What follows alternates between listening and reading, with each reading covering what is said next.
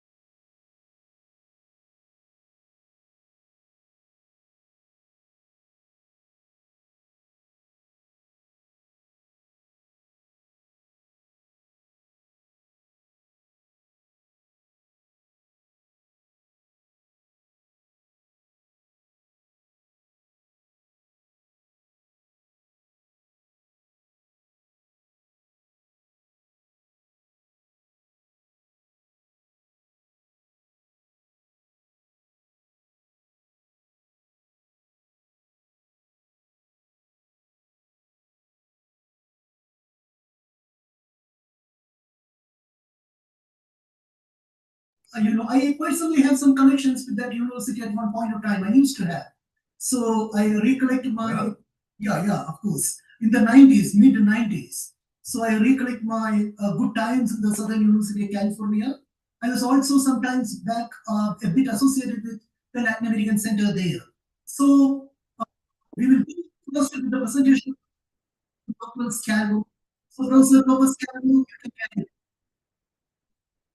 Thank you very much. The title of my paper is Coloniality and Solitude in Garcia Marquez's Public Speeches. Shall I start? Gabriel Garcia Marquez's magical fearless movement has been criticized by some scholars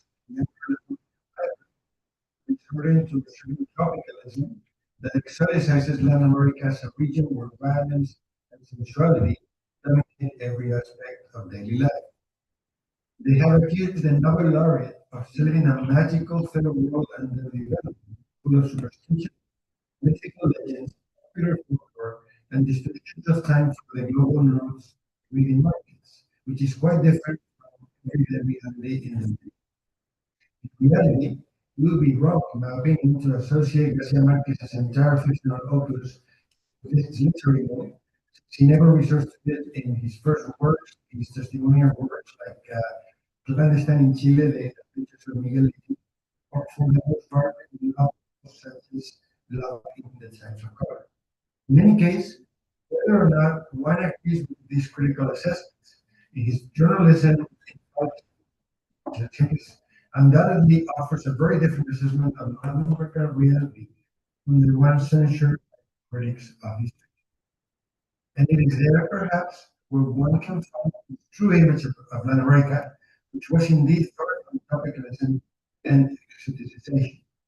This presentation will compare and contrast the author's novelistic, magical realist image of Latin America in some of his works with the typically more realistic one presented in his speeches collected in the volume Speech published in 2010.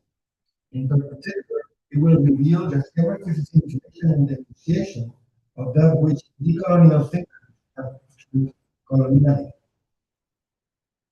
Without mentioning the term, in his speeches against Eurocentric interpretations of Latin America, for the region's right to determine its own socio-political destiny beyond Western universalist narratives, Garcia Marquez is implicitly facing the persistence of coloniality of power.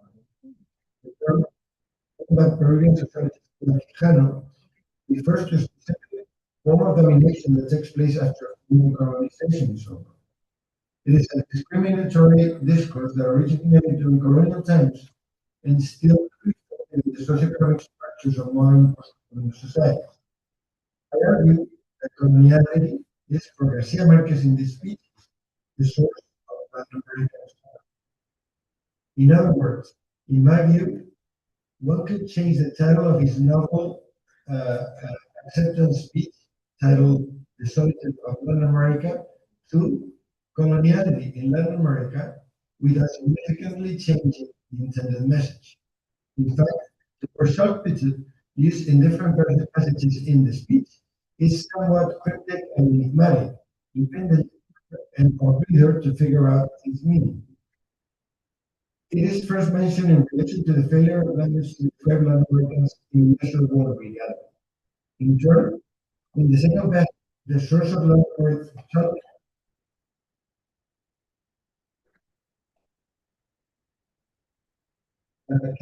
can mute the Yeah, it's okay. I can hear. We can hear. Yeah. in the second passage, the source of Latin American solitude seems to be Europe's denial of the region's right to search for original paths to and methods for social change and justice, always considering the differences. The third time, and last time the word solitude is used, this in connection with Latin Americans' right to dream with an utopia where no one can decide for them any longer, where love and happiness are finally possible. This utopia or second opportunity, as he calls it, is nothing else but the end of the colonial power. Nothing only links the goal to both days, which is still negatively affecting Latin America, but also the only presence explain leaders and contributors in Latin American society themselves, which have not yet managed to articulate a regional identity and worldview of his opinion. It could be argued that his attempt at creating a united Latin American film industry and coherent Latin American journalists to his speeches in Gabriel Garcia Marquez and your speech are his own expressions of leadership in search of such a pan-Latin American identity, finally integrated in reality. Garcia Marquez suggests that Latin America is ever going to rid itself of its economic independence in the replicate this year's colonial difference in the areas of epistemology. He reminds that America must also produce valuable knowledge accepting indigenous Latin American based on their own particular experience.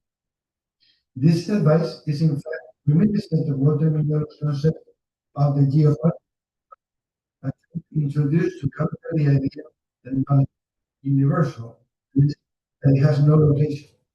Knowledge, according to Mini-Mellow, is always located in the colonial matrix of power, according to racial, sexual, and classification.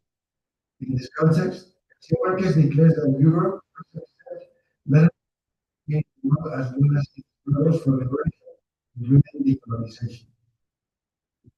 Garcia Marquez has openly condemned contemporary U.S. in instance in his 23 speech, the beloved President Homeland, he states, and I quote, "President shows the United States as a Polish threat with the certainty that in our country, we step even decides to die. However, what they find there is a blind empire who no longer considers Colombia a cheap, trustworthy accomplice, but only a main target for its superior rights. The presence of a critique is critical, not the object of study. I am more in his early intuition of the persistence of learning. Thus, in his narrative speech, The Solitude of Latin America, given the Nobel Prize lecture. Notice in his speeches, Latin America exists and dreams for the 21st century, outlines an open step goes on Europe to try to construct Latin America in a different way. That's the peripheral worldviews and ways of being in the world in respectable terms. Moreover, the demonstration of injustice, infant mortality, disappearance, genocide, the abundance of force, and any of these in newspaper. No, I consider the texts to understand Garcia fiction, and more important, to gain insight into how he really saw Colombia, the social problems, the obstacles to liberation, and what he perceived as possible. Garcia Marquez did an Nobel Prize for Literature by predecessor of imaginative description of natives, as well as the flora and fauna of Americas by Antonio Pigafetta, a Florentine navigator served as Magellan's official chronicler during their historic first circumnavigation of the planet.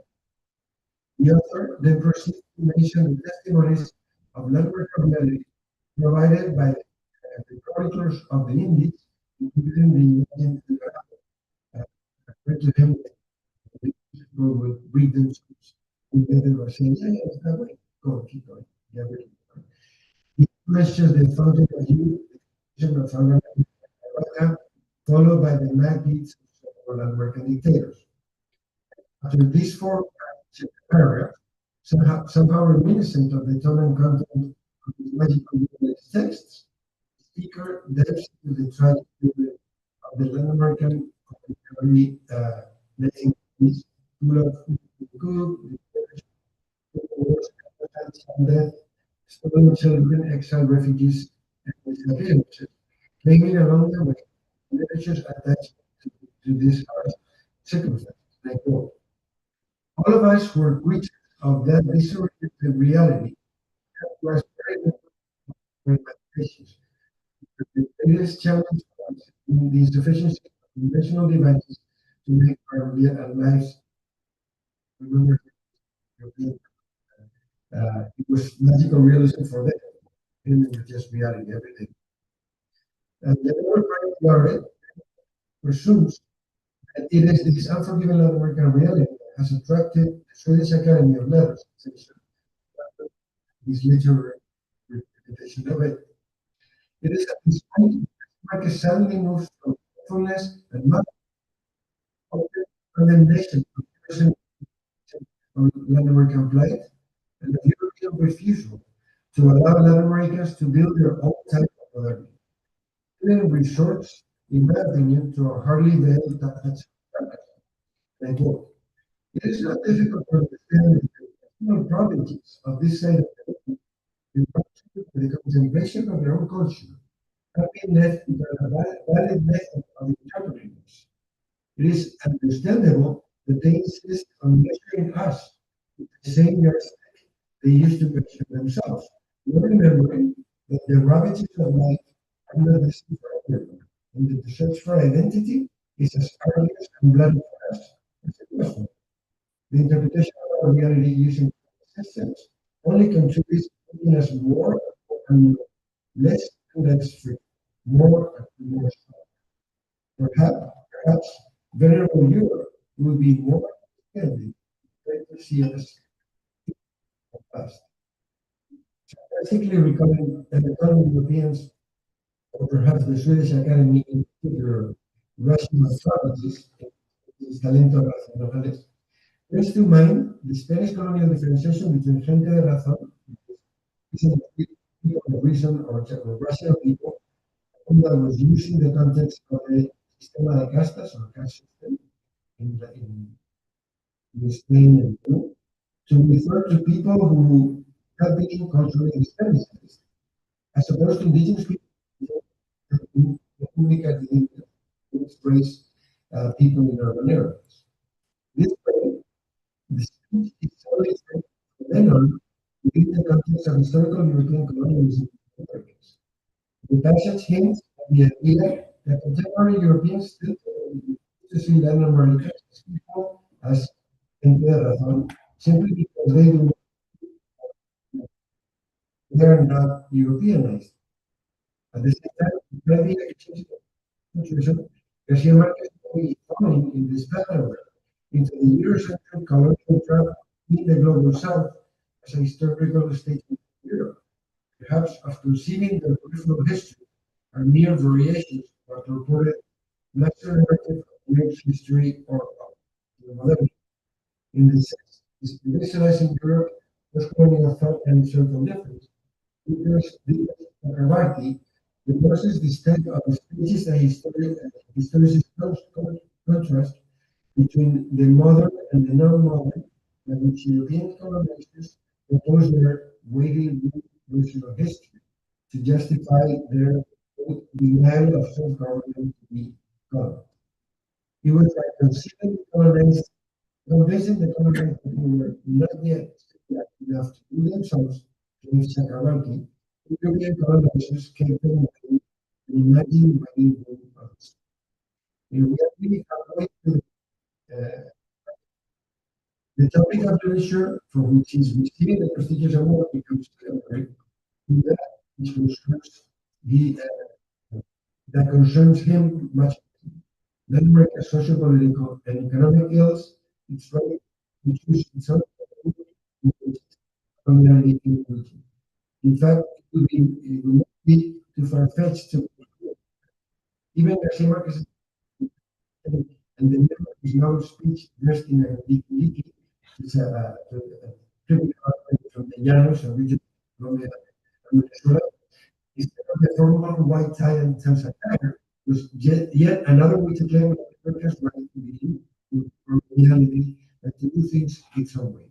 In conclusion, it is clear that Garcia Marquez validates any tactic that is in his non-fiction speeches and newspaper articles, as well as in his magical realist fiction and alternative, non-Eurocentric, non-rationalistic way to conceive of Latin American reality. His locally grown decolonial approach finally cured the recurrence of gave the access mundi in West. Thank you.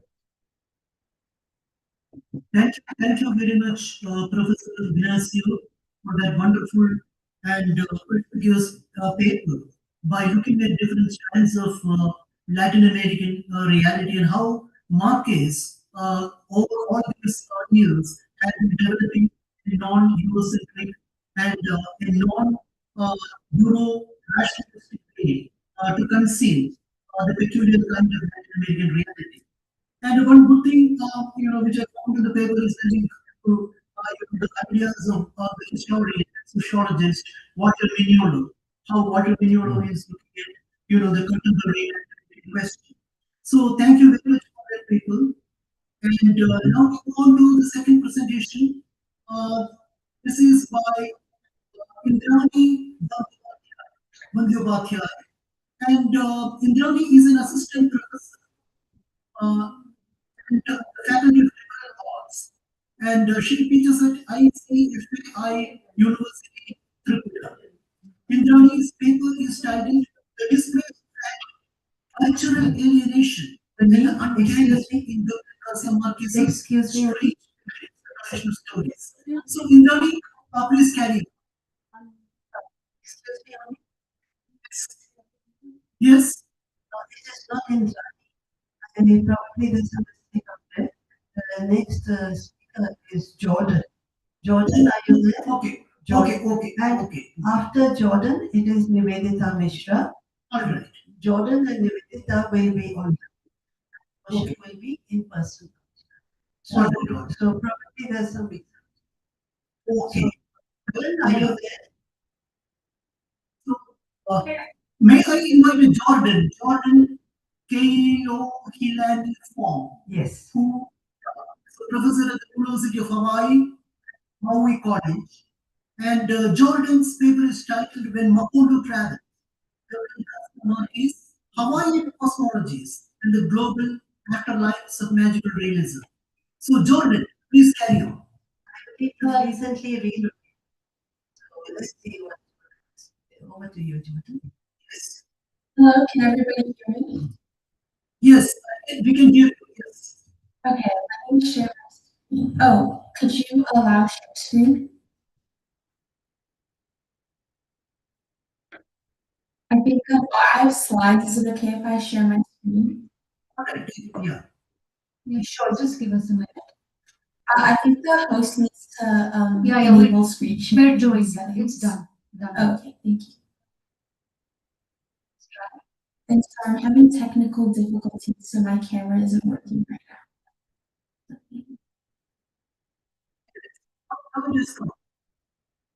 Okay. Hi, my name is Jordan. I'm a student at the University of Hawaii College, and I'm presenting Mercado Travels. Okay.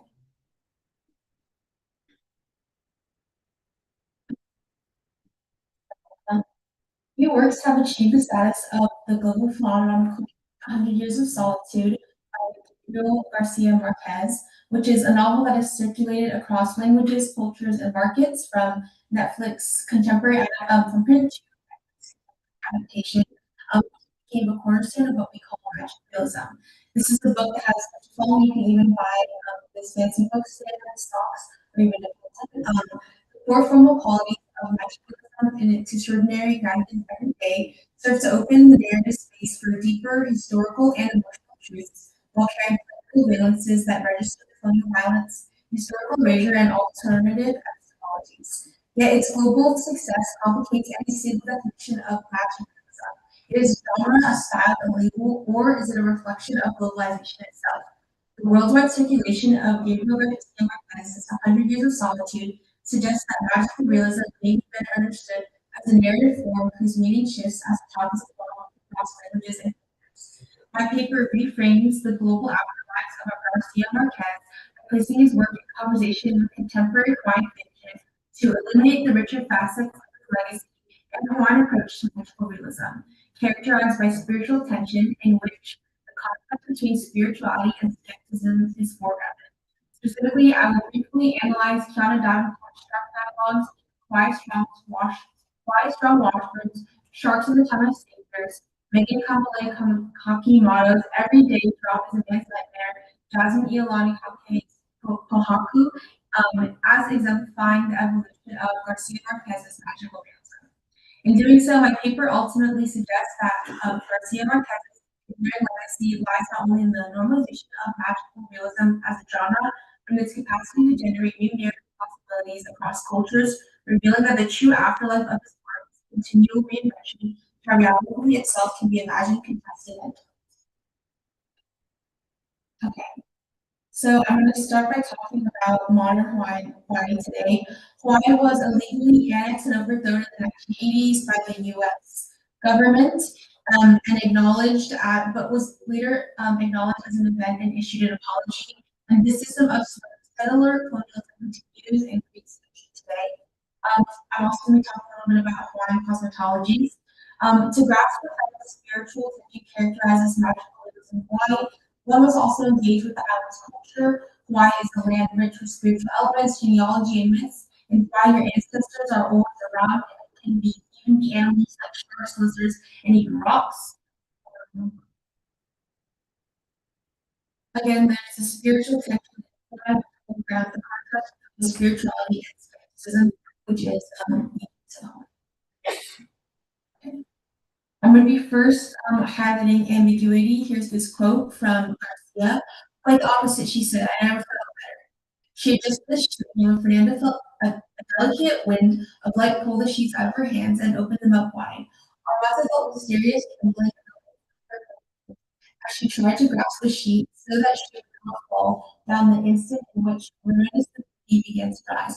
Ursula, almost violently, was the only person sufficiently calm to identify the nature of that determined wind as she left the sheets at the mercy of the light as she watched. There's the beauty waving goodbye in the midst of the flapping sheets that rose up with her.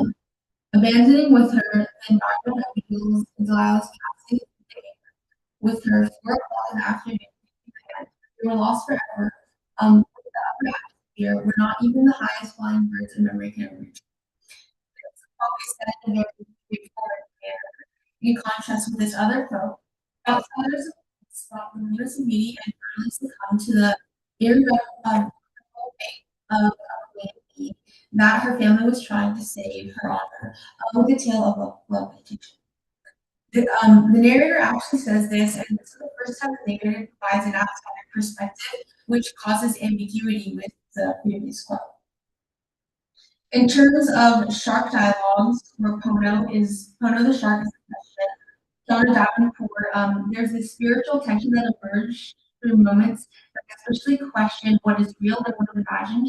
The novel, which is a multi-generational story of a native Hawaiian family, spans before the overthrow of the Queen from 1893 to the sovereignty moments of the 1990s, which centers on Pono, which is the matriarch, and her granddaughters, who feel disconnected from their identities and must find a way back to both the land and themselves. In one striking scene, Pono eats a pink glowing seaweed that begins to transform. Her jaws tighten and something grows like a snout as she sees herself a white-tipped reef shark, powerful in size and moving like a bullet. The vivid sensory detail initially grounds the transformation as physical and real, but the narrative immediately destabilizes by stating that she remembered she was asleep and that her shark form was imagined, forcing both the reader and the characters to question whether the moment reflects an ancestral connection to the shark, Amakua, a spiritual guardian, or merely a dream or hallucination from eating a questionable pink seaweed. Pono's transformation creates tension because it forces both the characters and the reader to decide what they believe, but the story never fully confirms the other side. And this uncertainty of what is real or unreal continues in season-opening Night Marchers, which is a group of real warrior ghosts marching in a haunted procession, typically with the red sun. When confronted with the supernatural possibility of the Night Marchers approaching, Simon, one of the granddaughter's white boyfriends, dismisses it outright. It's the Night Marchers he's afraid, a grown man afraid of bloody ghosts. He reared back as a large hunk of lava hit him. Where did that come from? That's what he meant. They don't want to spare sacrifice. The spiritual tension here is the opposite of peace and focus on larger cultural tensions and the mid-weight of American international businesses and tourists. The next point I want to touch on is multiple perspectives. Solitude. The narrator initially describes the ice in a familiarizing way, allowing the reader to share in the character's sense of wonder as it appears strange and beautiful. When a giant opened it, the chest let out a chilly breath of air.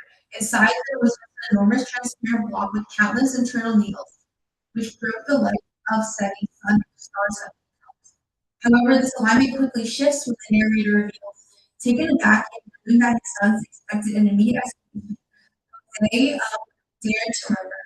It's the biggest diamond in the world. No, the gypsy corrected him besides. They say that it's the most perfect thing, but gypsy is just saying that it's ice, which shows up here, so multiple perspectives. In Kwai Washburn's Sharks in the Time of Saviors, it executes spiritual tension by questioning the necessity and helpfulness of magic through competing perspectives. The novel follows a fine Filipino family and their 3 children, Naoa, Dean, and Kwai. The individual stories unfold within the larger spiritual and cultural world of life. The novel centers on a defining moment when the youngest son, Naoa, falls overboard and is miraculously saved by a shark, an event that suggests a connection to the ancestral Amakua and introduces the question of fate. From this point on, the characters struggle to understand what miracle means, especially as they face hardship and uncertainty. Washburn makes a spiritual tension by explicitly showing how secret decisions death and all the pressure as seen in the line. Our Father who art in debt collection, hallowed be thy name. From a prayer is transformed into a spiritual struggle. Through a rotating first-person perspective, Washburn explores how people hold onto the question or reshape the belief when confronted with suffering, leaving the miracle itself open to interpretation rather than fully explained. The novel continually raises the question, is this a supernatural event, a hallucination, or simply a specific way of seeing the world?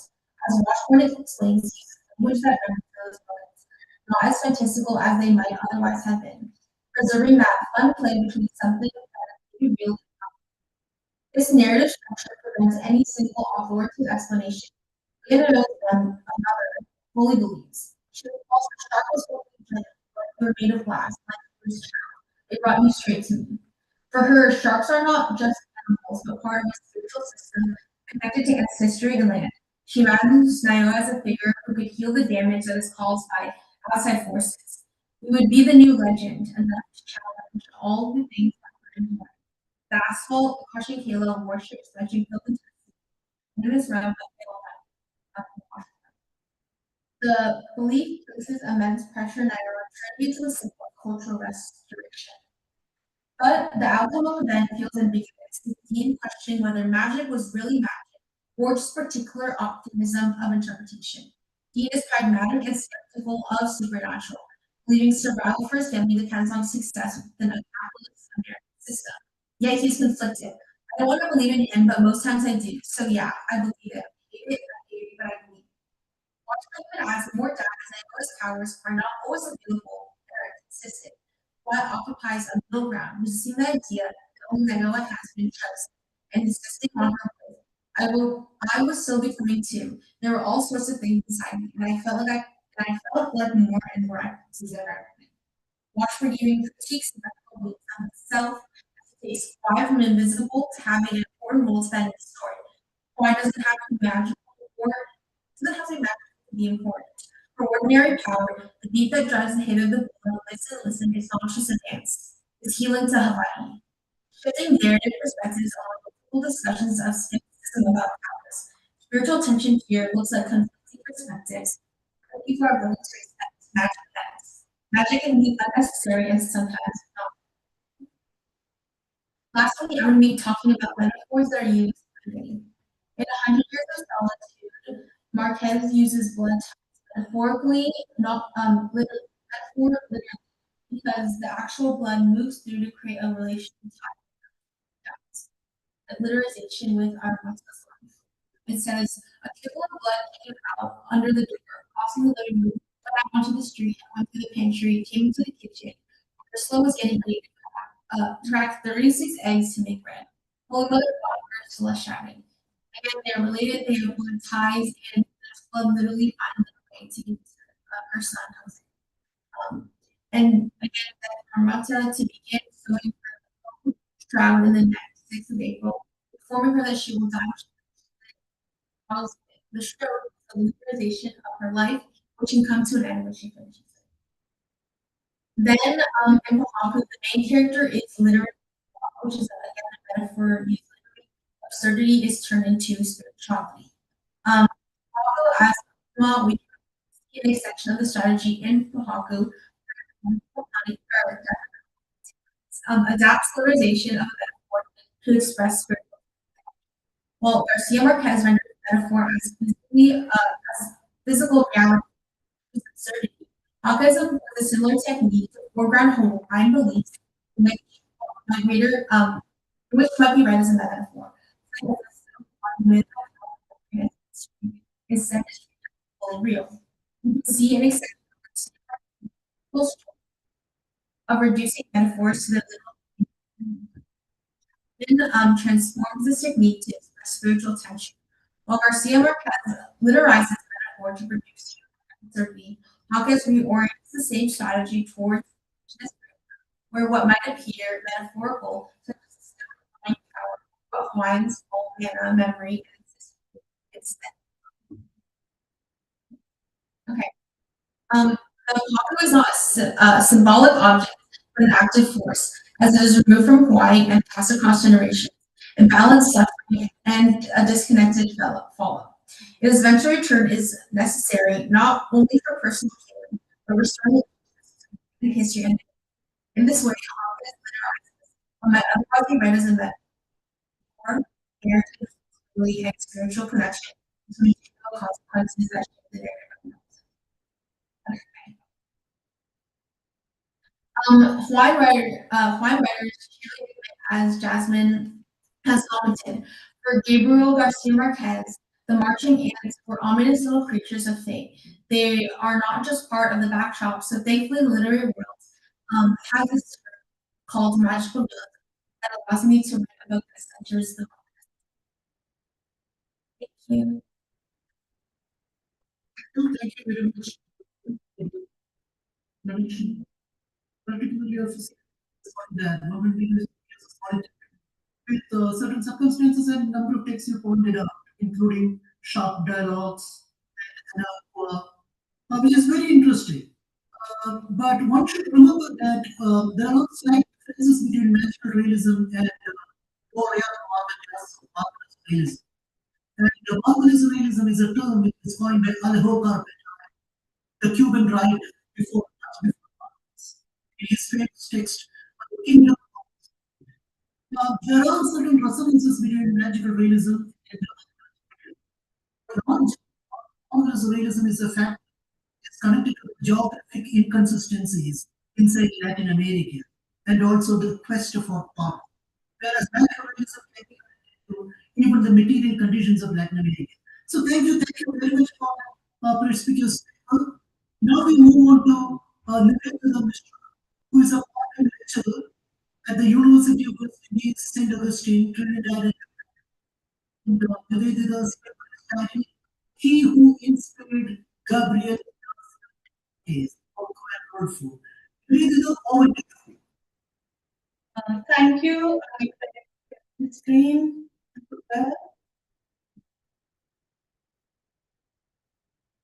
I don't know, Professor Uni, if you remember me, we did our MPhil together at DU. Oh my goodness. My goodness. Fine, of course. Yeah, how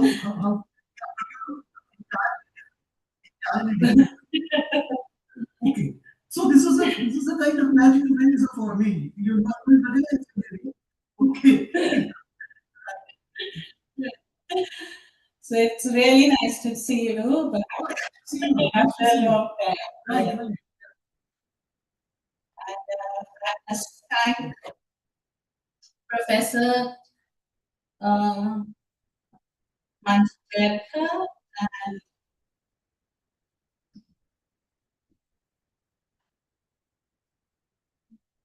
right?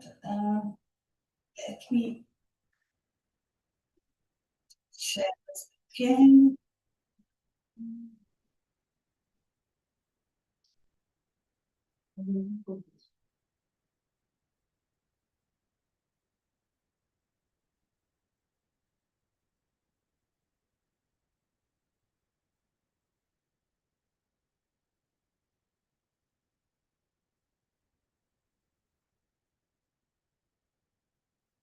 Yes, now it is reading. Right? Yes, correct. Yeah. Yeah, sorry. Yeah, so I must thank Professor Jedka and Professor Roshan for giving me this opportunity to speak on something that came along. Uh, it was as well that there was another person quite near to where I am right now in the we got to know about this person, Juan Wolf, and his Pedro Paramore. And I realized that he had been a source of inspiration for Gabriel Garcia Marquez. So I started writing a paper. Uh, as you all know, that the Nobel Prize in Literature has been recognized Marquez for his novels and short stories, in which the fantastic and the realistic are combined in a richly complex world, imagination respecting the life and conflicts.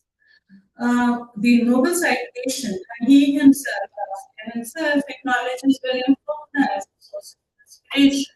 However, I felt that the website downplays the role Mexico City played in Garcia's imagination and presents more of a global exile residing in Paris, New York, Barcelona, and Mexico. Other sources also include Cuernavaca, Havana, Barranquilla, and Cartagena in Colombia as part of this places where he stayed. However, it is important to realize that at the age of 32, Marquez came to the city of Mexico after he had been, in a sense, exiled from Colombia. He had been working for the newspaper The Spectator and had been posted to Paris. In Paris, while he was in Paris, there was a coup, there was a change in dictatorship, Gustavo Rojas Pineda came on and he shut down the newspaper. So Marcus was left out in Paris without anything to do, without a source of income. But still stayed on there for another 3 years, and then for another 8 months in New York. And then he finally came to Mexico City. Now, Mexico City embraced him in the sense of having given him the first move around in a literary society of making. So he initially worked in advertising and wrote screenplays before writing 100 Years of Solitude in 1967. His two sons were born there, and he remained in Mexico for the remainder of his life, dying there in 2014. Due to his extreme political views influenced by the leftist, evidenced by his Nobel Prize acceptance speech, he found refuge in Mexico, where the revolution of 1910, the Cristero wars of 1926 to 29, and the educational reforms of 1934 to 38 had brought peace in a new edition in the new constitution. Mexico, in that sense, was a country that promised hope. It was also here that he was welcomed in a community of writers in Harvard and harnessed his imagination. It was here that we first read Juan Rulfo. He says, my discovery was by chance. I had been here already from 1959 to 61, and then somebody just gave me this book, and it was a revelation.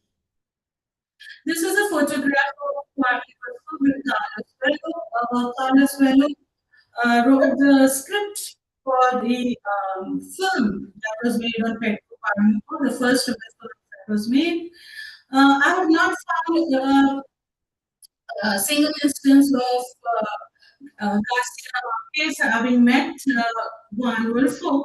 However, he has written a foreword to his book, and therefore we know that they meet. Basically, I think they were part of the same community and meeting the same people.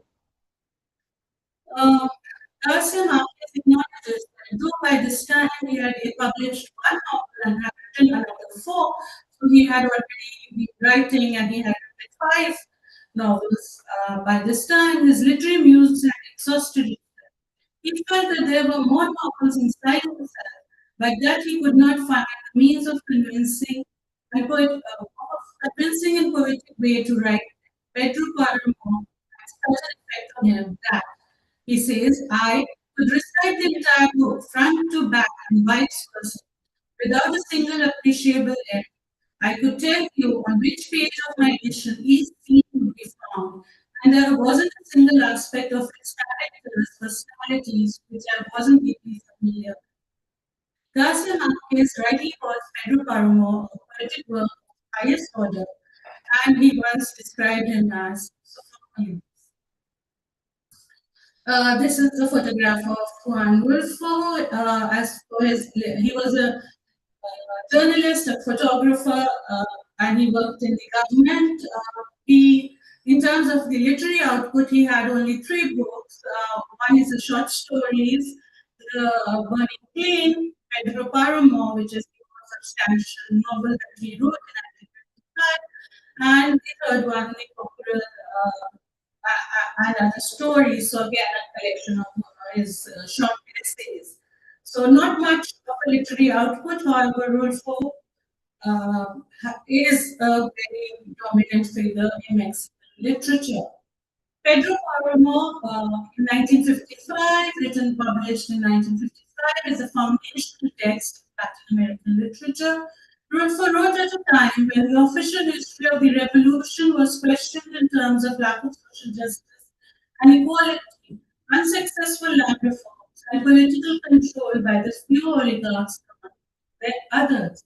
Some critics categorize Pedro Paramore as a sociological novel that criticizes the unsuccessful social and economic reforms brought about by the bourgeois who benefited from the revolution. I personally think it smears between being over sympathetic with the rebels without sinking back to sympathy for the cacique or the state chief. The book itself could be described as a Belarus history novel, a love story, a story, all in the space of less than 100 pages. Practically every school kid in Mexico reads the book in secondary school and at the secondary level, and therefore it has a lot of uh, stake behind it when you talk about it. This is the the cover of this novel. As you can see, it comes with the foreword by Gabriel Garcia Marquez, which was written in 1980. The book was written in 1955. The foreword was written in 1980. Rulfo was born in the state of Jalisco in Mexico in 1917. He witnessed firsthand the bohemian peasant revolts of the 1920s, events that would have strong influence on his work. He lost his father and an uncle living in an orphan. This doesn't really tell you the whole story, but he belonged to a very powerful family, the Sikh family, which is to say they were estate owners, and when his father was violently killed, what happens is usually that because of the small nature of the rural community, the strong man until his father remained in the community. So his mother had a mental breakdown each time that she saw this person alive from the village again. However, he belonged because his uncles were all very well-to-do and politically powerful. He did have a good education, however, the family was broken up. His brother was sent to one arm of the family, he sent to another arm at a certain time, sent to an orphanage. At another time, it was was seminary, etc. So he had very childhood. In an interview with Waldemar Dante, Rulfo said that the story begins by being narrated by a dead man who tells it to another dead man who tells another dead man. It is a dialogue among the dead in a dead drama. I'm just picking out a few lines, the opening lines of to give a sense of what it is that Marcus took from here. The opening says, I came to Kamala because I was told my father lived here, a man named Pedro Carmo. That's what my mother told me. And I promised her I'd come see him as soon as she died. I squeezed her hands as a sign I would. After all, she was near death, and I was of a mind to promise her anything. Don't fail to visit the church. Some call him one thing, some another. I'm sure he'd love to.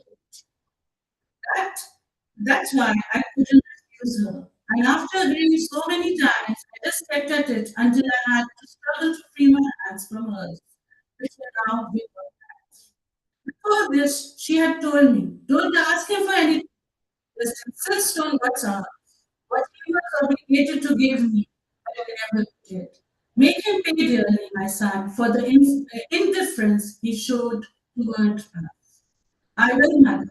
I never thought I'd keep my promise. Until recently, when I began to imagine all kinds of possibilities and allowed my fantasies to run free, etc., etc. I had, for that man named Pedro Carimo, my mother's husband. That's why I came to Kumala. So Kumala is the town. So you will realize that the opening is quite similar to, many years ago, when it faced the firing spot, etc. were standing there. So that kind of eye-catching focus on something. The book Pedro Palermo has been translated twice into English, first time in 1959, second time in 2014, and the third time in 2023. It is a story of 70 fragments which seem connected at times and unconnected at times. Pedro Palermo is the story of a dead town inhabited by dead people. Kumala the town is a kind of purgatory of ghosts and souls in penance whose murmurs uh, and disembodied voices fill the otherwise empty space. The narrator, Juan Presian, who soon finds that Kumala is there, but it is ironic since he finds this out only in the middle of the narrative. The reader also finds out in the middle of the narrative that now the narrator is dead.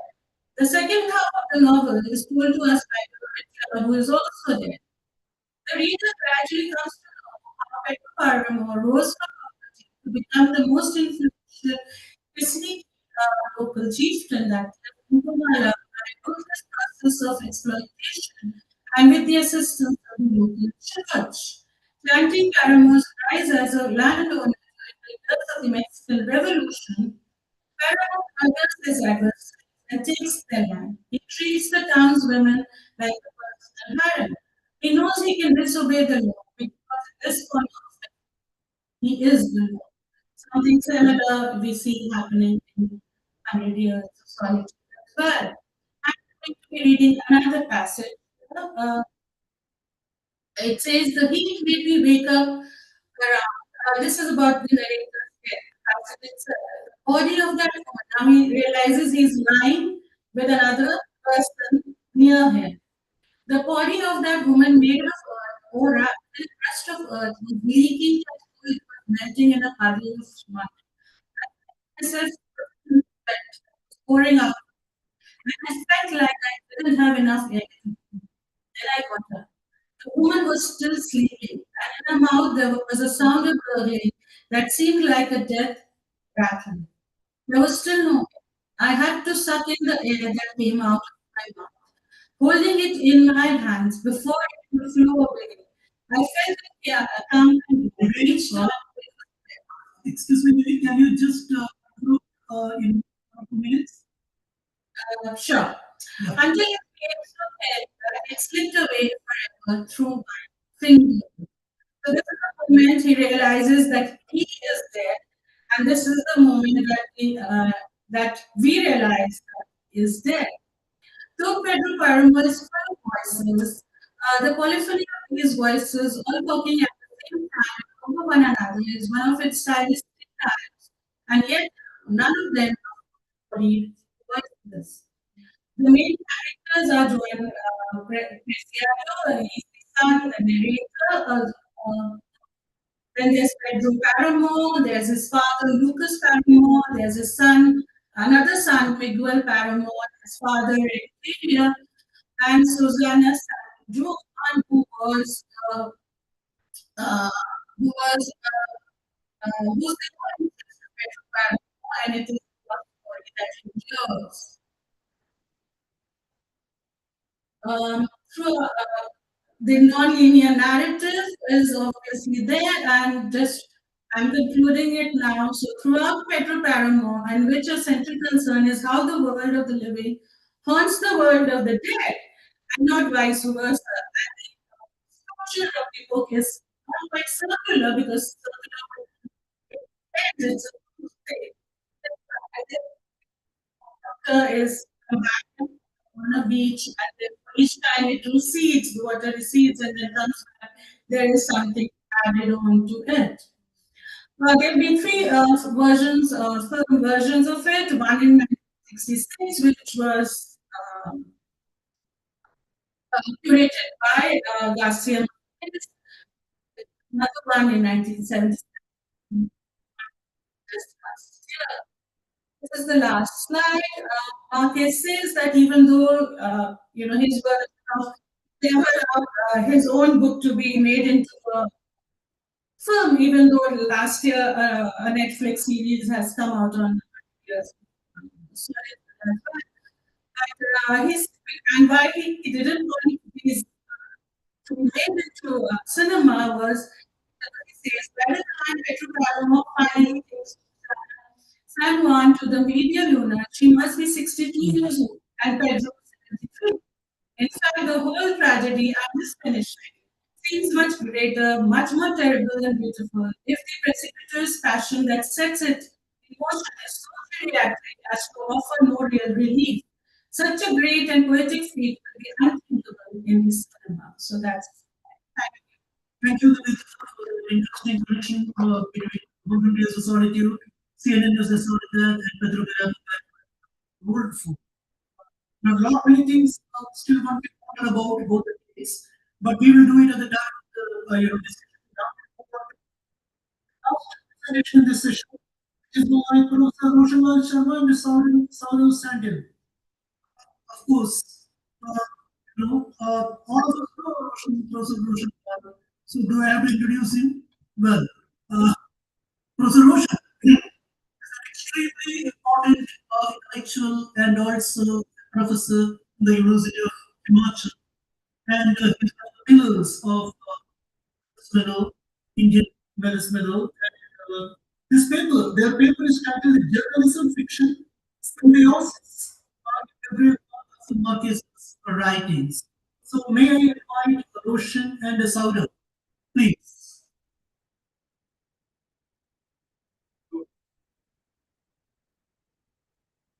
Roshan. Thank you, Professor Uni.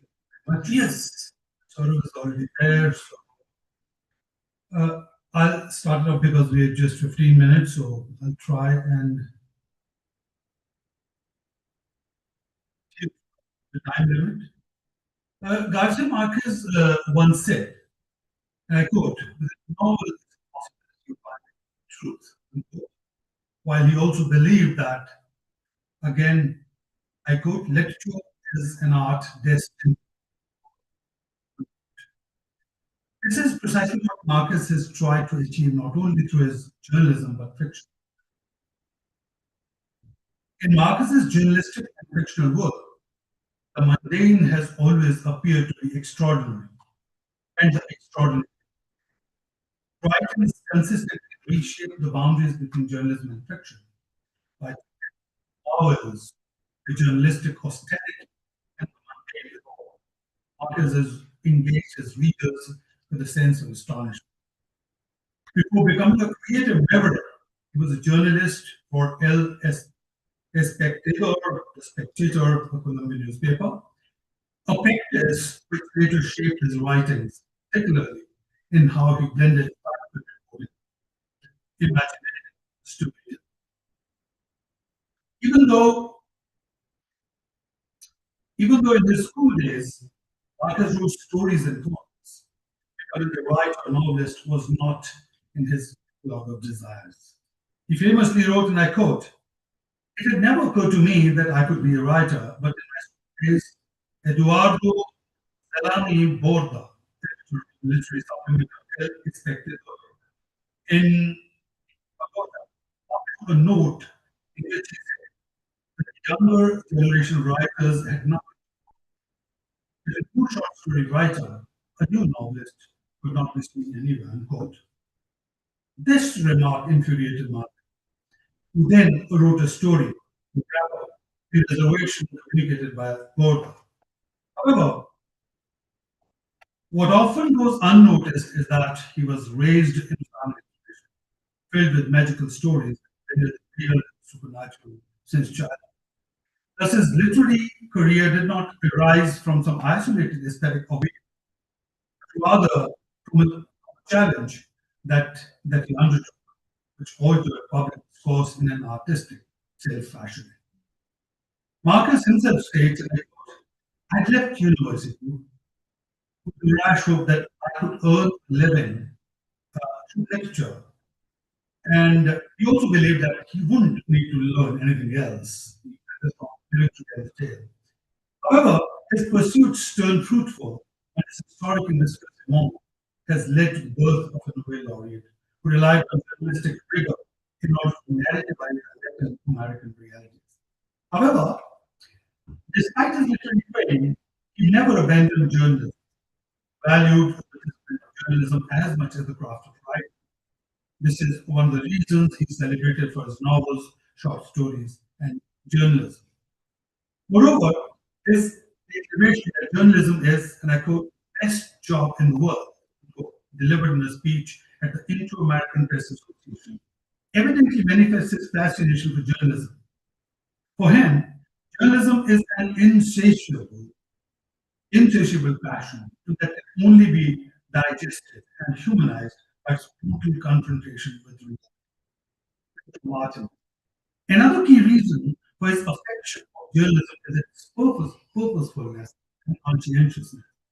Journalism for him is not merely a means of spreading information, but about bearing witness to reality.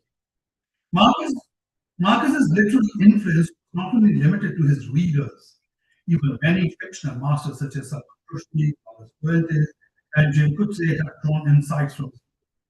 Rushdie has read Marcus thoroughly, and according to him, works often appear to be preoccupied with reality and cultural truths, reflecting the complexities of Latin American identity and magical realism with Marcus engaged with he engaged with seriously. According to Rushdie, Macondo is not a fictional city of Marcus's tales, but a fictional reimagined reality. He used magical realist narrativization in order to see the world through fictionalized reality, which in turn would affect the present realities of Latin America. It was only after gaining financial independence as a novelist that he became free from ideological constraints, which also provided him creative control over his themes. Thus, it was journalism that acted as a foundation that shaped his style. Fiction enabled him to expand his creative endeavors by providing him with autonomy to explore deeper. This situation creates a paradox.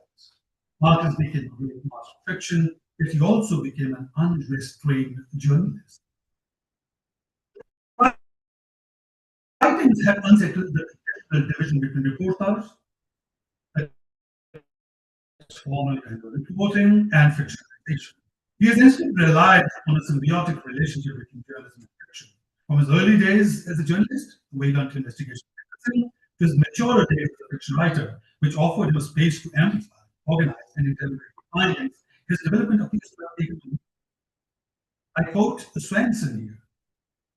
Readings of Garcia Marquez's fiction often lurch uncomfortably and claims of radical politics and suggestions of metaphysical malaise.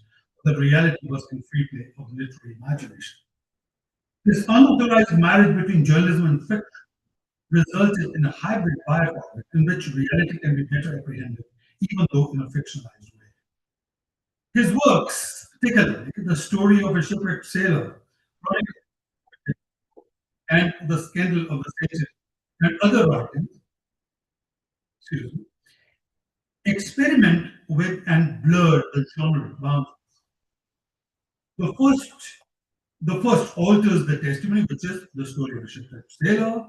This alters the testimony of a shipwrecked sailor into a tightly woven survival narrative. And likewise, the second refurbishes the method of reportage through interviewing and witnessing into a novel which offers no proper resolution, leaving readers with an unresolved tension that reflects the complexity of real life events. In contrast, the third text, which is The Scandal of the Century, offers journalistic pieces written by Marcus across texts. Across these texts, readers can clearly see how the techniques move in both ways. Journalism borrows elements of fiction, such as plot characters and multiple voices, while fiction adopts journalistic techniques, such as interviews and corroborations. The end product that comes out of the symbiotic relationship is the practice of reconstructing truth instead of a simplistic representation. Marcus's writings have a postmodernist character, which critiques the idea of objective and stable truth. His works often resonate with Lyotard's incredulity towards meta-narratives, legible, clear in the form of no single unified account of things. In his writings, journalism materializes as a discursive practice, conditioned not only by selection, but by perspective and power resolution, giving the reader with an unresolved tension that reflects the complexity of experience, particularly in how different narratives can shape public understanding and influence societal beliefs. His fiction does not discard reality. It rather tests the limit of reality along with what counts as evidence. By penning contradictions and gaps, it foregrounds it. Inside this framework, the fictionalization of reality is not a break from truth, but an unavoidable upshot of intervention. This presentation, in fact, focuses on how Marcus's work, whether journalistic or literary, operates within a symbiotic ecosystem in which fictionalization and narrativization facts. They become inevitable. The kind of blend and fusion becomes inevitable. By reading these texts across genres, this presentation also tries to show that Marcus has heavily blurred the lines between genres. It also renders the boundary logically untenable and instantly casts both in the complementary manner, engage with the complexities of lived reality. Chronicle of a Death photo, for example, we have occupies an intermediate space, and we've been talking about this. Won't give or won't dwell in details about the textual analyses. Quickly, this novel occupies an intermediate space between fiction and reportage, functioning as a narrative indebted to journalism, both structurally and methodically. Simultaneously, the novel enacts a distinct postmodern interrogation. Even though the work is formally categorized as a novella, the readers are able to understand its investigative journalistic nature. The narrative reconstructs a fictionalized account of a real incident of murder by multiple testimonies of various peoples. The novella opens up with a proleptic, kind of anticipatory statement, and I quote, "They were going to kill him. Santiago God of Heaven, fight on to wait for a vote, the bishop of Rome." It was quoted by two presenters. That's the opening. It disrupts the idea of linear storytelling by revealing the outcome at the very beginning of the novel, which at once shifts the reader's attention to the event, to the manner of the story's reconstruction. So the novella thus casts off linear progression and, as a replacement for it, implements a retrospective fact-finding edifice, while Santiago's walking up at 5:30 is precise and resembles journalistic inquiry. It carries a significant dramatic irony as the reader knows the tragic fate that awaits him later in the story, contrasting the mundane dream. Although the novella does not match the overt fantastic world depicted in Solitude, there is nevertheless a reliance on magical realist narrativization. Though this is not achieved through some astonishing mystical events, but through the crafty transformation of reality into something mysterious and acquiescent to order. For instance, Santiago's mother, in a quote from the text, had a well-earned reputation as an accurate interpreter of other people's dreams, provided they were told to her before eating, but she hadn't noticed any ominous augury in those two dreams of her sons or the other dreams of trees he told his mother about on the morning preceding his death. And his mother possessed some mysterious power to interpret dreams. Unless she failed to interpret her son's dreams, omens, and intuition for knowledge of the presence of these elements. Now, this actually is a murder which is well known. So the whole town knew the brothers were planning to kill Santiago, but everyone found it absurd that he was unaware of this. And I quote, "No one wondered whether Santiago Nasser had been warned because it seemed impossible to all that he hadn't." The story Murder unfolds through multiple perspectives, and all of them offer a diverse mix of viewpoints. The story is narrated in a journalistic manner, as the narrator, who is behaving like a journalist, would like to see all the angles of the story.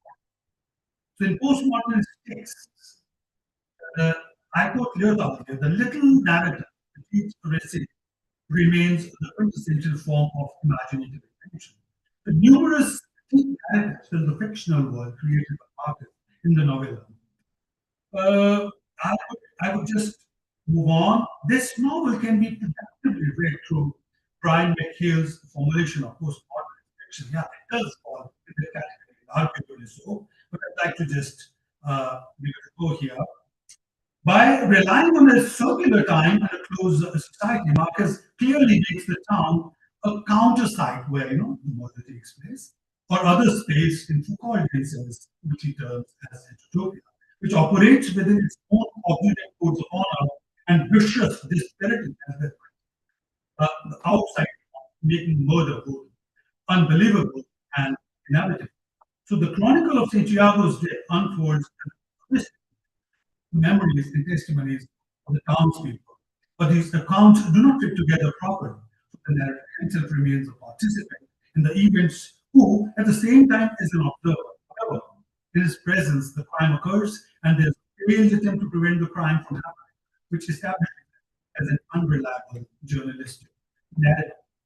So the journalistic narrative of ways of contradictions instead of some conclusive accounts, which are assumed by the readers beginning of the novel, leading to confusion and a deeper exploration of the themes of irony and ambiguity throughout the text.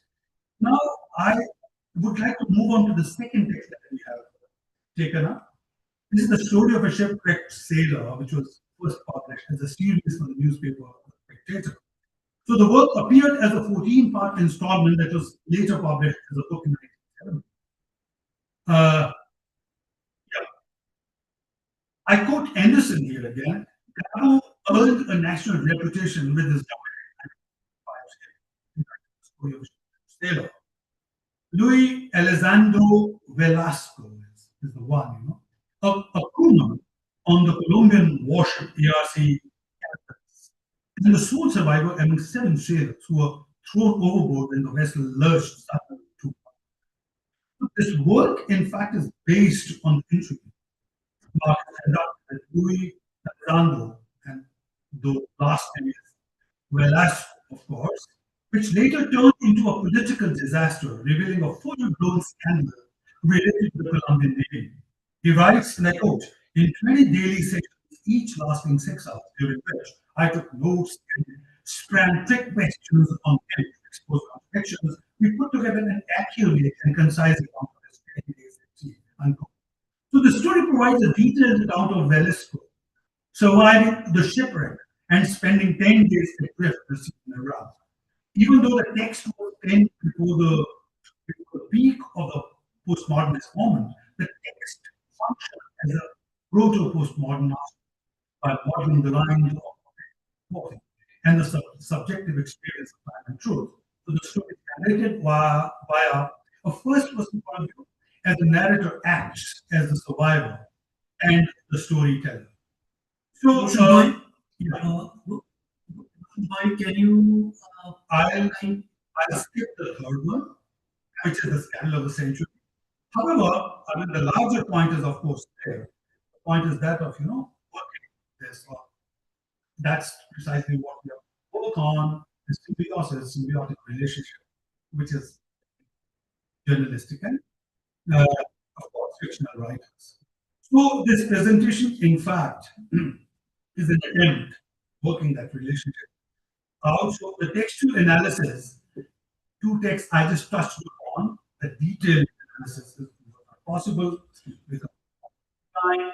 It reveals that Marcus's journalistic style skillfully merges the practicality and techniques, resulting in a narrative that blurs the boundaries between reality and fiction, thereby enhancing the reader's engagement with the story. The proleptic structure, the chronicle of death rule, moves from epistemological investigation to an ontological focus on reality.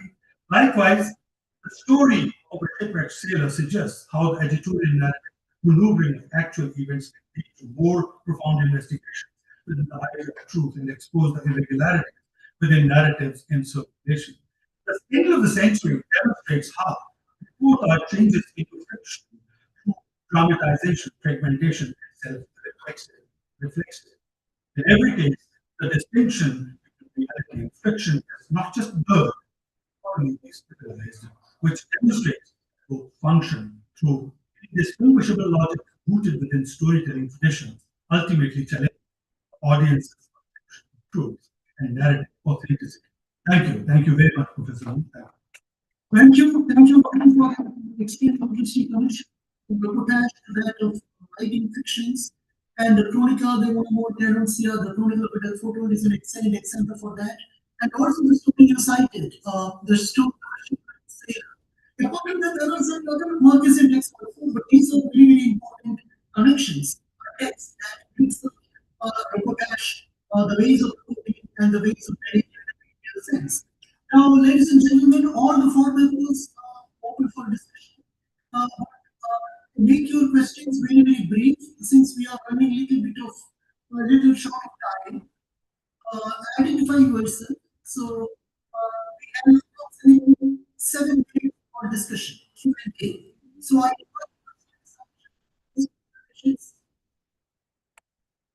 Good morning. Anyone have question? Observation? yes, yeah.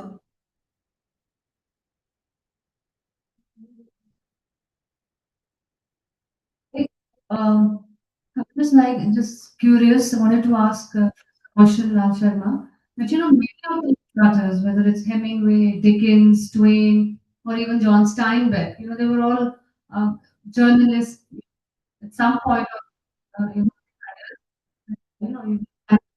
or reporting. So, do you see any specific difference or similarity there? Because it's been usually there have been travelers and writers and journalists and newspaper writers, many other literary figures. Absolutely. Your point is really valid, and most of them actually they have been doing some serious kind of journalism. See, the point is that of perfecting your craft. Journalism at the end of the day is writing, and writing with precision, and accuracy.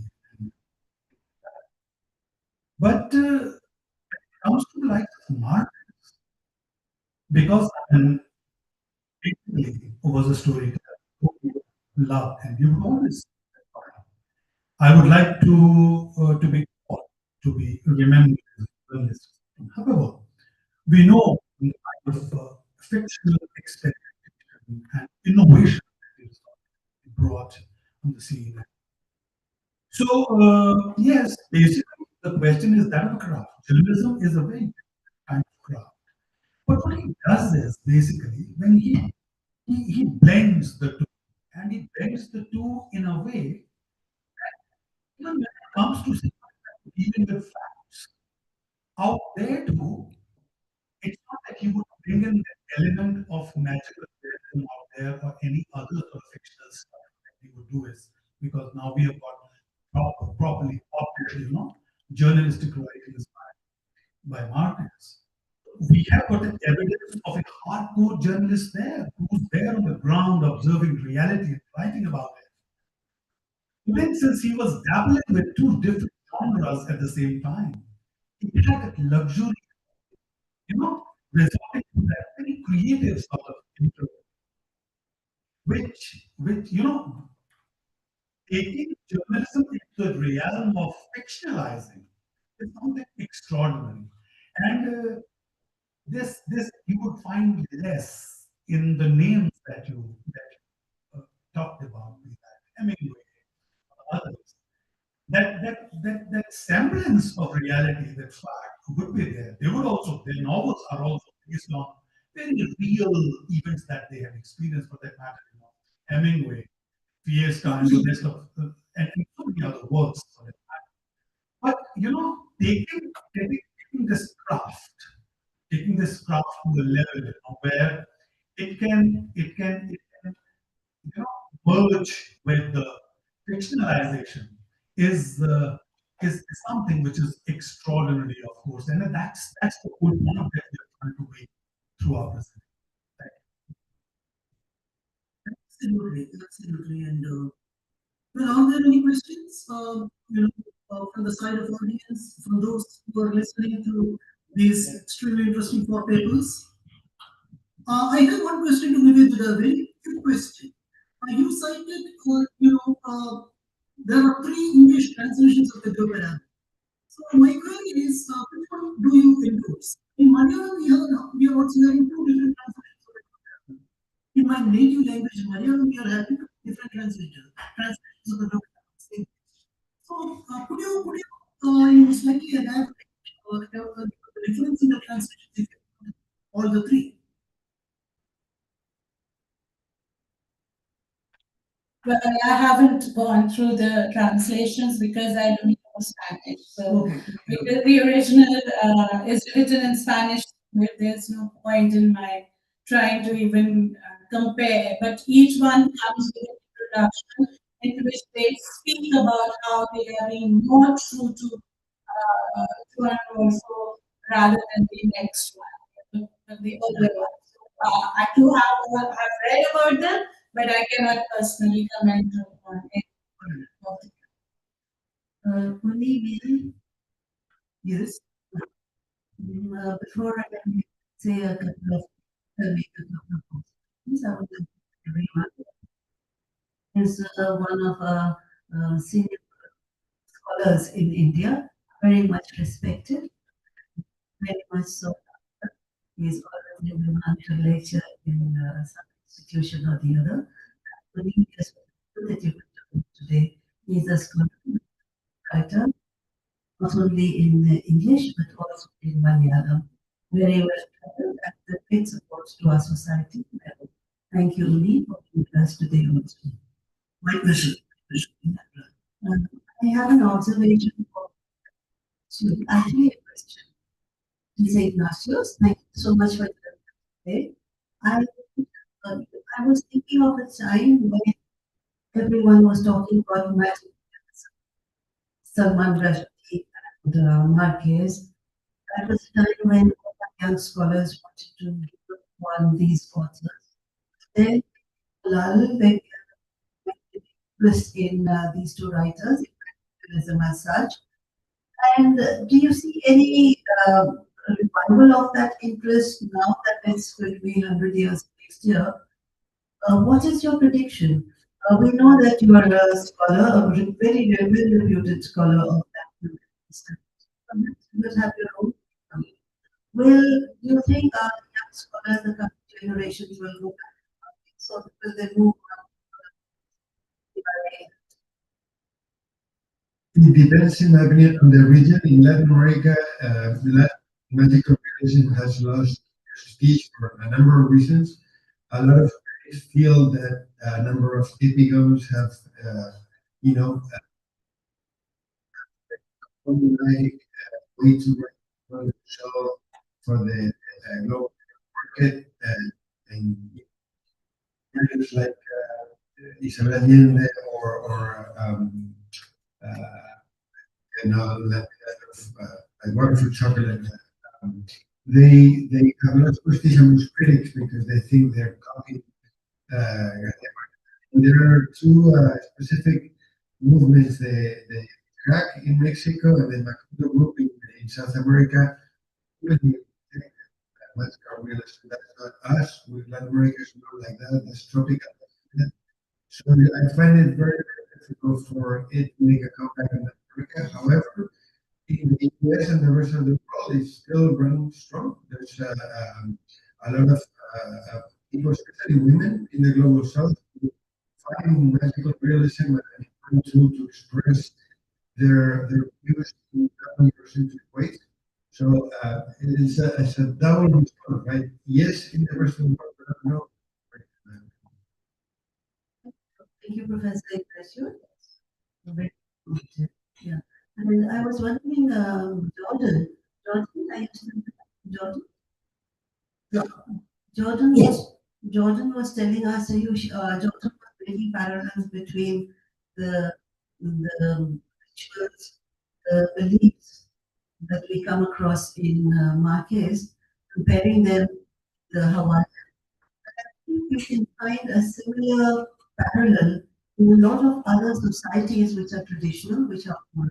For instance, if you read African literature, you'll find that a lot of their rituals which may be dismissed as mumbo jumbo by Western, you find the similarities there. And in India also, we have so many tribes, so many beliefs, and the whole system of living which is very different from the so-called modern and civilized world. So perhaps you could expand yourself in order to include cultures first. Just a suggestion. Thank you for speaking. Handing the mic back to Ms. Yaki, who is one of the organizers. Her name is Manisha Rai. And she's the co-chair of the session. I just wanted to, this is now Much can just say it about it. In Sikkim, we have some kind of references such this use of jumbo. The tribe have this culture, and we have some rituals that we as such. From that also. So I think we are ending this. So before ending the session, I want to thank all the speakers and our online chair, Professor Oni, for the session, this enriching session for all of us.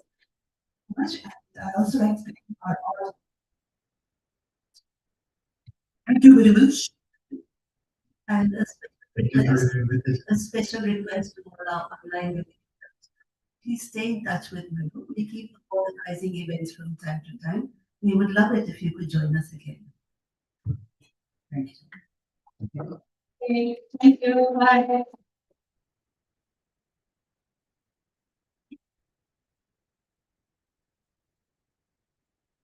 For the next session, we have with us Professor Sanjay Mukherjee online and Dr. Champa Chetri, head of the Department of English, Sikkim Manipal University, have joined us online.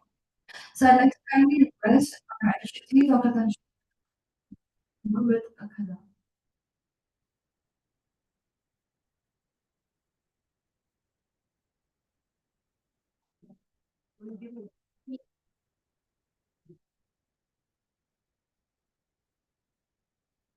So before beginning the session, we'll have a short break and we'll start the session at 11 o'clock.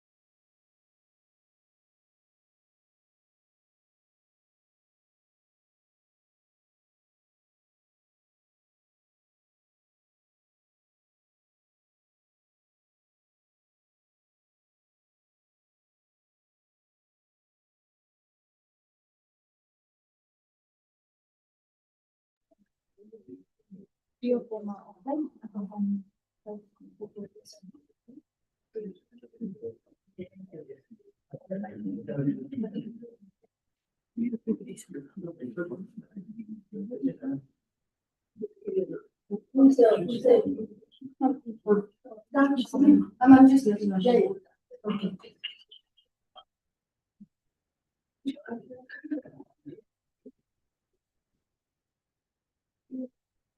We will now be starting with the session. The session chairs for this session is Professor Sanjay Mukherjee, who will be joining us online. And we have with us Dr. Champa Chetri. For the presenters, the first presenter of the day is Mr. Indra. Can you please come to the stage now?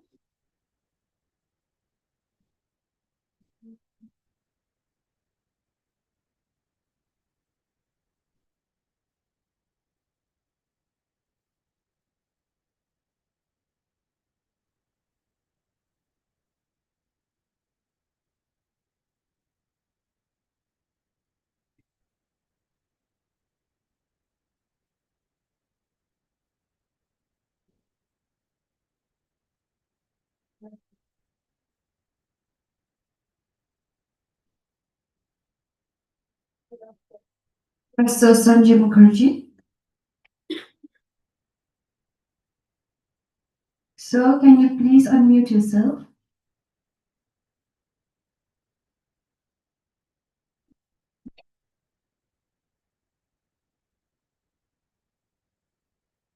Hello. Can you hear us, sir? Yeah. So thank you so And much. you can hear me. Yes, sir. We can hear you clearly. Thank you Great. so much, sir, for joining. Now Thank I'll you. be handing over to you for the session. Okay, so are we beginning? Yes, sir. Good. Uh, Good morning, everyone, and it's wonderful to see so many old friends there. I wish I could be there, but anyway, uh, it's wonderful to join virtually. So we have a session now with 4 speakers, and they are relatively young faculty members. We were discussing, and Professor Manjunath picked up a query whether this form of writing and the author, they are resident, are people showing interest. I think with 4 younger people reading their papers, this could be seen as an indicator, at least in these parts of the world, that this is a kind of a resurgence of an interest. We have speakers, Ashwini Gogoi and Draupadi Roy, Indrani Bandyopadhyay, and Sumnima Parajuli. I hope they are all there. So, Manjunath, can we begin? We have the audience there. Yes, Okay. Okay then. So I would call upon immediately Mashabi to read her paper, The Magic of Taekwondo, adapting 100 years of solitude for the screen. Mashabi, please. Thank you so much, sir. And I believe we have 15 minutes for each speaker. 15 minutes, is it? Please keep to time. Yeah, please keep to time, all speakers. Thank you. Yeah, I'll do that. Am I visible? Because I don't know. Yes, you are. Okay, thank you so much. Good morning, everyone. I respect chairperson for giving me this opportunity. Excuse me. Ma'am, because I want to speak up the idea of participating. The opportunity to present online. Thank you. And 100 Years of Life has been one of my favorite novels. So I couldn't really miss this opportunity to speak on this as it has recently been adapted for the screen. So I on the Netflix adaptation 100 Years of Life. I've titled my paper The Magic of Mini-Melow, Adapting 100 Years of Solitude for the Screen. I'll try to share just my share.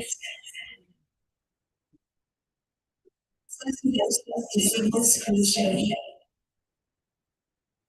But I can present, read. It's okay for me if it is not. I think it would be allowed. Yeah, I'll try to share. There's an indication now.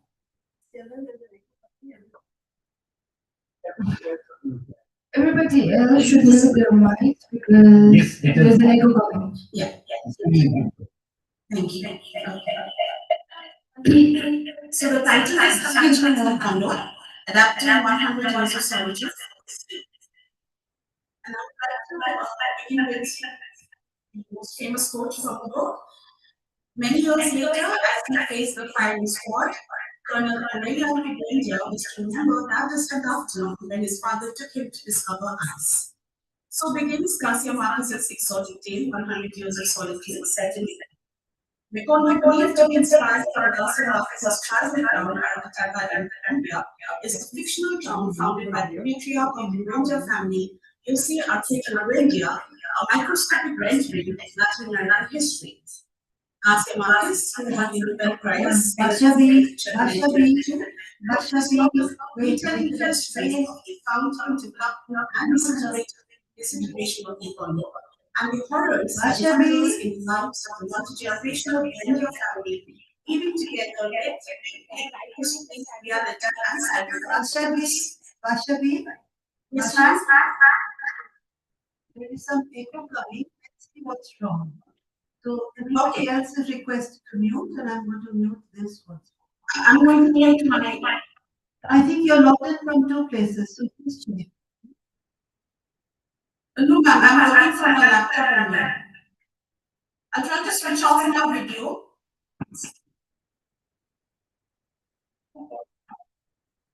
I'm using my laptop only, ma'am.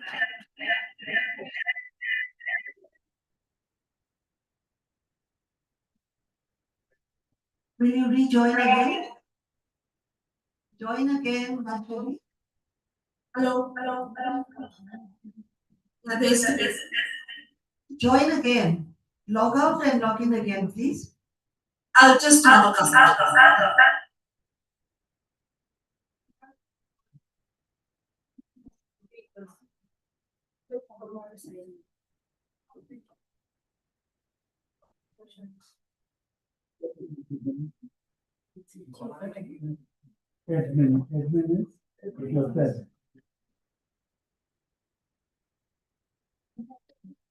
Is it okay now? Yes. Is my screen visible? Yes, it's okay now. The echo is gone. Thank you. Should I share it again? Yeah, My please. screen? Please do. Yes.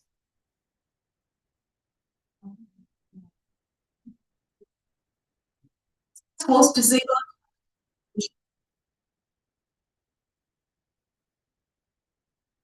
Enable.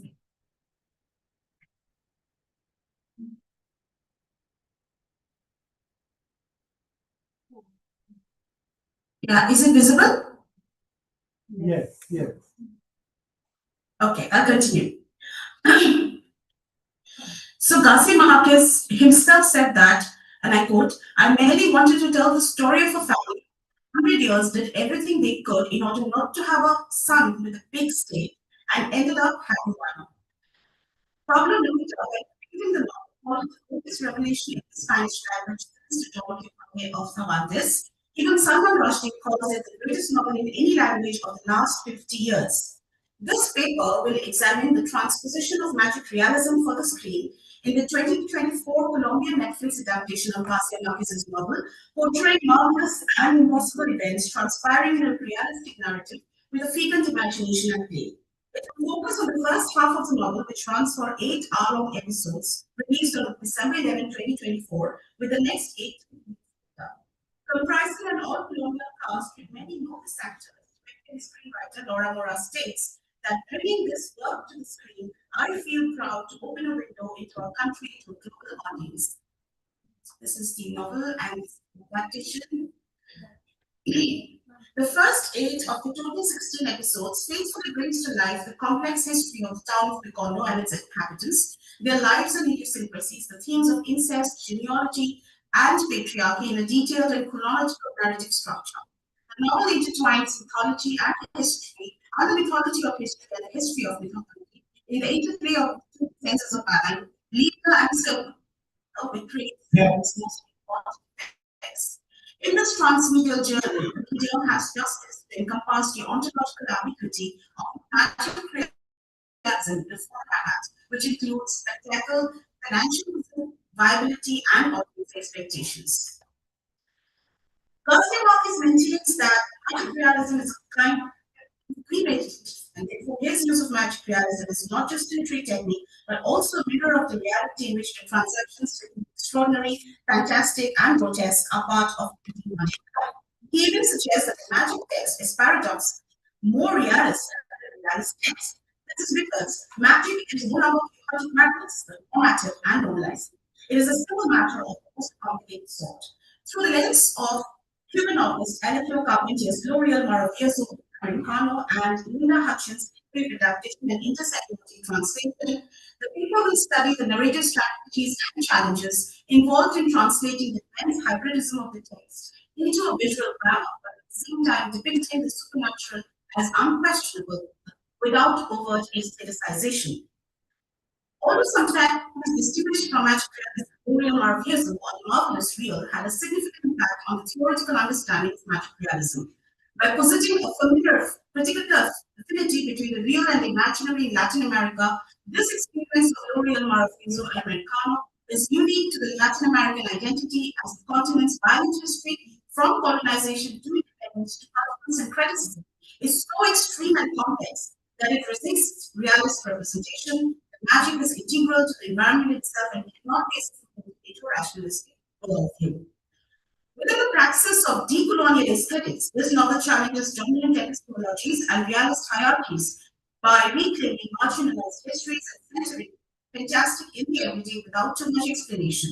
The adaptation, too, serves as a decolonial act in inscribing the marvelous into the general consciousness and aesthetic medium where visuality is reclaimed and amplified. In the narrative universe of 100 Years of Solitude, ghosts are a seamless part of everyday life, conversing with the living, in some cases accepted as a given, but also erases memory. A woman lives to be over 145 years old. Characters are resurrected and also ascend to heaven without disrupting the narrative. These are not presented as anomalies, but normalized in a matter-of-fact manner. Linda Hutchins has said that the adaptation seen as a formal entity or product is an announced and extensive transposition of a particular work, in this case, 100 Years of Solitude, the novel. Adapting a polyphonic narrative like 100 Years of Solitude with its complex and non-linear temporal structure involves reimagining the narrative strategy, which will reshape the ontology of the narrative.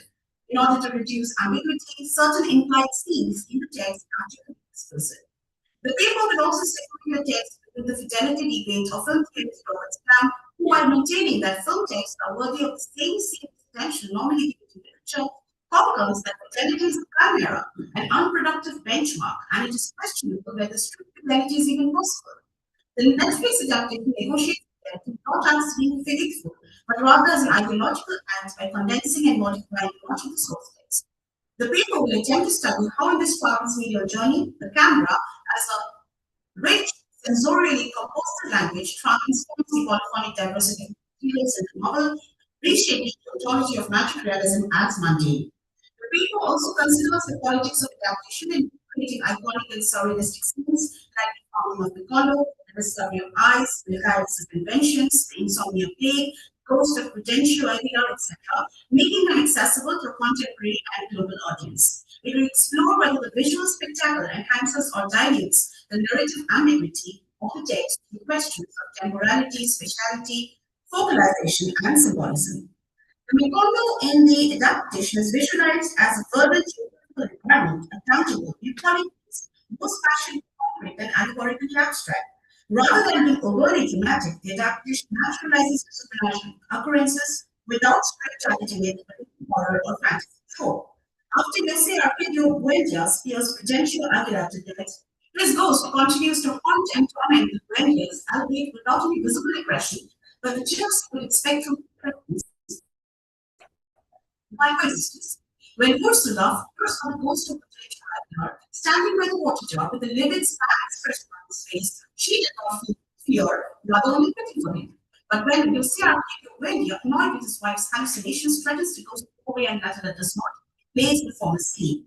It is because of the dangerous and annoying presence that Lucia Wendy and the other young men left the town and undertook the crossing of the mountains, dismantled their houses and packed up to head towards the land that no one had promised them. The cinematic reconfiguration of the story of Star Eyes retains the same sense of wonder and childlike awe that we find in the novel. The memory of the discovery of Iris is invoked symbolically and used as a friendly device. When many years later, Eleanor remembers first touch of the ice block and the glowing sensation that he felt as a flashback when he faces the pirate's wall. In episode 2, the tactile experience is foregrounded when Jose Arcadio went up with 30 reals to see what was inside the pirate chest in the gypsy farm. When opened, the chest gave off a glacial exhalation. Inside, there was only an enormous transparent block with finite internal needles in which the light of the sunset was broken up into colored stars. Jose Arcadio Wenger's amazement is palpable when he claims that it is the largest diamond in the world, only to four gypsy his eyes. Voice is presented not as a physical substance, but a hybrid between knowledge and enchantment. Melchiades' discovery of ice is being loved the discovery of ice. Melchiades, a heavy seated and sparrow hands, is another fantastic and enigmatic figure whose conventions embody the convergence of science, mysticism, worldly knowledge, alchemy, and technology. There is a material specificity in the ways in which he is in a tangible manner. His arrival in episode 1 was depicted in a colorful cornucopia of exciting and sticky gadgets and contraptions. It introduces violence, because people calling it the eighth wonder of as the visual rendering of the scene, along with the one when you see arcade rendering supervised by the compass and sextant, lends a fantastic dimension to the narrative. Okay.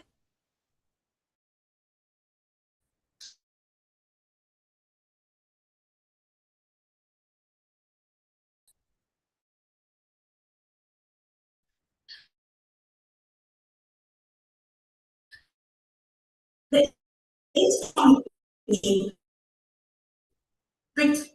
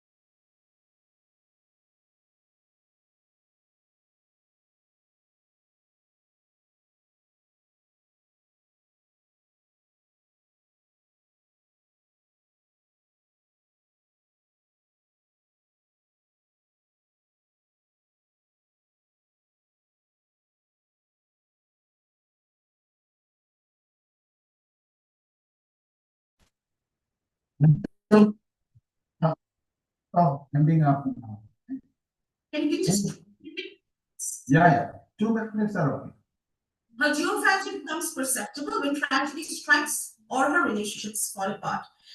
The adaptation beautifully depicts the way in which Kamagas interleaves her into the surreal world of Mikono. Her dirt eating becomes a symbol of humanity's most primal needs.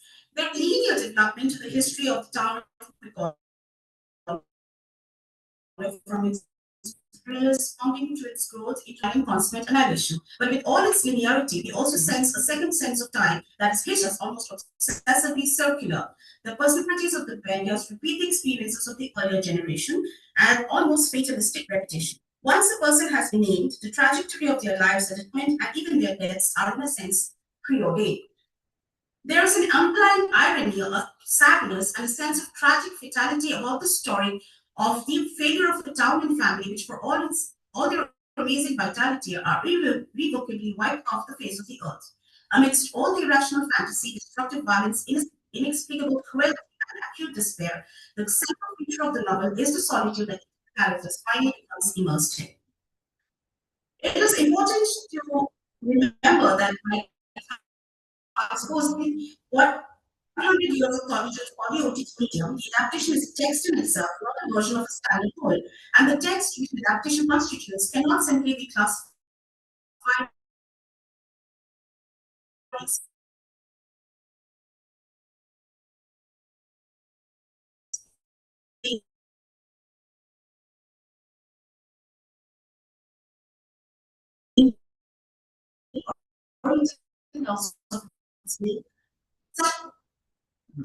technical. Clubs of it and the implication primacy of literature or film can hinder and inhibit the scope of the quality of how the convincing way to portray. The audience does not merely imagine a color, they inhabit it and character matters. Seamlessly woven into the fabulous presence and which is the policy of science 16 episodes is a suitable alternative.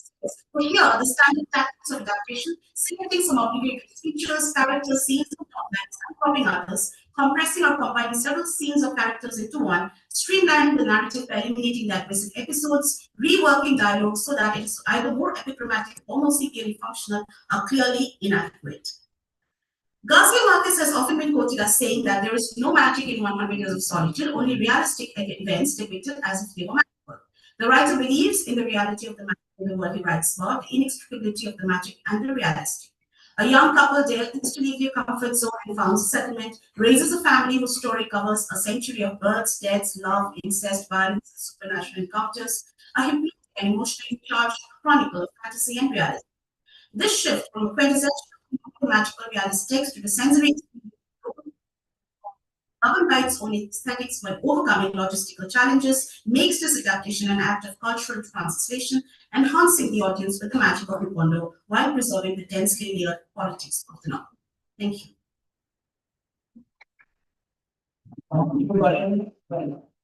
It was an interesting paper on the interesting fact that this novel, published in English in 1967, in Spanish in English in 1970, translated into English, has not yet been adapted.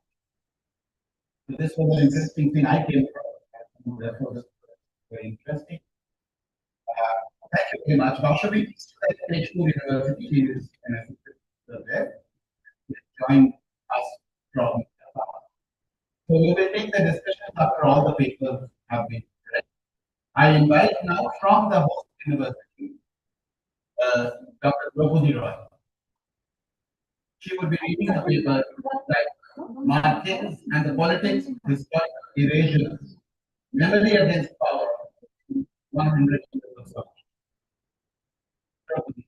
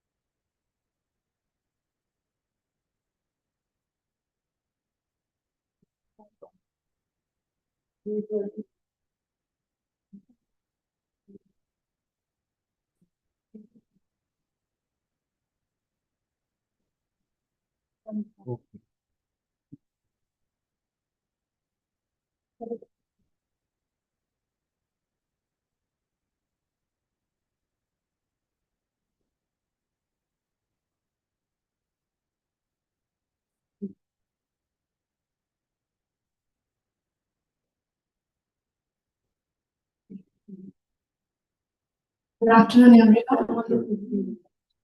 everyone. Sir, one correction. I'm not doctor yet. And hello, everyone. I'm Draupadi Roy, and it is a truly pleasure for me to present my paper here titled Marquez and Politics of Historical Eraser, Memory Against Power in 100 Years of Solitude.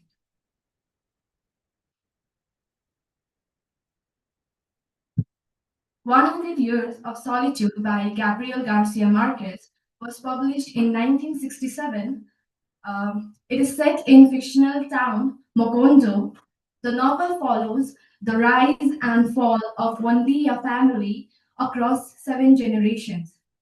The historical event in the novel is 1928 massacre of banana plantation workers in Cienega of United Fruit Company. The workers organized a strike in demanding fair wages, sanitation, and basic medical care, for which they were killed thousands of, and yet the brutal event was later denied and erased from historical records. The number of casualties still remain uncertain. They said it was 47 of people who died, then it became thousands.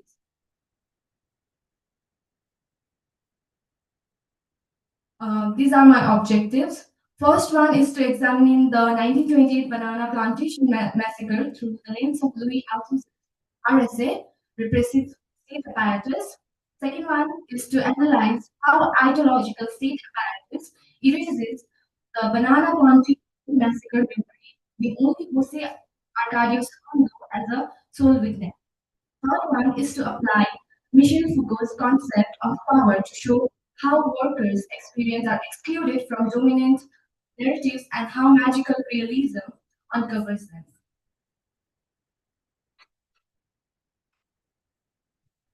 Although several scholars have explored 100 years of solitude from various perspectives, like Lubna Ahsan and Shayad Sahabuddin study examines tradition and memory in the novel.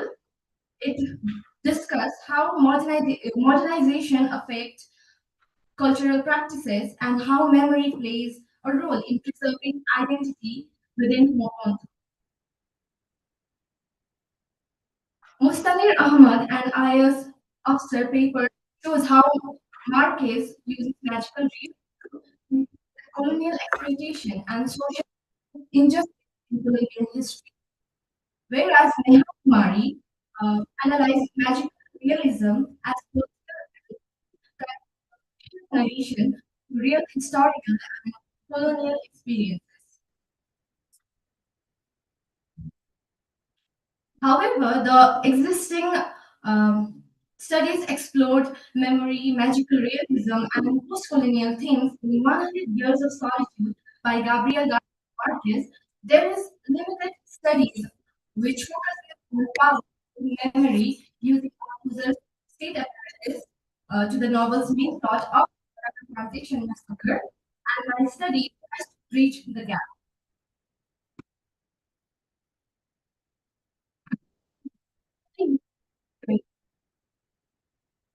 Is very from 1970s essay state apparatus. The RSA, which is state apparatus, operates through direct physical force, which includes army, police, and judicial law. It uses violence as well. Whereas ideological state apparatus, ideology, which shapes what people believe to be natural, inevitable, and true. It includes institutions like schools, universities, media, family, and any institution related to religion. In theory, I use Michel Foucault's concept of power, from power, knowledge, connected interview, and other writings. Foucault argues that power and knowledge are inseparable, that there's a that those controls uh, what knowledge uh, what knowledge controls what truth is. Knowledge controls what truth is. Um, in the novel, the repressive state apparatus is evident at Mokonto's train station, where expected to negotiate their demands. Instead, they were surrounded by military officers, climbs onto a platform and reads screen number 2, ordering the workers to disperse. When the crowd didn't move, wanting humans are the ones killing people, which includes women and children. The law here is not protection, but rather against these people. The violence doesn't end. Mostly our Yusuf witnessed bullets loaded onto a train and thrown into a sea like rejected bananas. RSA leaves no trace, evidence that could later be used to hold the state accountable. It was erased there and thereby. RSA explains massacre and ISA, ideological state apparatus, explains what happens next. After the ground killing, the state moves immediately to rewrite the event. Official decree. When Jose Arcadio Segundo telling people what he meant, uh, an army official tells him that there were not any dead. Nothing has ever happened in Macondo, and nothing will ever happen. This is a happy town. Arcadio is considered as madman after this incident. This is how ideological state apparatus works. Ideology so thoroughly distributed official institutions that it has replaced lived experience. Ideology reshaped reality and erases lived experience. Through Foucault's lens, this paper argues that power shapes truth and memory. In the novel, it is clear how official narrative completely erases the Banana Plantation massacre from collective memory, and their version of truth is accepted. The declaration had claimed that the workers returned home after the incident peacefully without doing anything. And the raid continues, where and everyone eventually forgets what happened in the massacre and how many people died there, except Jose Arcadio Segundo. Arcadio isolates himself in a place after that event, where his memory is survived. He reads Malkidi's manuscript, which had inscripted history of Wendy and family and Macondo. He wrote about Malkidis wrote about these events before the events occurred. When an army person come into the room of Malkidis looking for Arcadio, he didn't see. It is like Malkidis' room has some magical elements which Arcadio and his men. So this is where our magical realism becomes resistant against the power. The analysis shows that power operates both through violence and ideology. The 1928 Banana Plantation Massacre is direct representation of RSA and ISA. Marcus' uses of magical realism function as a form of counter memory, and Malkidis' room in protecting Jose Arcadio Segundo with his memory, and while ISA erases the massacre from Mukondo's collective memory, the two remain untouched by that eraser. It is a space where official power simply cannot reach. The room not only protects Jose Arcadio Segundo, it protects his memory as well.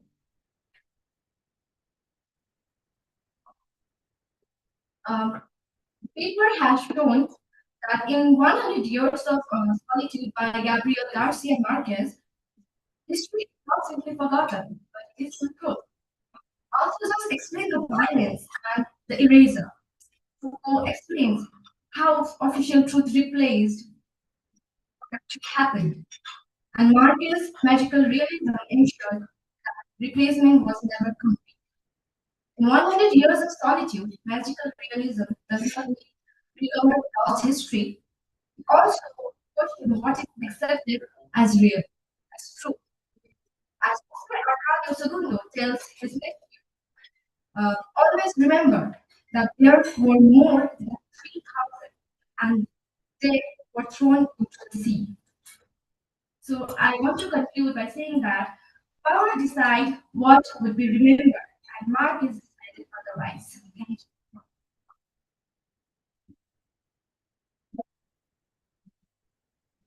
You withdraw that. I think with your paper, so very well look at the application of theory of the text. You will very soon become Dr. Jokini Roy. Very well presented paper. Thank you very much. We move on to our next speaker, who is Indrani Bandapatra from ICFAI University, Tripura. Her paper titled The Displaced Tenure, Cultural Alienation and the Uncanny in Gabriel Garcia Marquez Pilgrim. She brings in a collection of short stories. Indrani, please.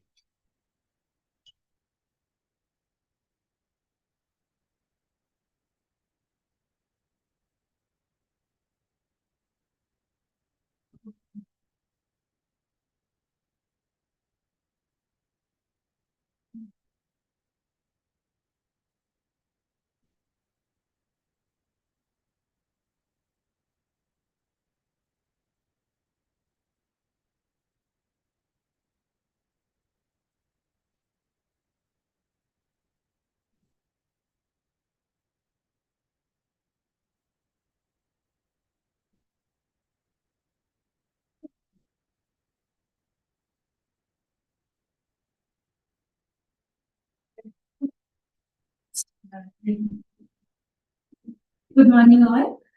Regards to respected chairperson and all the dignitaries present here in offline and online platform. So, in my presentation today, it's entitled as The Displaced Flavor, Cultural Alienation and the Uncanny in Gabriel Garcia Marquez Strange Pilgrims.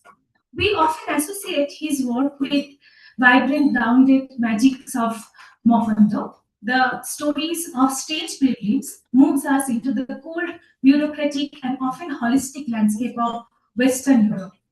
This paper will be exploring the figure of displaced pioneers, the characters from the short story who wanders through the cities like Paris, Madrid, Barcelona, but finds themselves fundamentally alienated from their surroundings. By looking closely at the intersection of Marquez's journalistic background and his unique evolution of magic realism, this paper will argue how the selected short stories use travel as a tool to represent a distant lack of foreign culture. So primarily, this research paper deals with 12 short stories from the collection called Strange Pilgrims, particularly the stories like Sleeping Beauty and the Airplane. I only came to you for Light is Like Water. So there are already existing research on Marquez, especially based on the field of magic, realism, memory, and all the other perspectives. So I find out a research gap. So where if we apply the concept of travel and people find out new perspectives in Marquez's short story writings. There are methodological approach which can be applied here, starting from post-colonial perspectives, displacement, cultural identity, influence experience, existentialism, and definitely magic realism and Freudian unhinged. So the method of this research paper is this qualitative research approach with a close textual analysis. In the prologue of the book, Why Dwell, Why Stories and Why Pilgrims, Marquez mentioned the first story idea came to me in early 1973. The result of illuminating dream after leaving Barcelona for 5 years. Personally, he was also distorted from his. I think I was attending my own funeral, walking with a group of friends, dressed in solemn mourning, but in a festive mood. We all seemed happy to be together. So we all know Freud said the dream that the royal road to come on his mind. Somehow he was very sad being away from home, so that he should feel it happen when he was with his friends. And I, more than anyone else, I was very happy because of the wonderful opportunity that death afforded me to be with my close friends from Latin America. They were my oldest and dearest friends. That once I had not seen for long. At the end of the service, we began to disperse.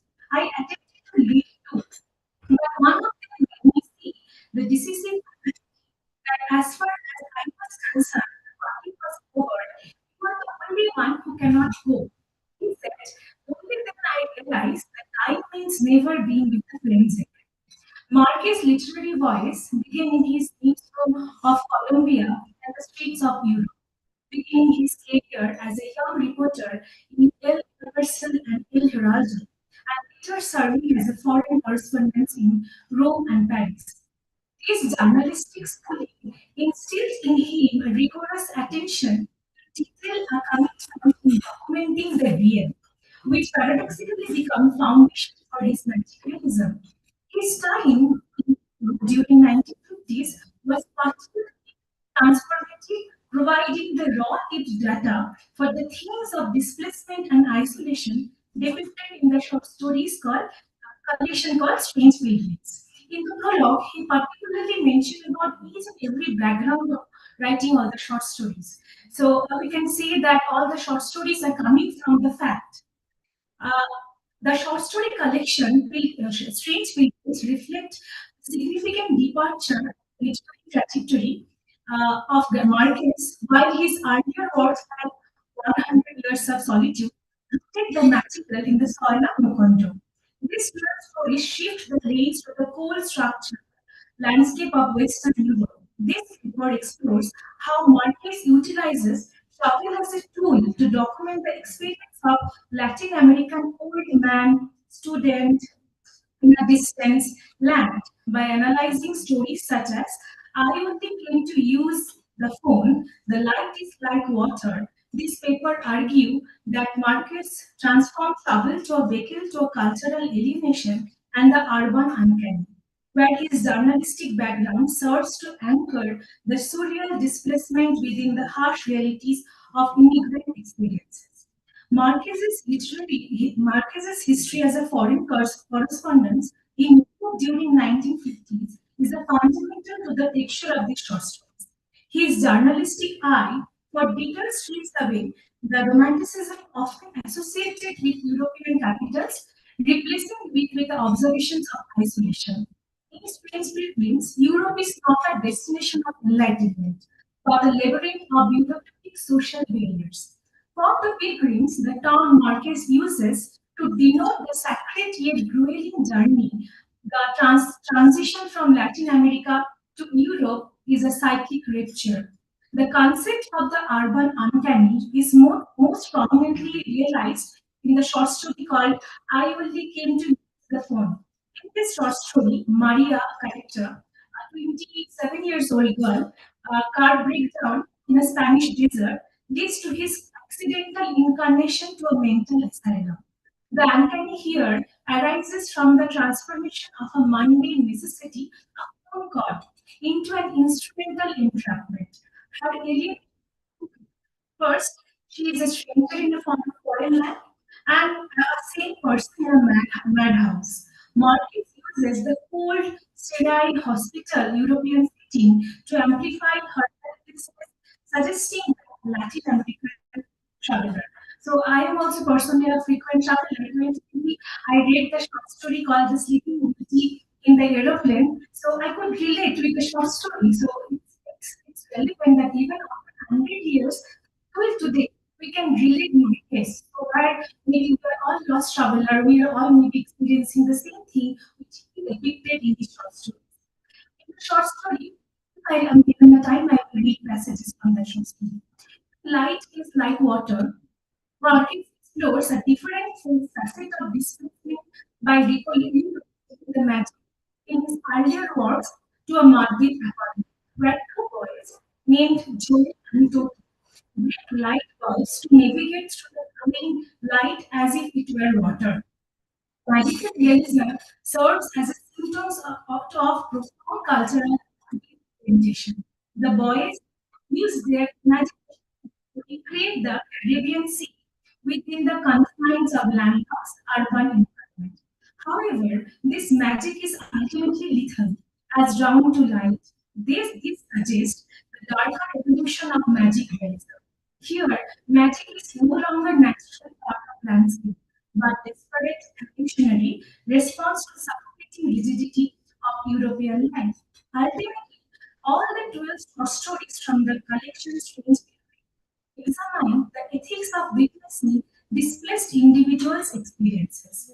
Marcus's asserts the pilgrim is a figure defined by permanent transition, never fully arriving and never able to return to the point of origin.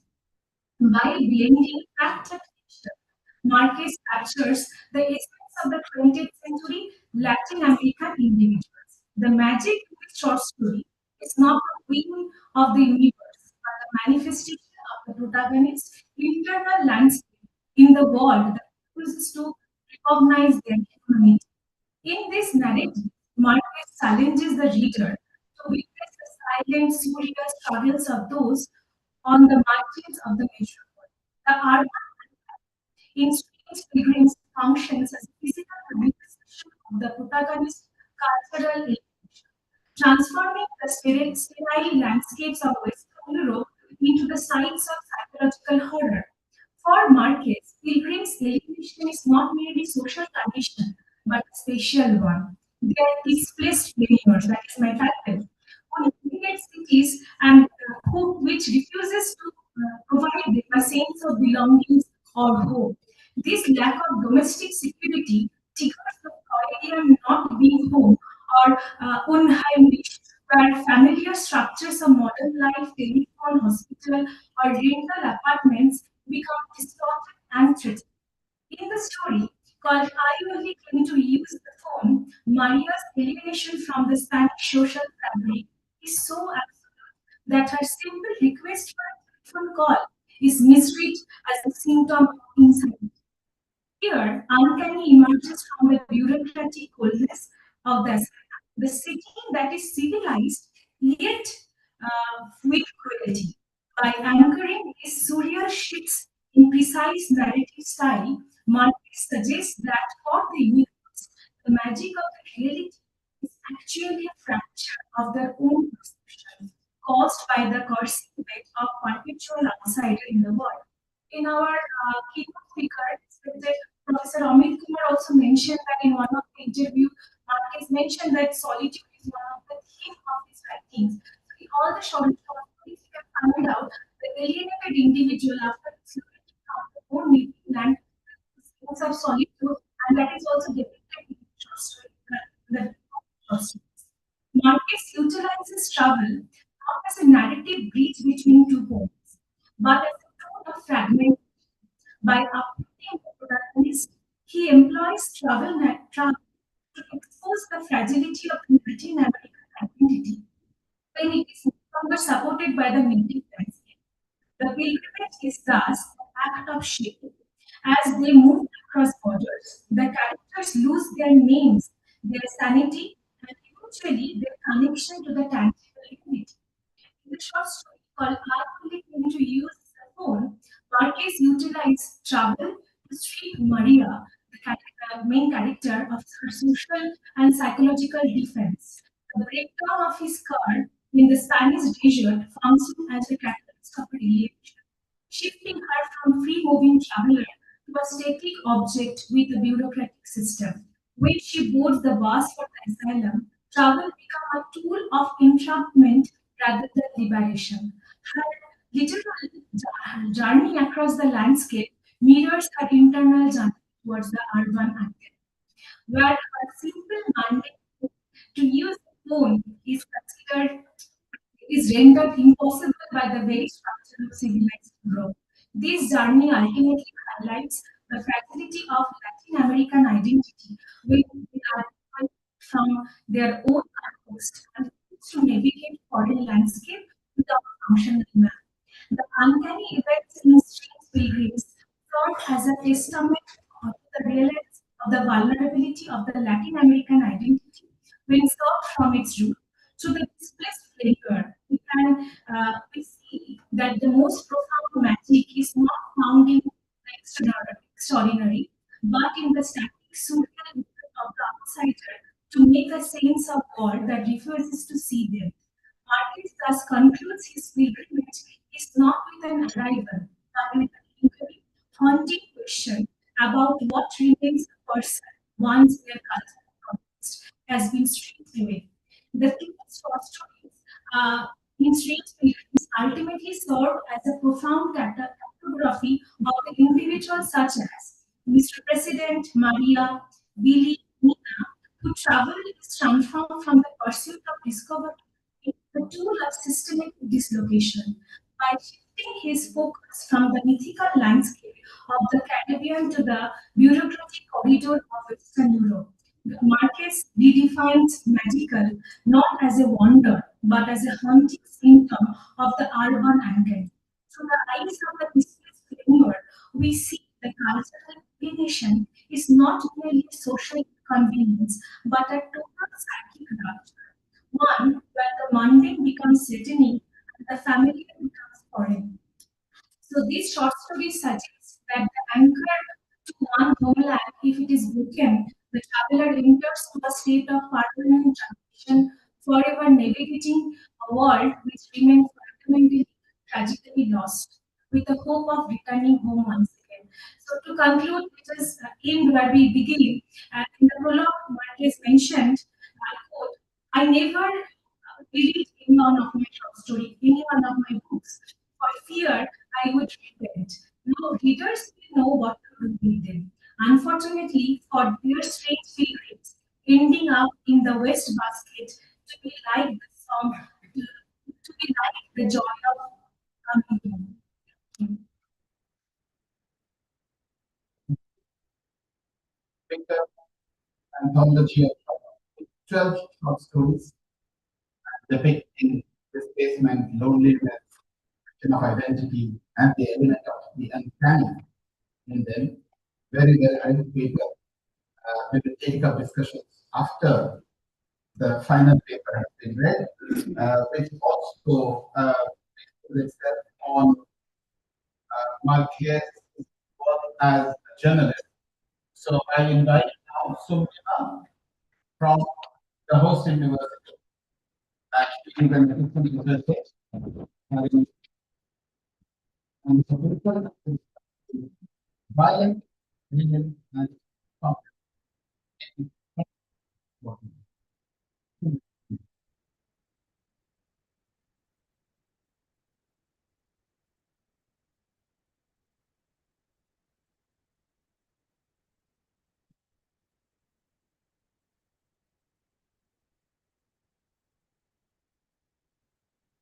Good morning, respected chair, dignitaries, and both online and offline.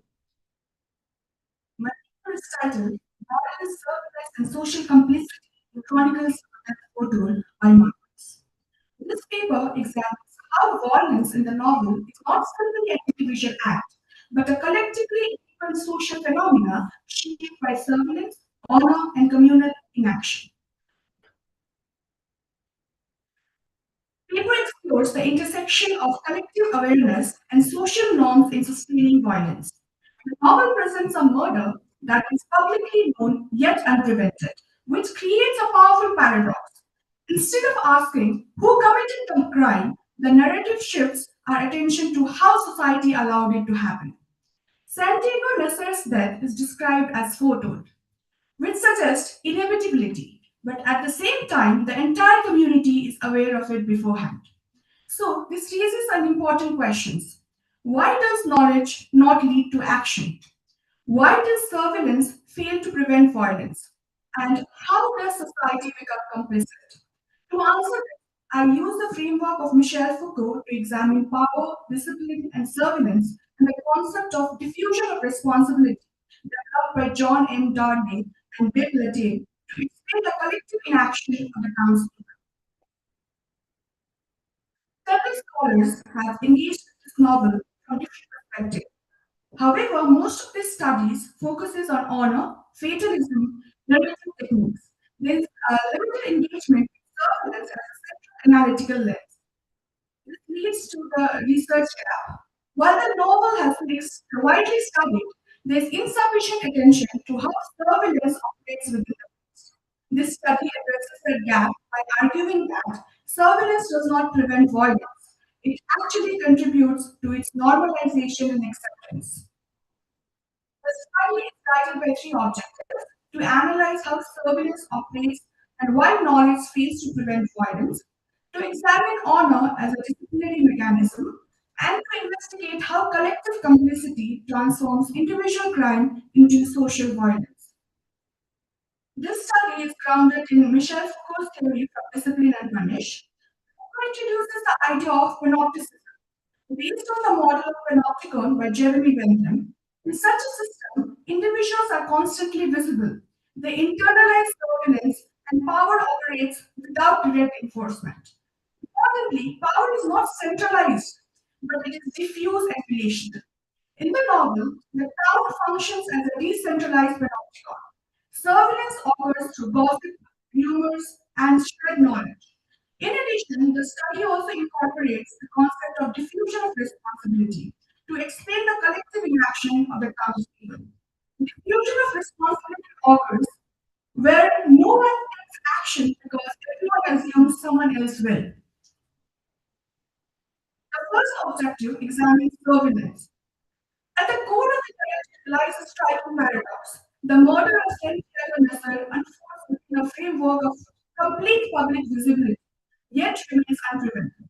From the very opening line, on the day they were going to kill him, Santiago Nasser got up at 5:30 in the morning.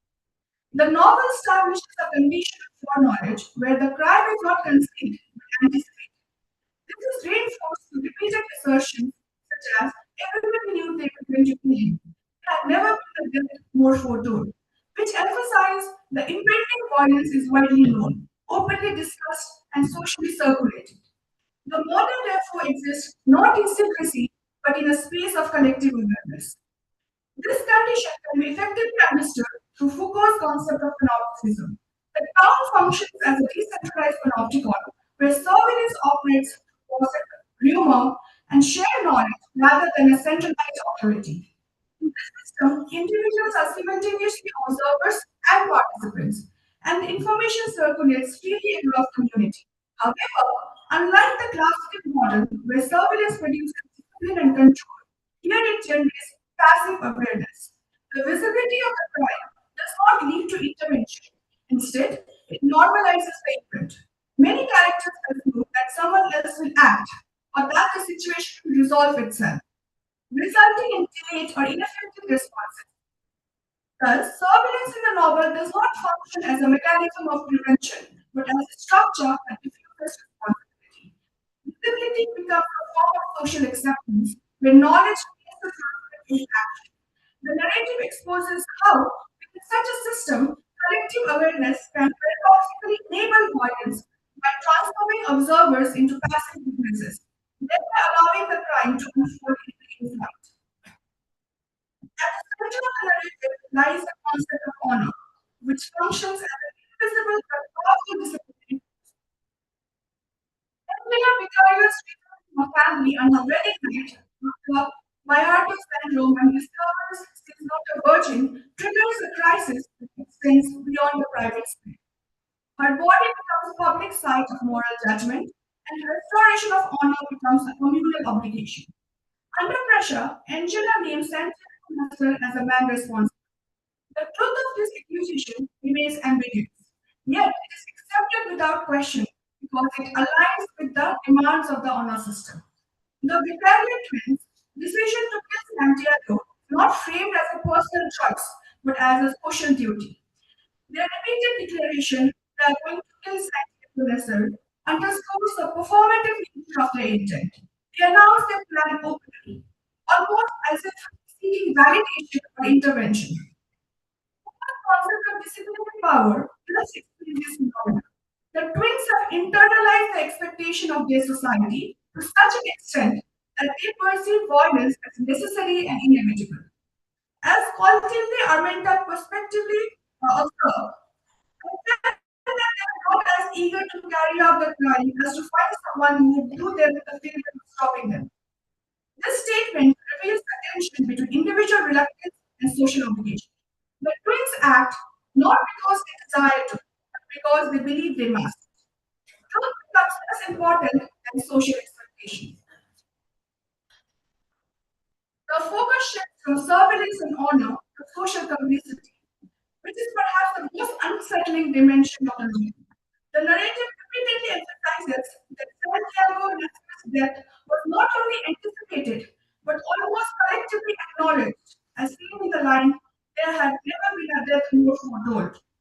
Yet, despite the widespread awareness, no individual takes decisive action to prevent.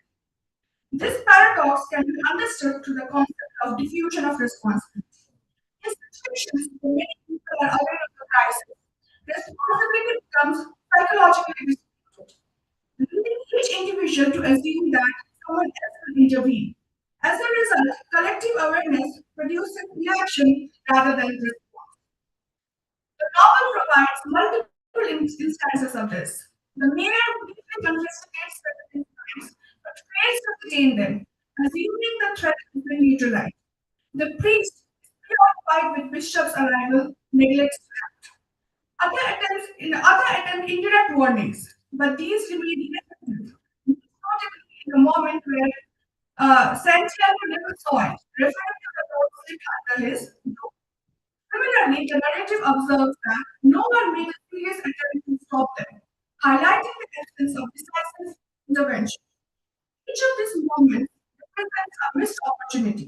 However, the model cannot be attributed to any single failure. Rather, it emerges from the accumulation of minor inactions, where responsibility is dispersed across community. This dynamic can be further explained through Foucault's notion of diffuse power. In such a system, power is not centralized, but circulates through the social body. Consequently, accountability becomes equally diffused. No single authority, whether the mayor, the police, or a town people, assume full responsibility, resulting in what can be termed ethical paralysis. The repeated emphasis on foreknowledge intensifies this effect. The idea that death was foretold creates a sense of inevitability, leading characters to perceive the murder as something that must happen rather than something that can be prevented. This fatalistic attitude further discourages intervention. Ultimately, the novel reveals that violence is not merely committed, it is collectively produced. The community's shared awareness, instead of preventing the act, becomes the very condition that enables it. Social complicity transforms passive witness into indirect participants, making the violence a product of the social system itself. As I move towards the conclusion, I'd like to highlight the key findings of this study. Chronicle of a death foretold demonstrates that violence is not accidental, but socially constructed. The murder of Santiago Nasser is not just an individual act, it is produced through a network of social forces. The central finding is that surveillance does not prevent violence, rather, it normalizes and felicitates. The town functions as a decentralized economic space where everyone is aware of the impending crime. However, this visibility leads to compliance instead of intervention. At the same time, order operates as a disciplinary force, legitimizing violence as a social obligation. The actions of vicarious twins are shaped by collective expectation rather than personal intent. Communities in action. Because the responsibility is shared, no one takes decisive action, resulting in ethical paralysis. Taken together, these elements show that violence becomes socially sanctioned and collectively sustained.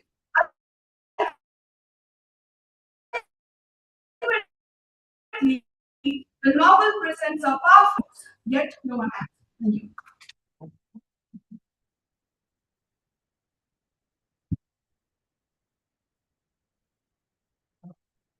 So we have had four very good papers. All the readers have kept to time. And I think all of them for the very incisive analysis of the issues that they have dealt with. Perhaps one thing, therefore, that we can all recognize is how literature reminds us about the ambiguity of truth. This not only becomes very clear in the two novels, but also the reality in the short stories of Marquez itself being displayed for writing very confidently 12 short stories that tell about the time that maybe every month he feels that he is displaced, or what therefore his own identity as a displaced person. So I would now open up these papers for interaction. I think we have quite a bit of time. Probably we have 10 to 12 minutes of time for interaction, discussion of the papers. Yes, yes.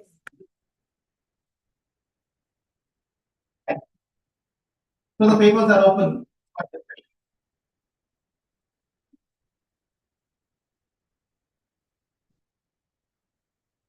And then identify yourself and then interact. Observations, questions, questions, whatever you have to comment. Professor Mukherjee, we also have a co-chair, Dr. Shobha Jeffrey. He's from the Sikkim University. So she will be asking the audience if they have questions. I have one. Thank you. Good afternoon, everybody.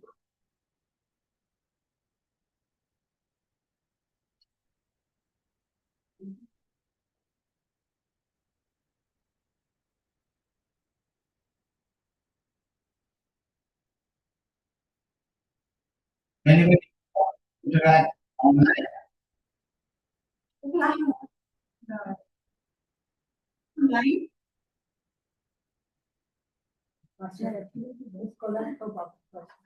Vasavi? Yeah, Bashavi is there.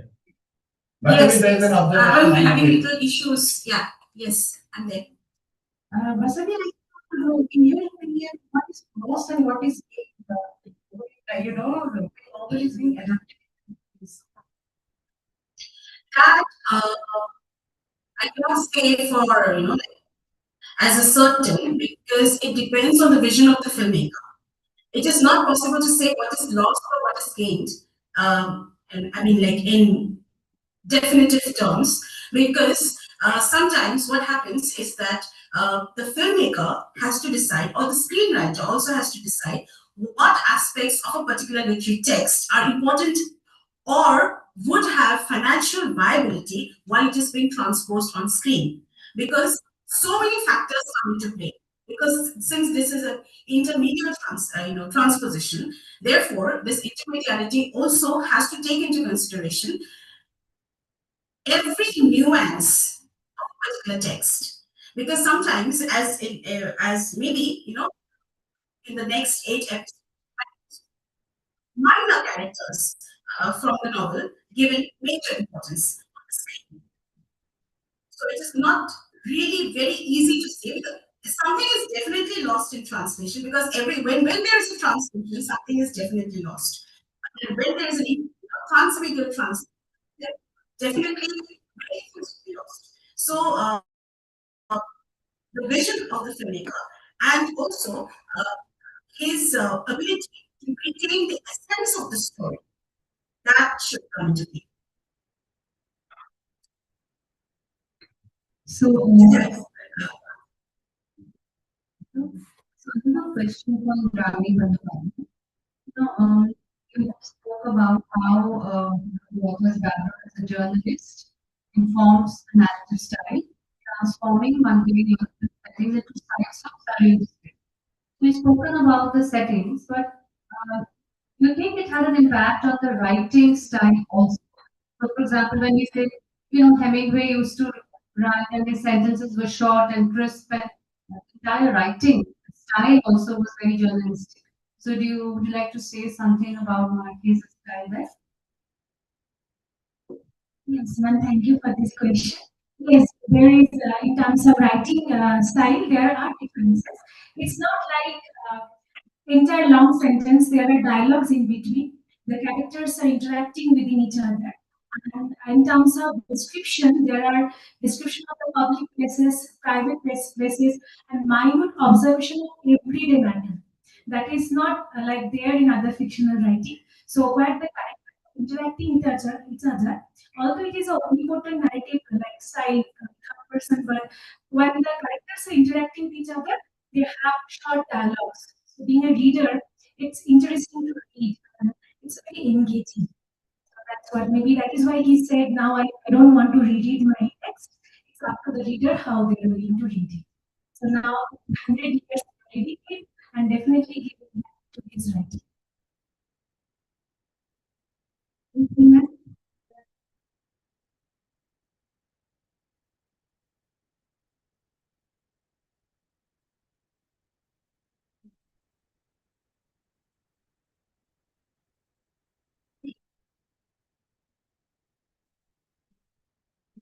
Really like your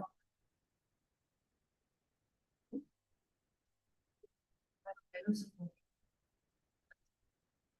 Always around people in their quality jobs once in a while. And really takes up compiling like and we like to appreciate. Also, thank you. It will be very nice. And of course, we have our online fortnight sessions where you are expected to be present and take an interest in the discussion.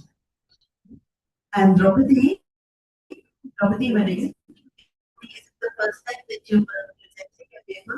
Please face the camera.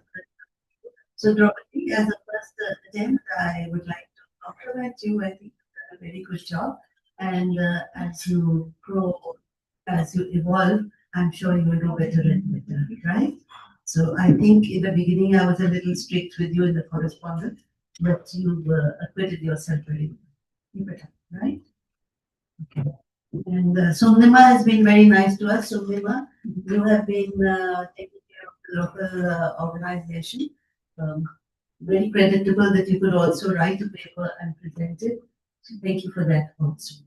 I'm going to hand this back to our local chair. Andy. Just a small observation, Sumna, your paper was really interesting and a very different perspective that how the surveillance actually encourage, you could say that I thought is a very interesting concept. I hand back to the chair. So much all the papers good. The best part was we could take the time. And I had many questions. I can say that I got all the answers. Papers. Thank you so much. So, back to Professor Mukherjee for the final. Okay. So we have had a very interesting session on markets, and the rate has been good. We have had short stories away from one another. And so overall, I have an idea that this has been a very good conference, and this it reminds me that about that. But I actually, that in the process, I returned to reading Marquez once again, and this gave me an opportunity to do that, and therefore, hopefully, I'll be interacting with all the other readers of Marquez, and the dialogue will go on. So with these words, then I do have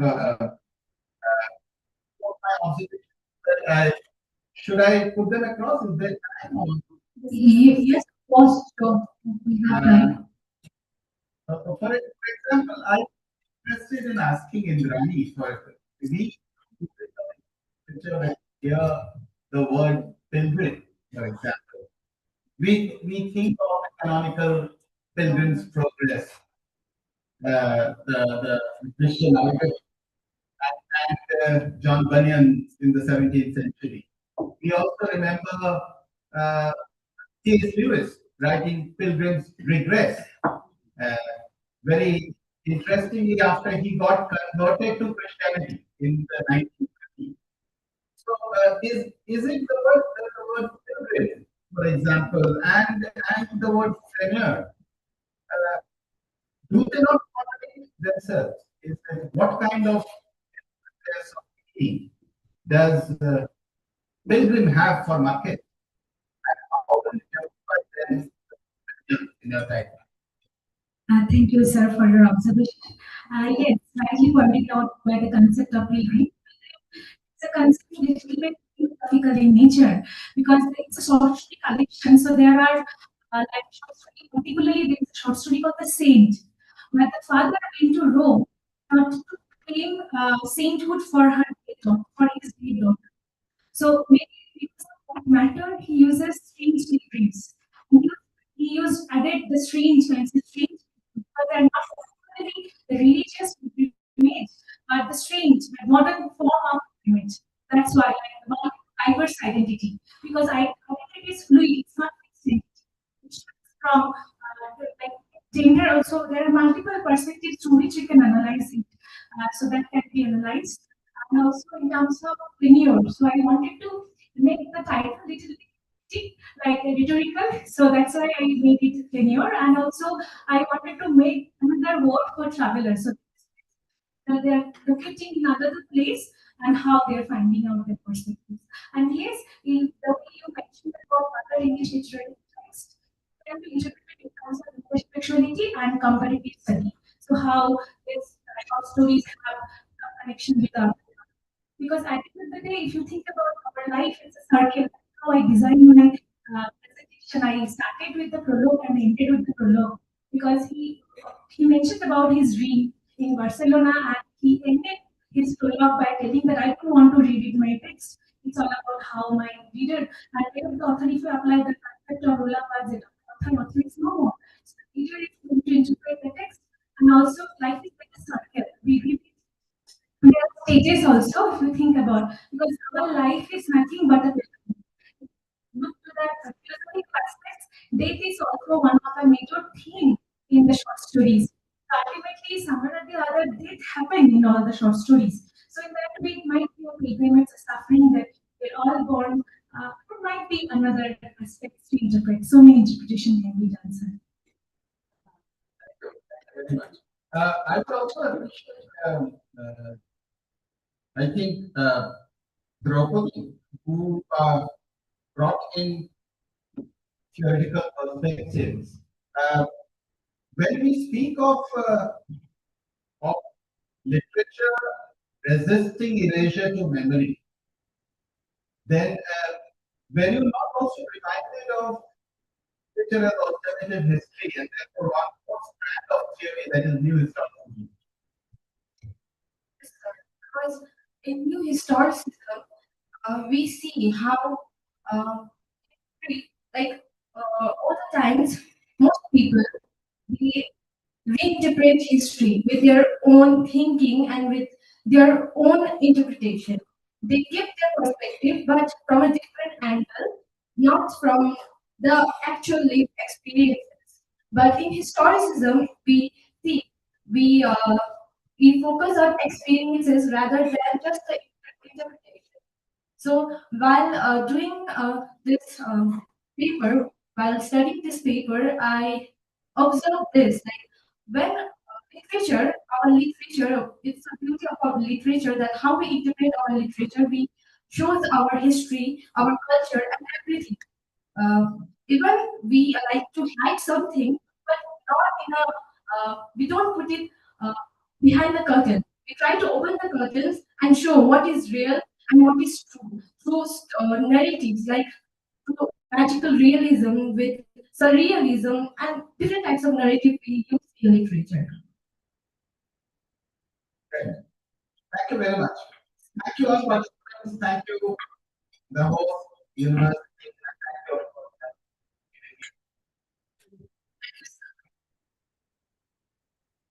So an announcement is made. Instead of 12:45, which is the time proper for the next session, we are going to start it right. So the can be on and we will start. And thank you so much, Mr. Mukherjee, for joining us. Though we wish you had come. Yeah. Great, and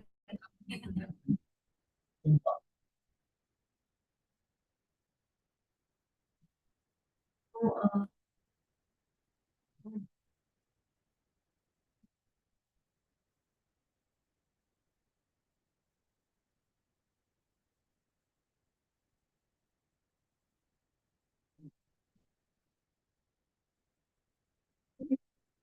shares and very good. For the next section, and this is the last session of Mini-Melow. I now invite the chairs, Professor Mukesh Williams will be joining us online, and Dr. Tanushi Sarkar, HOD English, Department of English, SRM University.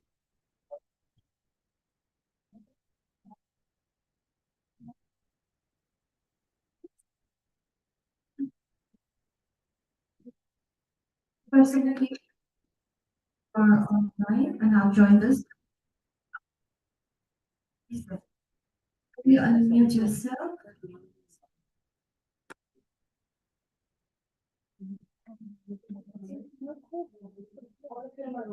Yes,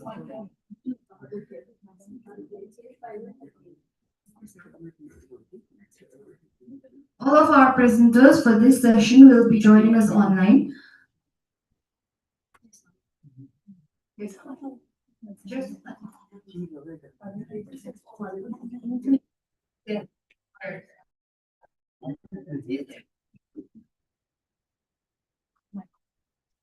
Um,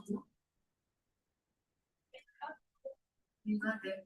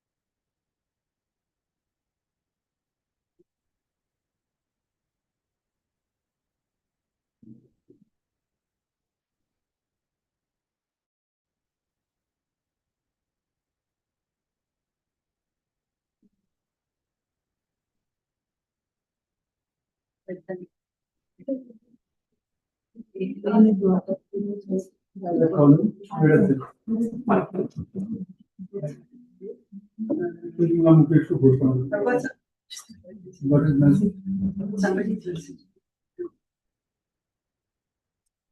मैं मुकेश को call कर देता हूँ.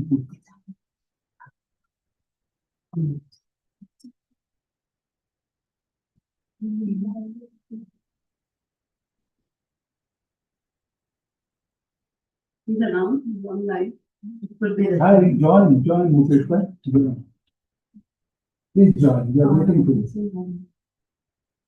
Waiting for you. Yeah, waiting for you. Yes, thank you. Please draw forward. I will have the video. What's it? Yeah, please come.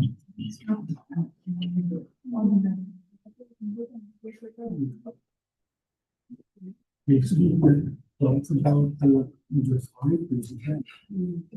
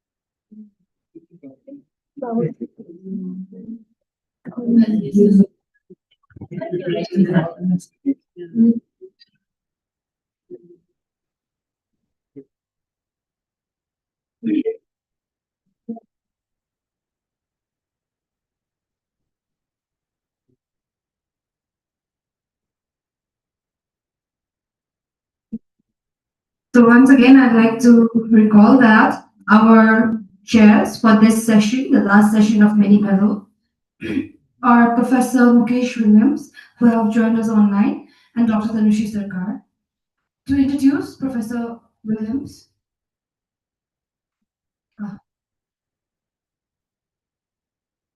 It is my pleasure to introduce Mukesh Williams, but how do you introduce a person that you have known for the last, well, almost a lifetime, and whose contribution you value for every Mellow session and every time you are in need? So he is a friend for all seasons. He is a seasoned scholar, and if you start counting his accomplishments, I think we'll be running into the next Mini-Melow. He is internationally well known, published, and widely experienced in India and Japan. He has been, he is a great man, many talents. What I personally like best about him is that he is a great mentor. Over many years, he has been bringing his young students to India, and not just one or two, sometimes as many 20 or 30. So he's been bringing them to India on an educational, cultural trip. He's been taking them around, and over the last 25, 30 years, we've been watching him do that. Everyone does and hats off to you, Mukesh. We really appreciate that. And Mellow is really grateful to you because you have been associated with us since our inception, since 1997. So thank you very much for joining us today. Local, so, local chairperson, Anushri. Anushri is one of the local organizers. So I'm going to hand it back to you, but over to you, Mukesh. You can say a few words. Thanks. Thank you very much for those. Hello, can you hear me, everybody? Can everyone hear me? So Yes, thank you very much for giving me this opportunity to chair the wonderful session of great speakers. I really wanted to say something, but I sent to Manjuri a short while ago about solitude. If you do have time, I would briefly say something on that. And nevertheless, thank you. And please go ahead, Professor Williams. We have time. Please go. Okay, so I would do that after I ask a question and after everybody is over. So let me know. But thank you very much. And I think without ado, again, I have your abstracts here and I will brief those. So 3 people will be speaking. Can you? Okay. You are from South Africa, isn't that so? I interviewed your ambassador last week in Japan, Schroeder. So she is fantastic and her Debarati Bandhopadhyay, Debarati. I met you online. Very nice. And Kankana Roy. Kankana. So this is a wonderful team and thank you very much. So without much ado, let's begin with Mayat Himaira. Mayat.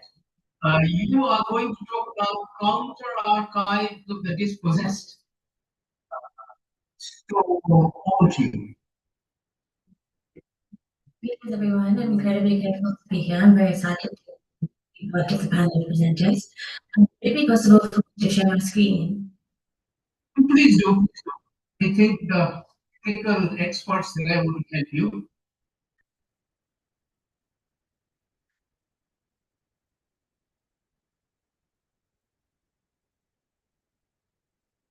That doesn't work, you do without it, we'll understand you. Perfect, it's working. Yeah, it seems to be working. That's fantastic. Hi everyone, thank you so much for having me. I'm so excited to join, which I only recently yeah. Once again, so this paper proposes a rereading of 100 Years of Solitude as a text that does more than simply narrate history, but it theorizes how memory persists under conditions. So rather than situating Mondays within an exclusively Latin American tradition, I approach the novel as part of a broader conversation about how history survived or they cannot be stabilized within official archives. So the intervention is literary and methodological, asks what happens when we read narrative not as representation, but as alternative archival form. So indeed, archives are conventionally understood as institutional. They consist of documents, reports, and official repositories of facts. Critical archives, however, has demonstrated that archives are not neutral. They're selective, structured by power, and deeply implicated in colonial context, because archives exclude, distort, and erase history possession. So the question becomes, if the archive cannot fully contain these histories, then this paper suggests that narrative and literary narrative in particular becomes one such. What if a novel could function as an archive? So existing scholarship is highly effective to Marquez's engagement with Latin American histories of dictatorship, imperialism, and uneven development, particularly in the case of 100 Years of Solitude. They, however, tend to bring the novel as usually specific. What is less explored is how the narrative strategies resonate in contexts where colonialism is not history.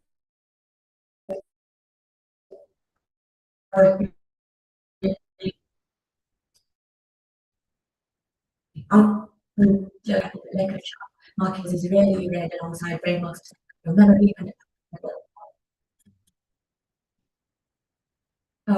we have to focus on issues of ongoing dispossession and have a related talk about how this resonates in the case of South Africa. However, I feel like it's something like magical realism. It's been theorized through a legal ambiguous concept of phenomenon. So, locating the extraordinary within the historical conditions of the earth. But it must be noted above all else that magical realism, the way of representing reality, exceed European rationality. The Marquez's use of magical realism response provided authoritarianism among Latin American particularly prevalent at the time. However, situate magical realism with regional histories over its broader epistemological and so this paper asks, what if magical realism is not only a stylistic innovation, but really offers distinct dominant modes of organizing history? The central argument made by this paper is that the counter archive and that narrative is equivalent to memory practice. Within the literature review, I draw three similar thinkers, Foucault, Derrida, and Stoller. So to Foucault, the archive is not a collection of documents, but a system, an entire system governing what can be said and what is historically intelligible. Derrida, of course, extends this, showing that archives are always tied to authority, sites of power determining what is preserved and what is excluded. Stoller illustrates that archives are not neutral technologies of governance used to organize knowledge and, of course, within the context of Latin America and South Africa, stabilized coloniality. Further, they reveal that archives are deeply political. They shape history as much as they record it. The framework illustrates that memory of symbols, narratives, and repetition. This is seen time and time again in the novel. Things like recurring symbols, narrative, and of course the cyclical repetition seen among the Wendia family. Macondo is based, yes, but it's so much more than that. Macondo is not order, it is not stable, it is not complete. Paradox can of course be on the archive. Look at this map of Macondo. I'm sorry, I didn't like the visual map, I looked hard. But this is the one I asked for the Netflix TV show, which I don't know with that. But you can see how many changes occur along the lines of the Burundian family and the land itself. A very important piece that comes across in the time is the novel trend. Time repeats, history does cyclical, it's spiral, it is not at all linear. Event across generations, history is never ever fully resolved. This suggests the temporality associated with colonial narratives of progress, particularly the idea that colonial violence belongs to the past. Within the novel, there's too much memory, there are too many events in the African. This is seen very much within the anti-colonial archive, particularly in the case of South Africa. There's unstable memory. Forgetting does not all equate to disappearance. It is simply forgotten, but there's always a chance for it to come back, and thus memory persists. The novel demonstrates that memory persists even when it is not fully preserved. Forgetting does not erase history, but it reconfigures it. So memory therefore begins to survive through fragments, repetition, and narrative transmission. Within the novel, there's a spectral presence coming and going throughout the lineage of the Benedict. Our ghost history, or they not, and of course it's seen time and time again that comes within the present. Ghosts represent unresolved histories. So if we draw upon something like Derrida's concept of ontology, it shows that the past continues to shape the present, both actively and passively. This is particularly relevant in contexts where historical violence has not been fully addressed, such as Latin America. Now we come to the case of South Africa, where settler colonialism is very much in dispossession is ongoing. Under apartheid in South Africa, dispossession takes, but it must be noted that this dispossession was not confined to the past. Learning inequalities, segregation, structural violence persist. This makes the novel's physical temporality and unresolved histories particularly resonant. If we look at the case of South Africa, the colorful areas highlighted are called, and they were where Black people were relegated to apartheid and whether in farmlands or city for white occupation. And until today, the population divide takes place very much along these lines. So the novel is something of counter memory. It proves that memory persists through storytelling, through testimony, and through community, and this is seen not only in the novel, but in all anti-colonial struggles. There's a key shift. And within the novel, and within the cases described, narratives don't simply describe history, but produces it. The final claim is that history is an archive of survival, that histories do not disappear, but they return. This paper argues that 100 years of solitude operate as a counter-archive of deaths. Narrative strategies challenge the authority of institutional archives and demonstrate how memory persists beyond documentation. By reading the novel through a South comparative lens, we see that its insights extend beyond Latin America. Ultimately, literature becomes a site where history survives, not as fixed records, but as living, returning presences. Histories, of course, do not disappear, they return. Thank you. Thank you very much. So would it be okay to ask you a question and then to move on to the next speaker? Otherwise, I forget. And everybody forgets. Is that good with everybody? Other people, is that good with yes.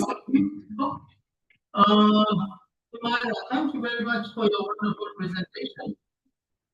And you said many things, but at this point, it's difficult to ask you those things, but later on, perhaps. One has to be a little careful about dealing with history and literature.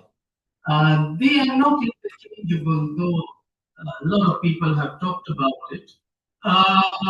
For example, There are archives which are private archives, and they're not open to people. And I have accessed a lot of such archives, and they are not institutional. And a lot of good work is done through these archives because, public archives have a problem. The second problem is archives are also manipulated, and it depends on what you select and what you neglect. And sometimes you are forced not to select. And sometimes you are not made available certain archival material. So the other thing is history cannot be created through fiction. That is not possible. You can manipulate history through fiction, but you cannot create history. History is something that has happened. And recorded in a certain way, recording can be an issue. My question, these are some of the things that I wanted to say. Coming to the question, Marquis complained that literary originality was celebrated in the early 1980s when he got the Nobel Prize. But efforts towards social change was ignored. By whom? By the West, by America, by others. So this was the socio-economic temper of the early 1980s. How do you see it as part of South African history? Okay, so I think that attitude very much remains. There's very much a hegemonic approach from the West in all fields, especially literature. And like you said, what Marquez said, and I think that resonates even into the present. And if we look at something like South Africa, where archives were deliberately manipulated, and he talks about how archives can decide what is intelligible and what is not. And certain history, within the case of South Africa, is simply not intelligible. Some conditions like history. And yes, of course, that brings like vast alterations to the article. And what's very important to note is that the counter archives are very, very informal, particularly in the case of South Africa. Of course, this differs from country to country. But with my case study of South Africa, the informal archives are really to a large extent oral traditions until today. Sorry, I feel like I've gone on a tangent. And yeah, I think it's important to note that until now, we still have largely Western hegemonic presence in all facets of life, including that of literature. And what Marquez said back then is still very much true today. Okay, thank you very much for your comment. Shall we move to the next person who is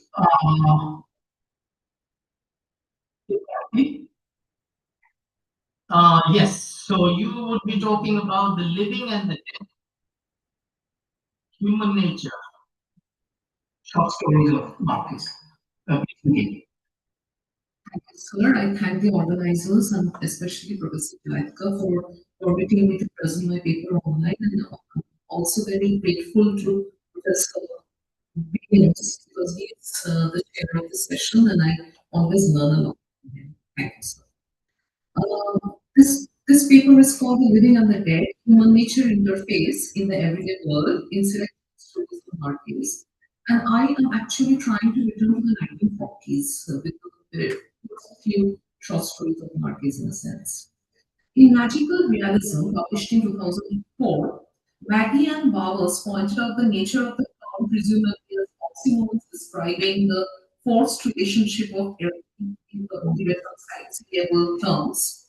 She quoted from Magical Realism Theory History Community by the 1995 volume of Zamora and Paris. And she reminded us that magical realism was introduced in the 1950s and ultimately it included magical happenings in a realist matter of fact whereby the supernatural is not a simple matter, but it is an ordinary matter and everyday occurrence, admitted, accepted, and integrated into the rationality and materiality of literary realism. Bowers also tried to describe magical realism, borrowing Salman Rushdie's words as the commingling of the improbable and the mundane. She referred to the three sources of Garcia Marquez's magical realism. One was a confusion of time scales that suggests a mythical time. The second is a mixture of superstition, and exaggeration, and the third is the shock of the new, as in scientific case of scientific gadgets, etc. So we are now trying to think not just of the novels of Marquez, but I would actually think of these narrative strategies in terms of not only for political resistance about the way truth is imposed, truth is presented to the general population. In this paper, actually, I would borrow some of those aspects of Bowers' idea, but at the same time, I am trying to read everyday life in some of the short stories of Marquez with special reference to his presentation of the meaning and intertwining life and death in terms of the human nature interface. For instance, in the third resignation, the short story published in 1947, we learn about a recurring noise that torments one man who really was a corpse, and he could really feel the passage of time and death on his young and sickly body. The atmosphere had hardened all through the house as if it had been filled with cement, and in the middle of the block, there he was, carefully placed inside a coffin of hard but transparent cement. This person seemed to remember that the doctor had told his mother years ago, 18 years ago to be precise, "Madam, your child has a grave illness. He is dead. Nevertheless," the doctor went on, "we shall do everything possible to keep him alive beyond death. We will succeed in making his organic functions continue through a complex system of autonutrition. Only his motor function will be different, his spontaneous movements too. We shall watch his life through growth, which too shall continue on in a normal fashion. It is simply a living death." Now, the dead person doubted whether the doctor had actually talked about a living death or not. He felt it was illogical, paradoxical, simply contradictory, and it made him suspect now that he was really dead, that he had been like that for 18 years. But the doctor had said something about growth, and therefore, instead of a small coffin fit for a 7-year-old child, a large coffin was made to permit his body to grow. And now, at 25 years of age, he had reached full height, lying in the coffin, and his bed had grown as well. On hot days, it made him suffer with mother to continuously arrange the bed properly. He was also disturbed by the thought of the 5 mice which gnawed at the candles and the clothes, and he thought might soon begin to gnaw again. At 25, he felt that he was not growing and therefore must be finally dead, with the gravity helping the corpse rest. He thought of himself, I hope, he had been chopped down like a 25-year-old tree, unquote. But he was happy. He had grown great lucidity. Would he feel fear afterward, he thought? You can see. He realized that during the corpse had begun to have its effects. His organisms had begun to decompose, rot like the bodies of all dead people. Yet, there was another kind of realization. I hope it was hard to think about the moment when the hammer would pound the nails into the green wood and the coffin would creak under its certain hope of becoming a tree once more. No, he wouldn't feel fear there either.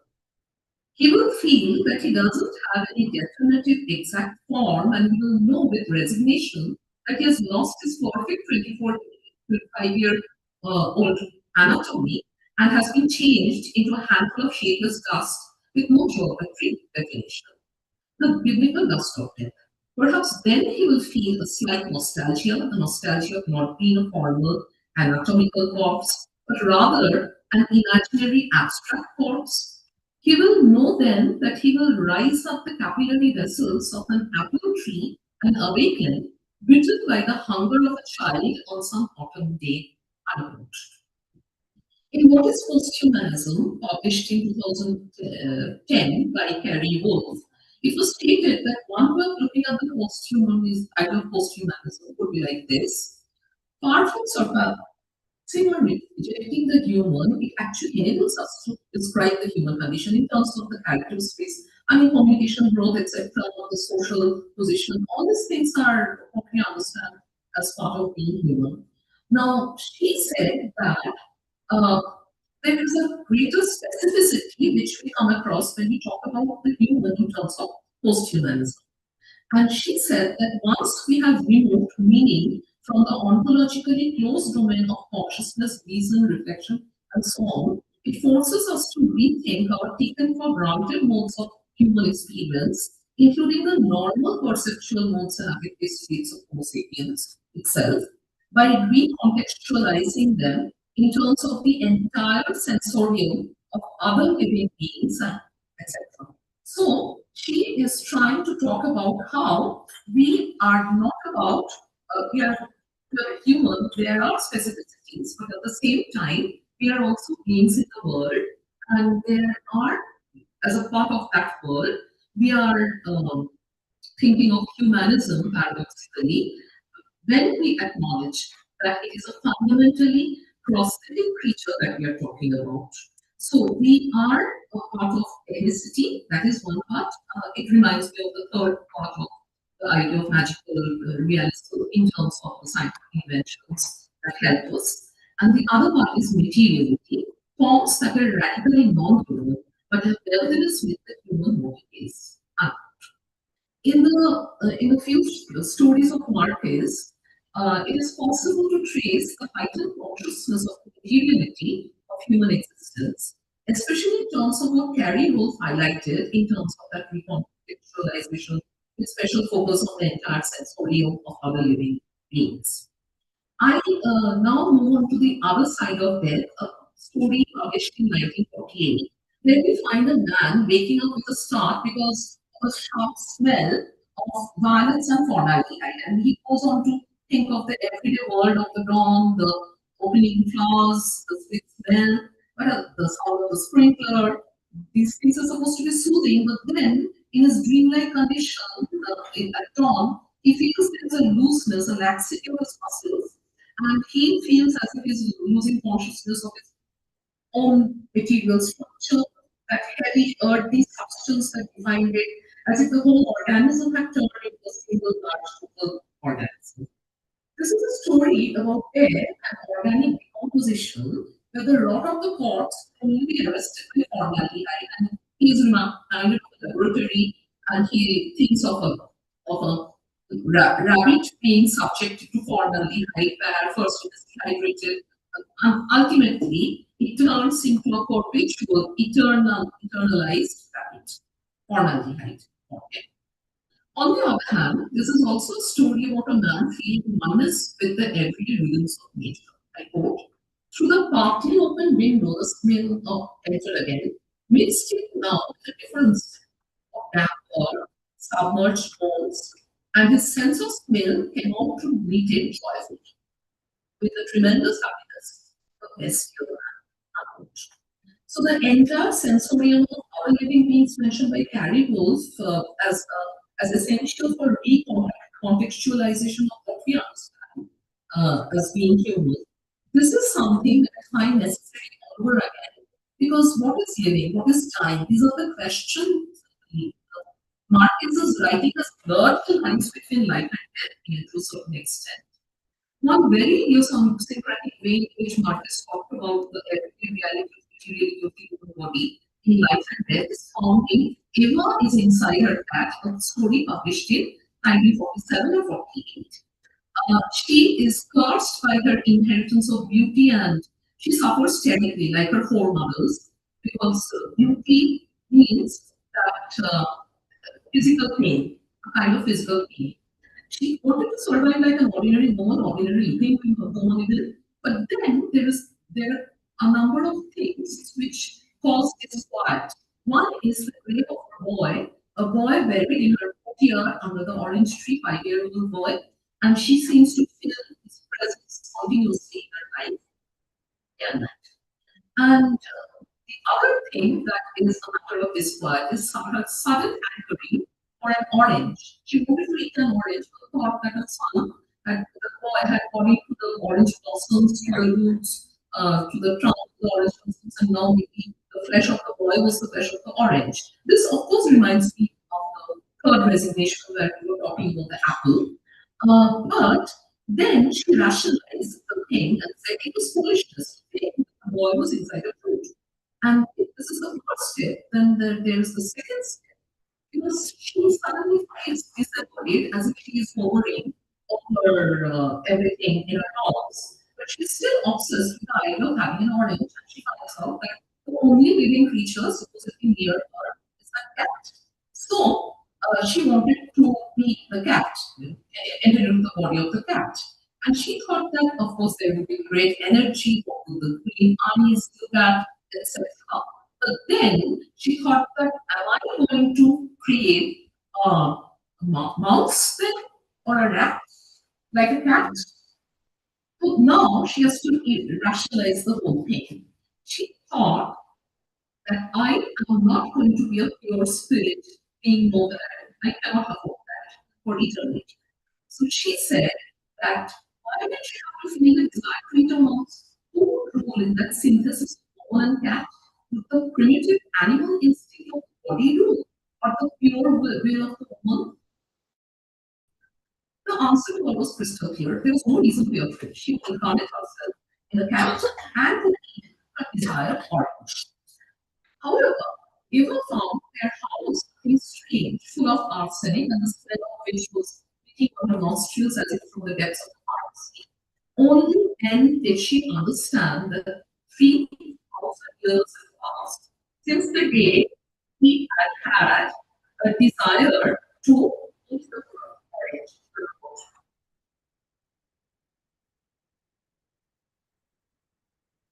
Third is speaking. Should I continue? You have a minute or so. I'll conclude in a minute. I'll conclude in a minute.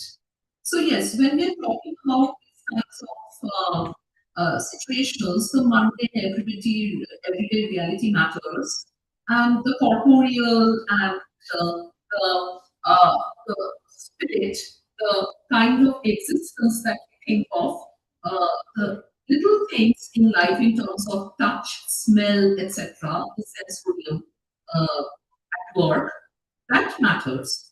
Even in the realization of death and its corollaries, the experience of the sensory and the emotional aspects of everyday life runs as a leitmotif in this some of these short stories of Martin's, awakening us repeatedly to the meaning of life and in this world, what it means to be human. Thank you very much for your presentation. I have two very small questions for you, and be very brief about it. One, this morbid story that is very much there.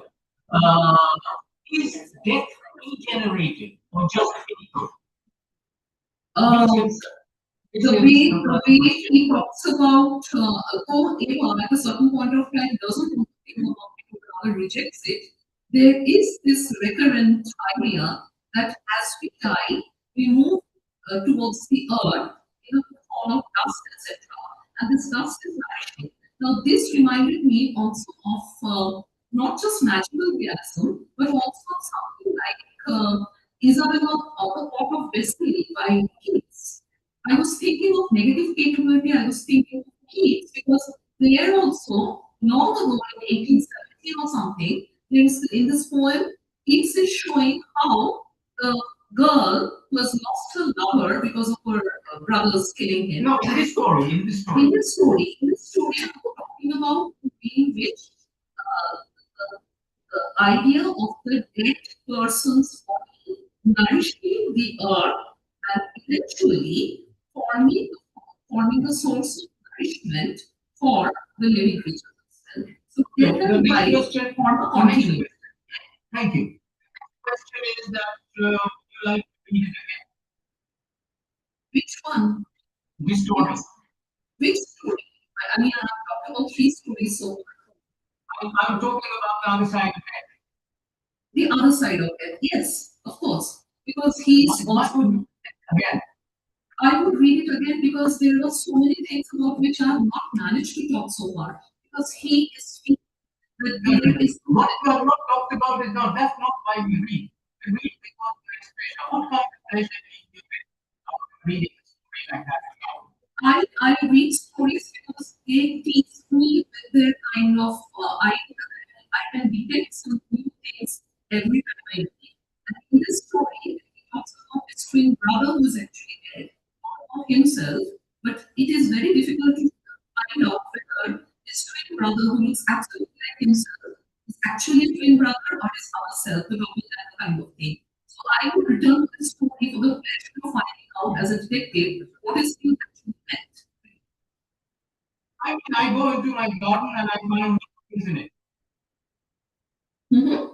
So why should I read more? This is my question as a literature student. So I don't have to answer it. You don't have to speak about it. Thank you very much for your presentation. We have the final presentation by Kankana Roy. Is that right? Kankana. Kankana Roy. So women characters in Marcus' memory storytelling. Please begin. Good afternoon, respected Chair. Thank you, Mellow and Sikkim University for on that note. I will directly go to the presentation. The title is Marquis's Women Characters Through the Lens of Myth, Memory, and Storytelling. The fiction as well as non-fictional works of Gabriel Garcia Marquez have been analyzed and explored by many researchers to great extent. Being one of the pioneers of the book of Latin American literary advancement, Marquez is famously known for his metaphysics and his unique style of blending universal writing with storytelling and his gift for weaving master narratives. While his works focus on the issues which reveal realities of Latin American society, his work engaged in the themes of love, power, solitude, politics, incest, infidelity, sex, and various other human emotions and the masculine and female characters have a unique presence in the novels of Marcus. They are not merely present as partners, passionate lovers, or prostitutes. They are in various instances directly or directly at the real power in terms of power dynamics often discussed in Marcus' world. Most of the women characters have a mythical appeal to them in terms of how they lived, what impact they had, and what they received the histories around them. There are a few who tend to appear in the way stories are narrated and in the ways in which characters tend to remember them relevant or echoed. Take this into consideration one of the years of chronicle of that book, no one likes to color, and stories, collecting stories of spiritual characters, narratives, who are placed within the domain of the domestic narratives that is supposed to be narratives, memory, and myth. We shall address the difference between how women in the domestic realm gain the power of students of mind, as opposed to the women in the public refuge or performance. The speaker shall look into the kind of statements, the kind of slang has been into domains. Uh,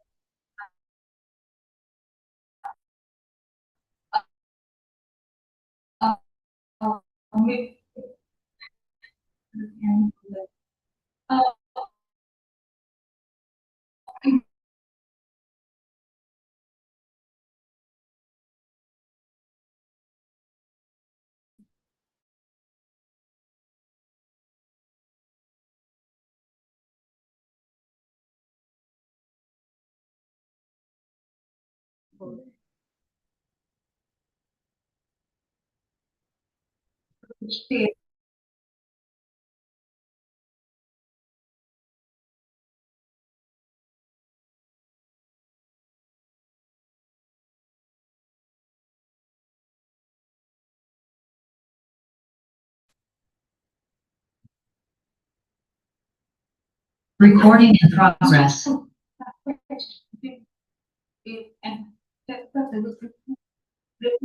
This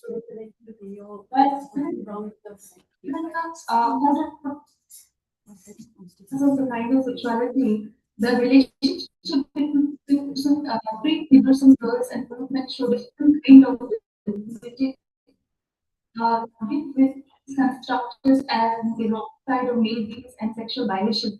The representation of the independent and newly educated male-sexed woman will also show how operation is shown as inevitable uh, nature of man-made agencies. The presence of sexual contradiction shall be discussed through Carmina, Daza, and Amaranta. First link between race and sexuality the representation of the colored or messenger women. They are constantly described themselves hyper-suppressed creatures who have voracious requirements. Mulata, messenger women like another fiber cup, understand that rather than that, what is the point of the character of which such women in such manner? What is the significance of the attribute? Human creature as very important. They are often termed the mythical figure of this.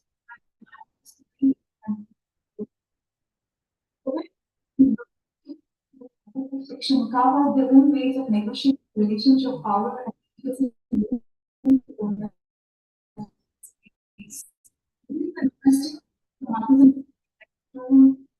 Idea of quote unquote angels in the house. These women it's not their identity. Even as the narrative portrays these women as individuals with their own sense of being, it also reveals how they are conditioned to follow social norms of female conduct. Some of them at times protest against such repression, but they ultimately comply. When we look at how domestic relationships begins to be power, and how do they exercise power? How do women anchored in the domestic space being vegetables in the public domain? We see that these kind of women are governed by the domestic idol of the ideal feminine. The domestic element does not give power to women who are sexual, but who are pure and industries. It also domestic women who create notions of purity and honor and oppressive social economic machismo and neoliberalism. In domain of the space, women characters have the legitimacy of being figures of power by the wife, the mother, the grandmother, although the power to be to the balances. Some of them have the knowledge and venture out to the public. They have kids and they are shown as they represent as necessary narrative and the main character. Women characters within the setup of the household are also shown as responsible for constructing social cultural norms like machismo and feminism. Cartoon shows through the characters in the novel is, for instance, the idea of, on the basis of the ideology of domesticity, written by Robert Max Jackson, the women characters represent the characters of the quote unquote ideal women. Qualities like patience, industriousness, worldly wise, hard work, etc., form part of domestic ideology of what as the ideal domestic. The representation of sexual repression also comes like domestic ideology. Sexual desire is obviously the recent stability, the image of the woman reflected in the context of domestic. If women display a sexuality that sees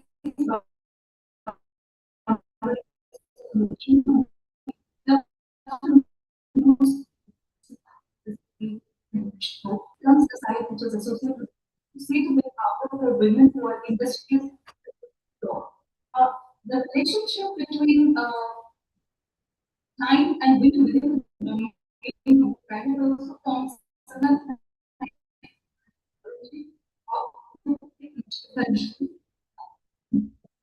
which remains constant in life of this women is seen as an intricate part of your existence. It is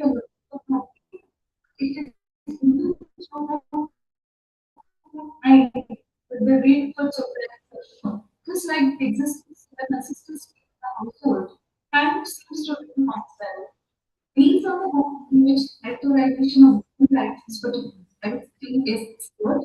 In 100 years of solitude, the character of Ursula appears as a figure of weight. She defines herself as a mother, wife, grandmother of the entire viewing family tree. She is pregnancy undertakes a journey of discovery Apollo, along with her husband, this firstborn son, Jose Altario Napondo. The birth of the child signifies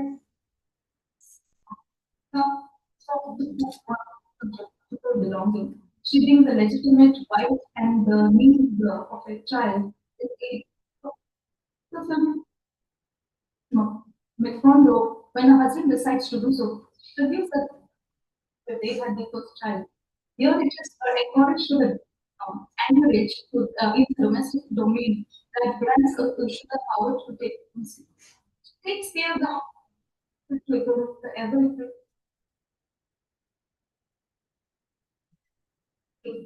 intervene in some issues at large social. She turned the whole of Maputo in radical and effective stability of Maputo because she decides to bring up Rebecca, who arrives from the doorstep abandoned by the parents to the care. She could influence the way the children were brought because she focused an eye over peace, doctors. It is also she who acknowledges the sentence of the or beyond the with her son's perfume listening with the respect mother's needs. When she tries to interfere in important public matters, she appears before almost a character of a strong mistake. Entire scene where she tries to control her grandson for his focus scrutiny and chases the whip is visually comical and Ursula's power at best seems to be a caricature of real power. She can only chastise her grandson and rule Napoleon for a few days, but she cannot make any durable change in the political scenario.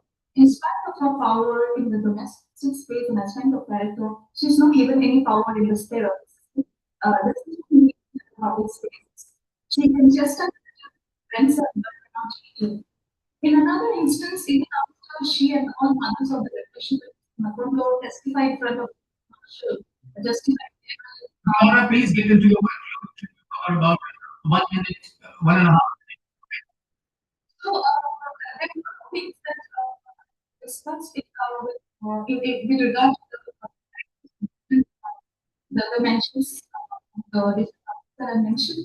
But last, I would like to say that we talk about the leading characters in public domain, which characters like Paila, Terra, and Romanta and others. These characters seem to be seen in terms of the bodies, rather than in terms of the mind.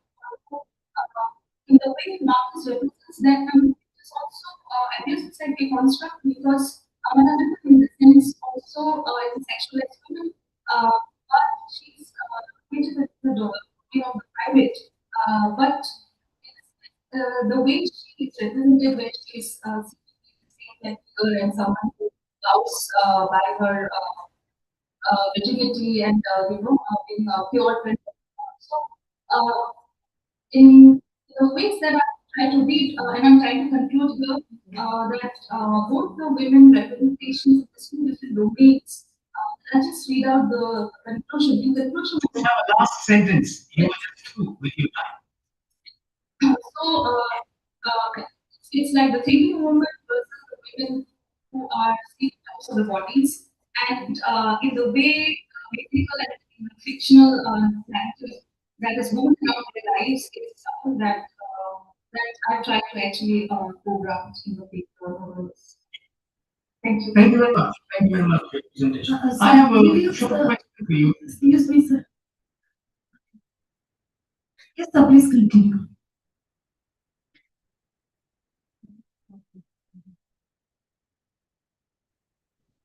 Yes, but you said something. Okay, so yes, please continue.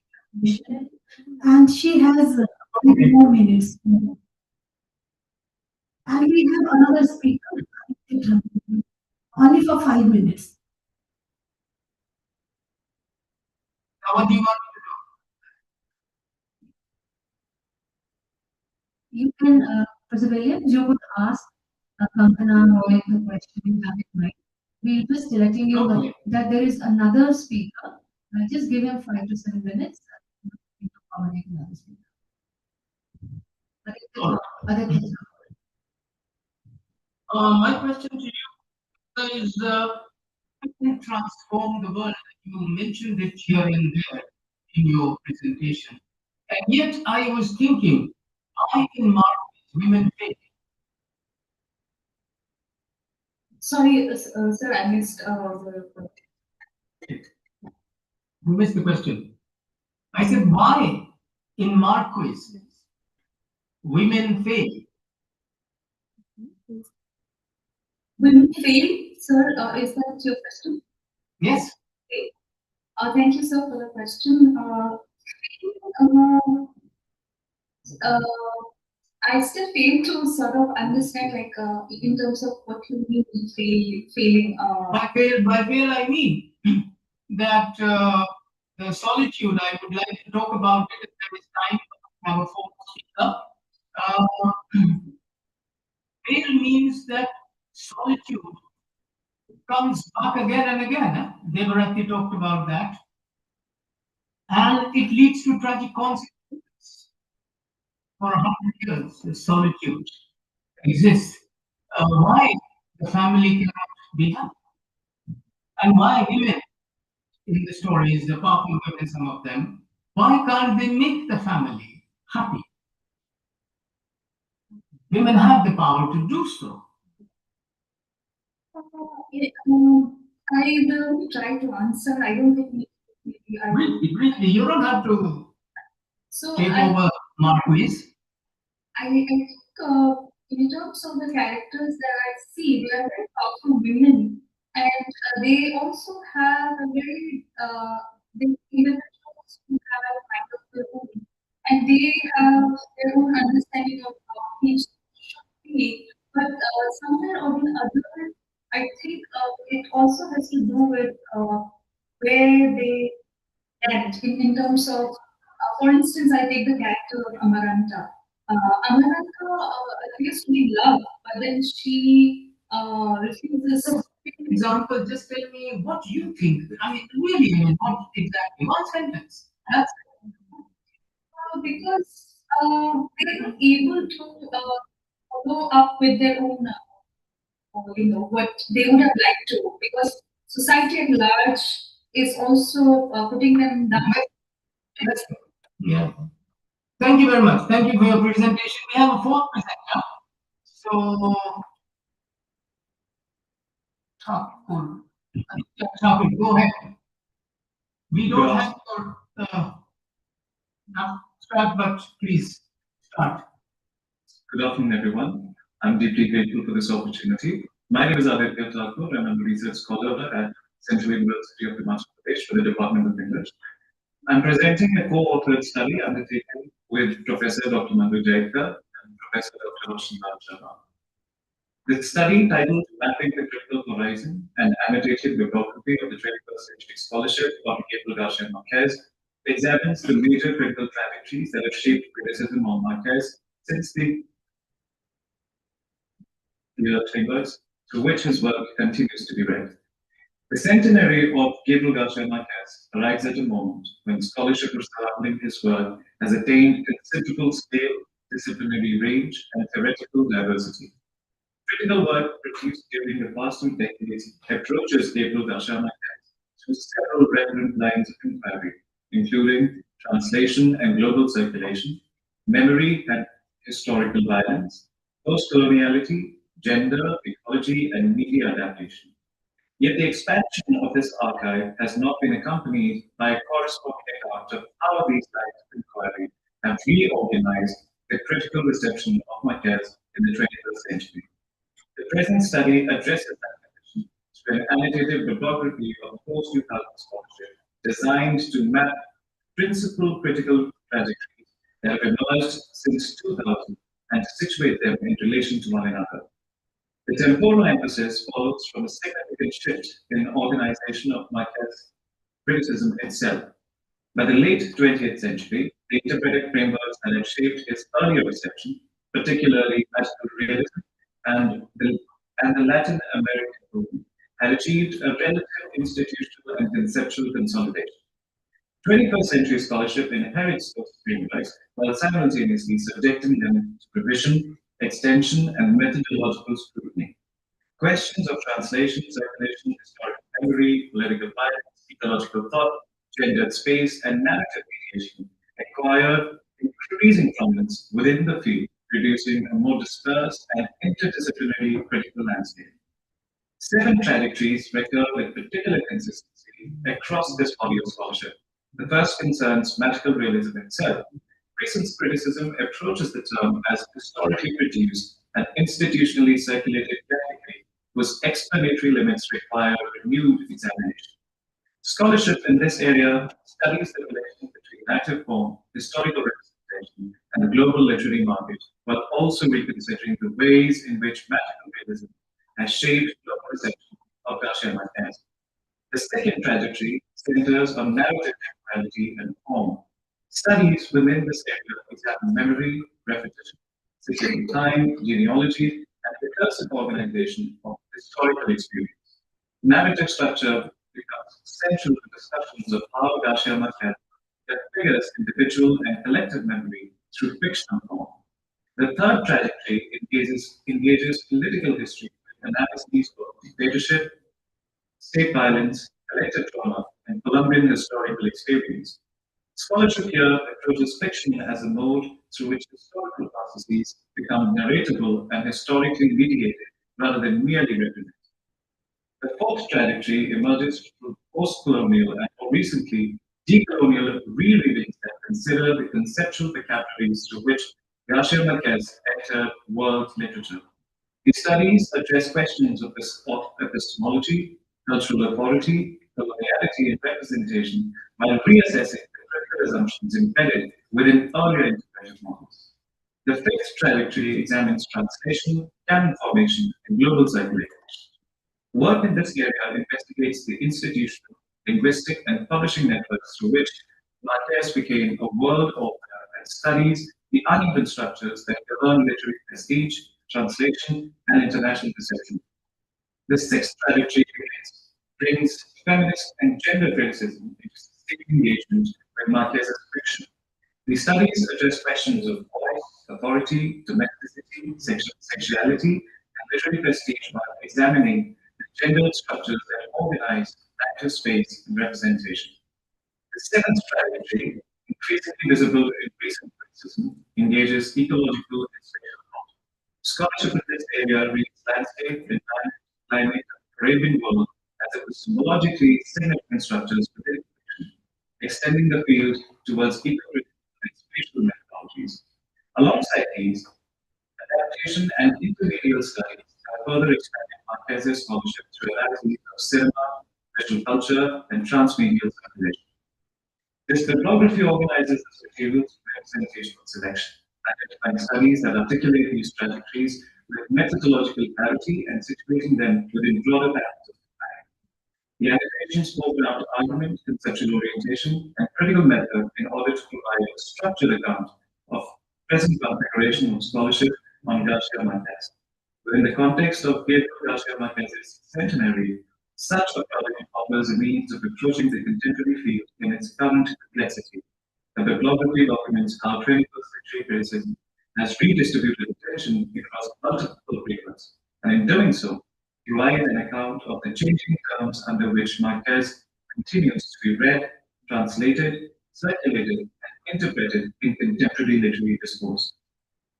Thank you. Very nice, very nice. People have said much of the stuff that you're talking about, and I hope you would, after all this, have your own assessment of Marquez and publish this information, and you are under very good hands. Rosha, I'm sure you will do a good job. Do not stop at this point. Complete your work. Thank you very much. Very nice work. Excellent. Thank you very much.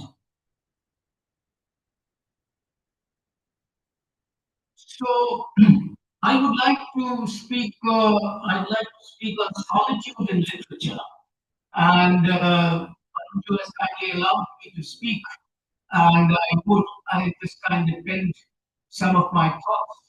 I hope you will bear with me. Solitude is defined as a state of being alone, often by choice, as distinct from loneliness, which is accompanied by pain. So, solitude is an attitude. It's a temper of the times, sometimes of the mind, that shapes the psychological and literary worldview. Solitude in Western literature is seen as an introspective refuge, existential torment, or an inescapable prison. Sometimes it is a catalyst of change. The Latin American concept of solitude is more a reaction to a situation and becomes a part of family and historical isolationism, which is covered by family curses. So it is not renewal but regression into a painful fantasy or painful unraveling of the past. Japanese solitude demands a controlled endurance within some kind of a inescapable collective pressure, which is called dhamma in Japanese, without escape or transcendence. Solitude in Natsume Soseki Kokoro shows spiritual loneliness, which arises from the betrayal of a close friend. And solitude in Kokoro reflects a cultural break with Western individualism. So, unlike introspection and self-discovery, Wordsworth's communion with nature, or the absurd angst of Albert Camus, Kokoro's solitude is triggered by failed human relationships within a very conformist Japanese world. Sensei in this story fails to reveal his guilt even to his wife, while the narrator hunts for mentors in different generations. Isolation is the cost of modernity, which must be met with what is called stoic endurance, in Japanese gaman. There is no self-discovery in solitude except a melancholic reminder of something lost. In Margaret, solitude is fatal, activating a family curse that will culminate in death destruction. So the romantics like Wordsworth and Keats saw solitude as spiritual inspiration. Daffodils bloom in a bliss of solitude. It's a bliss of solitude or sensory transcendence. Keats is negative. So the modernists like Woolf and Kafka saw solitude as isolated in a crowd, resulting in fragmented consciousness. Virginia Woolf, Mrs. Dalloway, or Kafka Metamorphosis, Eliot's Wasteland. We know all this. Postmodern authors like Murakami bring despair, which is born out of a future possibility. It may happen. Despair may come in a hyper-real world. So the possibilities can create a playful, self-mocking tone because Marquis creates solitude, or what is called soledad, on the beauty on the beauty of family, trying to conflate history, a family history, into Latin American history, unrecognized by the unless Latin American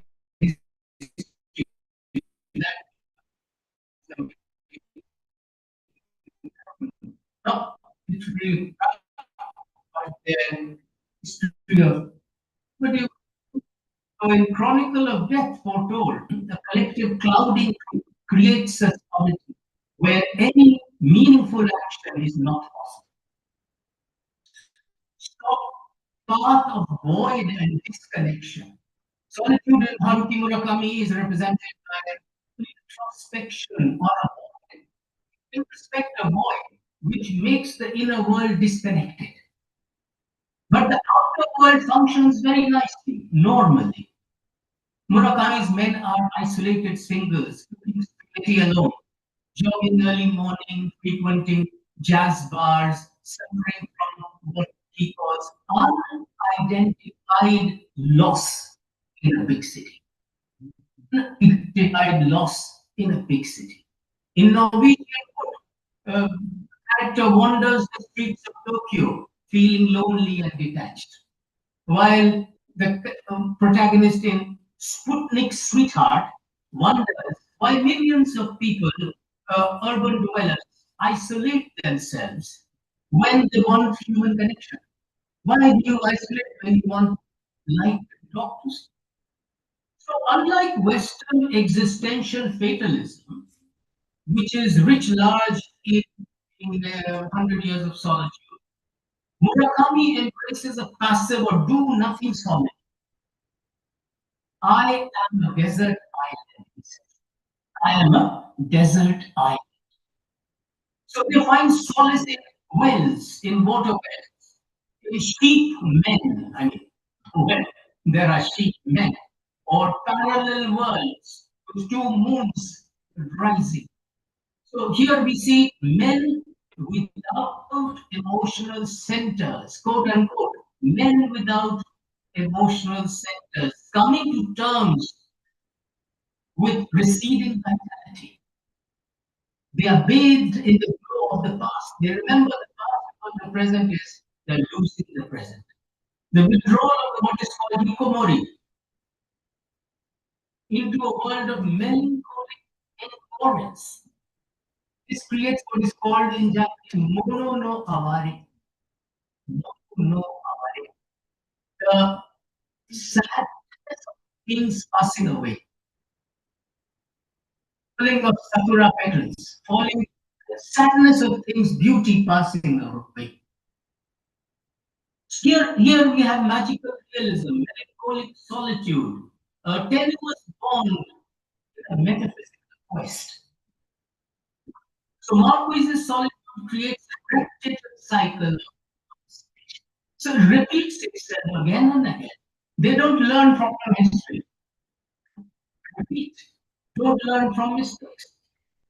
That prevents the family to make a big connection. So this leads to each generation creating its own maniacs.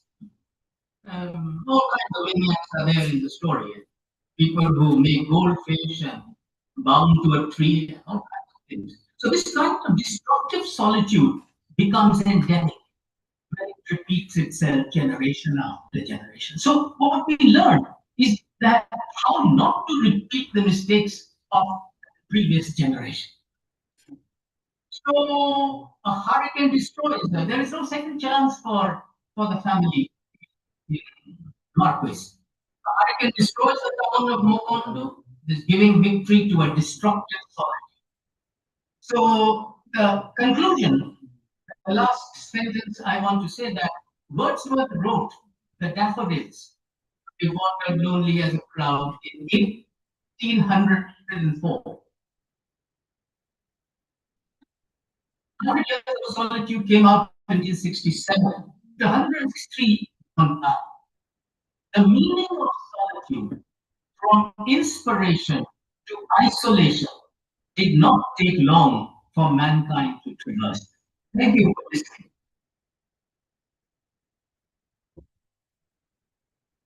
Thank you, Professor Mehdi, So- for your insights and, into solitude, the way Marquez probably would have wanted us to understand.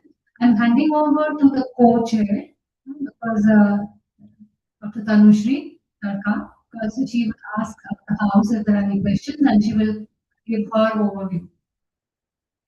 Thank you, ma'am.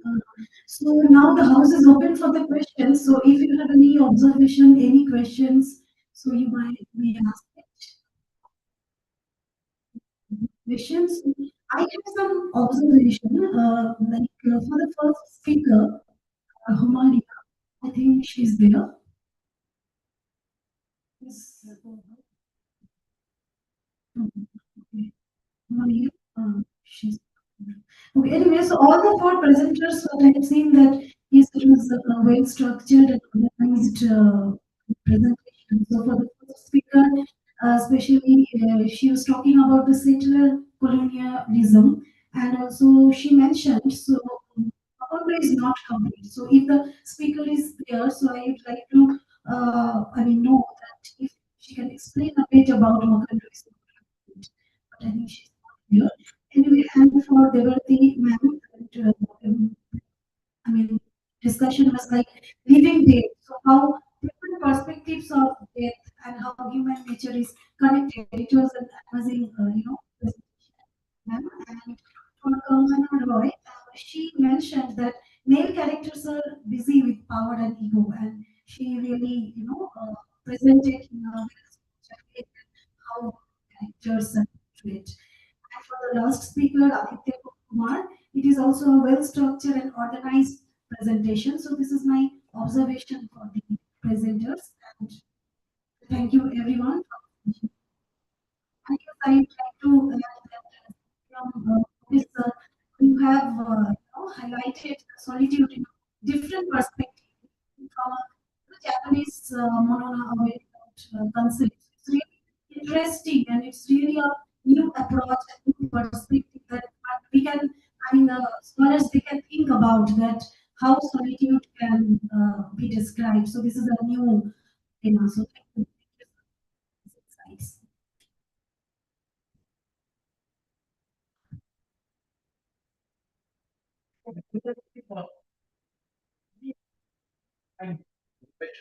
Of course.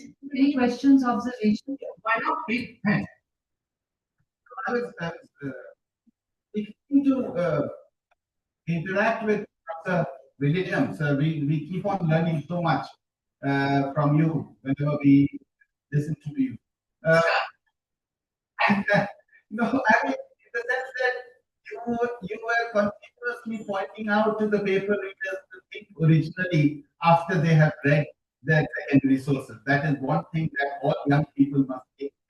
I was thinking in the sense then that in the context of developing paper, that the morbidity factor that you mentioned, I think the sense of humor is one thing why we will read something once again. This, I think, today I have been listening to this day's papers.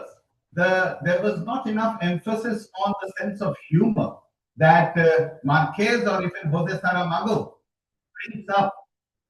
And the question is, the rhetorical question then it can be is, why be so serious about it? Why are we serious about it? And why only be stoic about it? Why be so serious about it? Why can't we take them also humorous? That is one thing probably we might go back to reading such texts. And to bring up I was also just struck by the fact, was it not, can we see it in a way that Coleridge's The Supernatural, when he was critiquing the Gothic supernatural, does it anticipate magic realism? Very interesting. Very interesting. Somebody, some research scholar must carry this and see whether it is possible or not. You're right. You see, in Marquis, nobody talks about it. Everybody takes Marquis is 100 years of solitude. God given. Because you see, he's got a Nobel Prize and everybody has talked about it for about 69 years. The story begins with a man facing a firing squad. And the fellow is thinking about when he was a child, father took him 5 times. And why he was facing a firing squad. People think about this. This is total nonsense. Total nonsense. Now, if it was in a comic mode, I would take it. If it is literature must follow some factual details, it has to be analyzed on factual terms. You can't talk nonsense. It is very nice to involve the reader in a story which begins with violence or with pictures that you should not read. But this is total nonsense. About it like, I mean, I said, hello, what kind of character are you? Basically, I'm asking which bullet will fire first.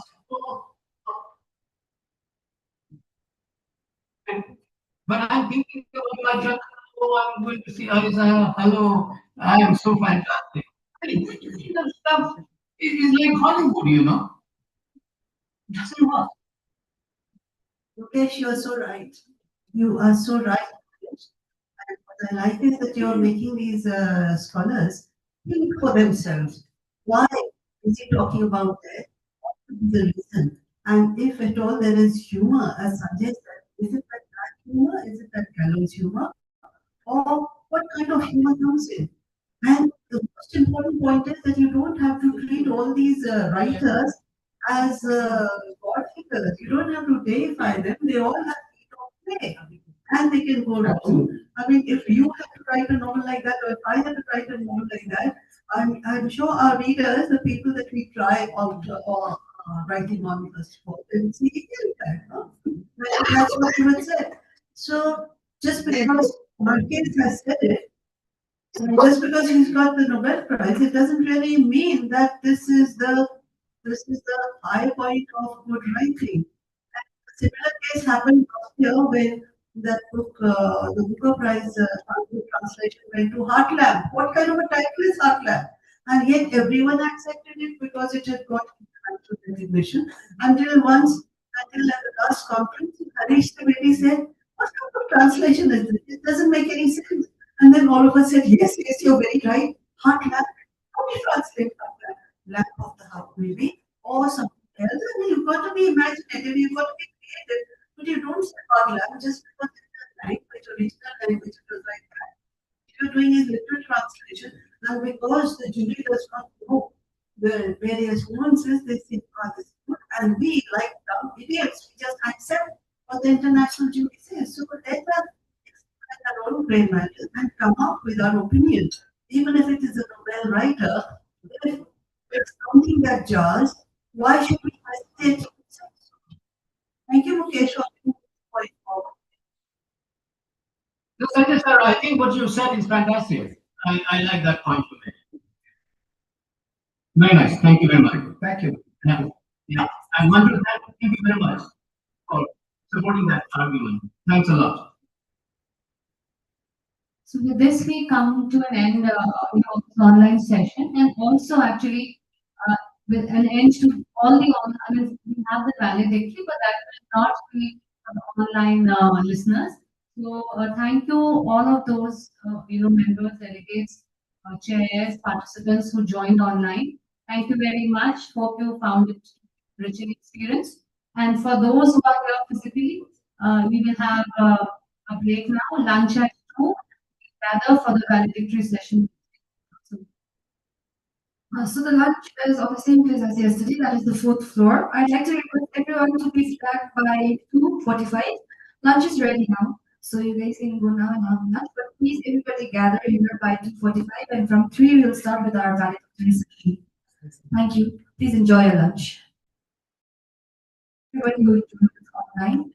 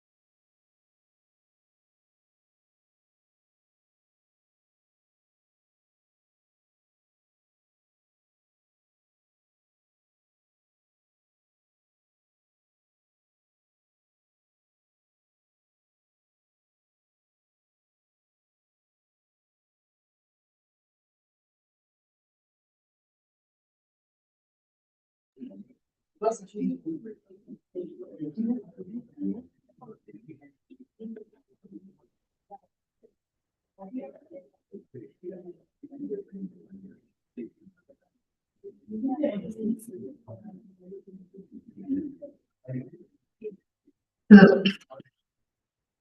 Welcome back, everyone. I hope you had a great lunch. We now arrive at the valedictory session, a moment of reflection and gratitude. Every conference is, in essence, a shared journey, and today we pause to acknowledge the efforts, ideas, and collaboration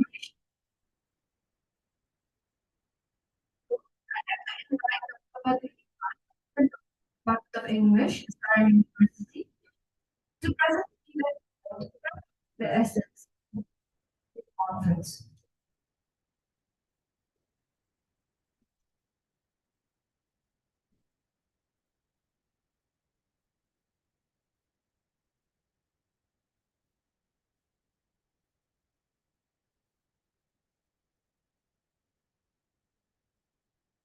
Thank you, Lalpa.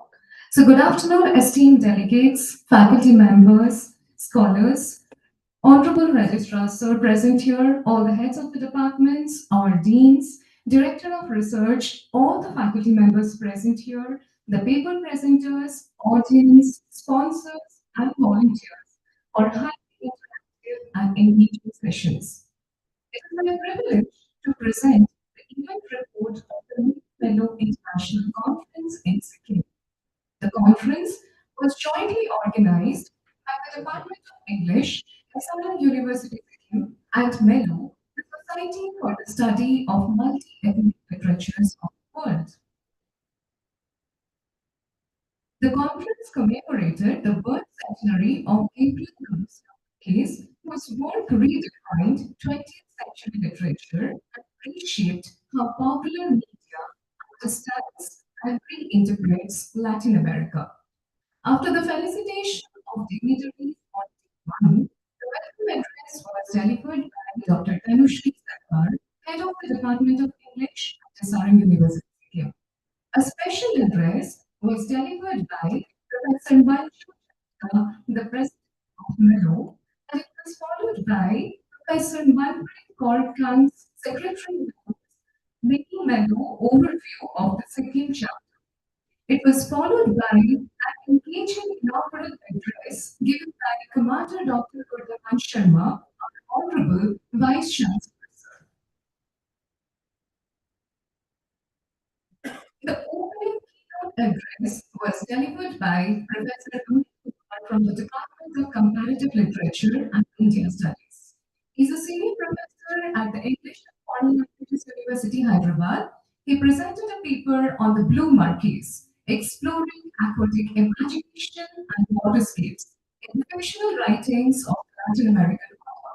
During his presentation, he talked about the material aspects of water and the crucial role played by water as the of memory on one hand, and also explored through the aqua poetics of Gabriel Garcia Marquez how water leads to the erosion of memory. He focused on how Marquez uses oceans, rivers, rain, and floods to express loss, memory, and collective trauma. Professor Kumar showed how the sea becomes a space for existential confrontation and creates psychological disorientation. He enlightened us on the immeasurability of oceanic time and the demystification of anthropocentrism. The next keynote address was delivered by Professor Gönül Baki from the American College of Girls in Istanbul, Turkey. She spoke about the way in which Gabriel Garcia Marquez explores romantic love as a cultural script rather than as a purely private emotion. She talked about the narration of passion and love and self-worth in the text Love in the Time of Cholera. Professor Anil Prasad, former professor of English from Al University, India, joined us online and delivered the final keynote address. He presented a paper in which he focused on the reader's role in interpreting ambiguity, filling narrative gaps through emotional depth of Gabriel Garcia Marquez. He also showed how meaning is created from symbols and themes. Love at the time of cholera is rich in symbols like cholera, aging, journey, the river, letters, and decaying city. He talked about how the reader co-authors a thematic message that is carried forward by the author. Following the highly engaging keynote speeches, the paper presenters, both online and offline, presented their papers.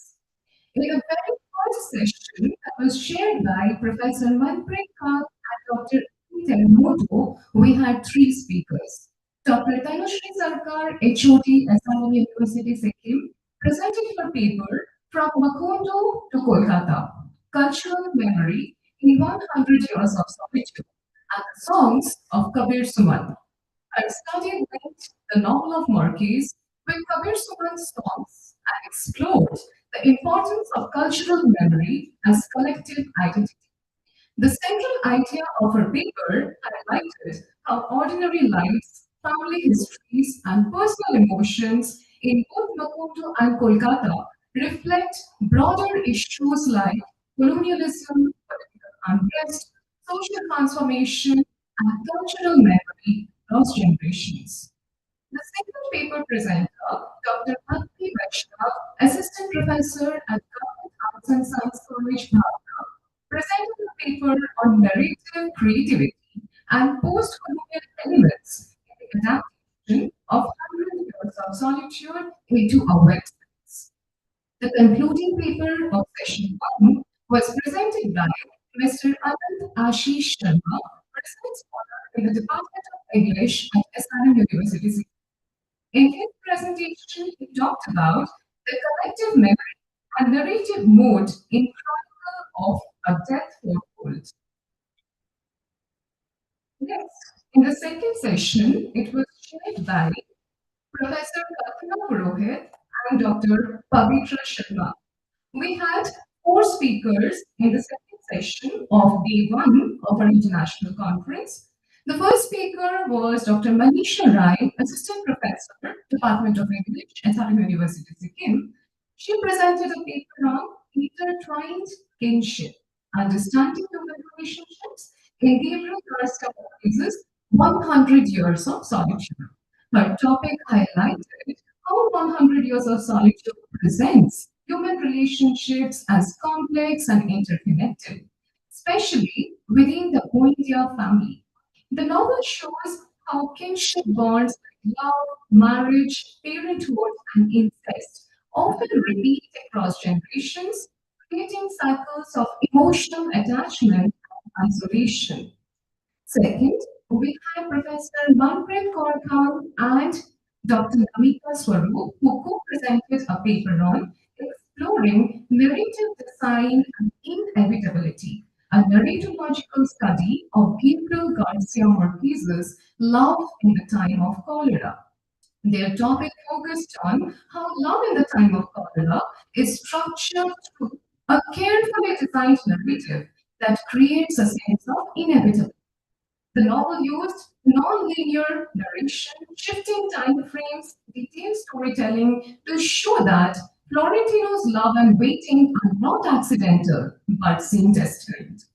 Next, we had Dr. Tulika Kakkar presenting a paper on small towns' grand histories, the many worlds of Marquez's short stories. Her topic highlighted how Gabriel Garcia Marquez uses small towns and ordinary settings in the short stories to reflect larger histories such as political violence, colonial influence, and social change. These local worlds become symbolic spaces where personal lives connect with grand historical realities. The final paper presenter of second session on day 1 was Ms. Atlanta Gogoi, research scholar from Dibrugarh University. She presented a paper on narrative compression and ethical witnessing, precarity in Gabriel Garcia Marquez's short stories. Ms. Gogoi's paper focused on how Marquez uses brief, condensed storytelling to powerfully depict human vulnerability, poverty, violence, and uncertainty. The study highlights how a short fiction turns readers into ethical witnesses, making them emotionally and morally aware of the precarious lives of marginalized characters. The final concluding session on day 1 was chaired by Professor Amit Kumar.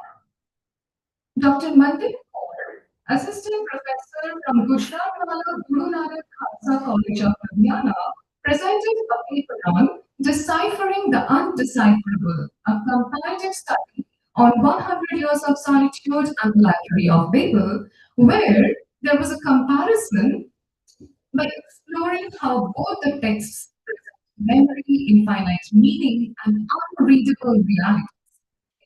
It seems like cyclical time, chaos, and the limits of human understanding, showing how both the works portray the world as complex and impossible to fully decode.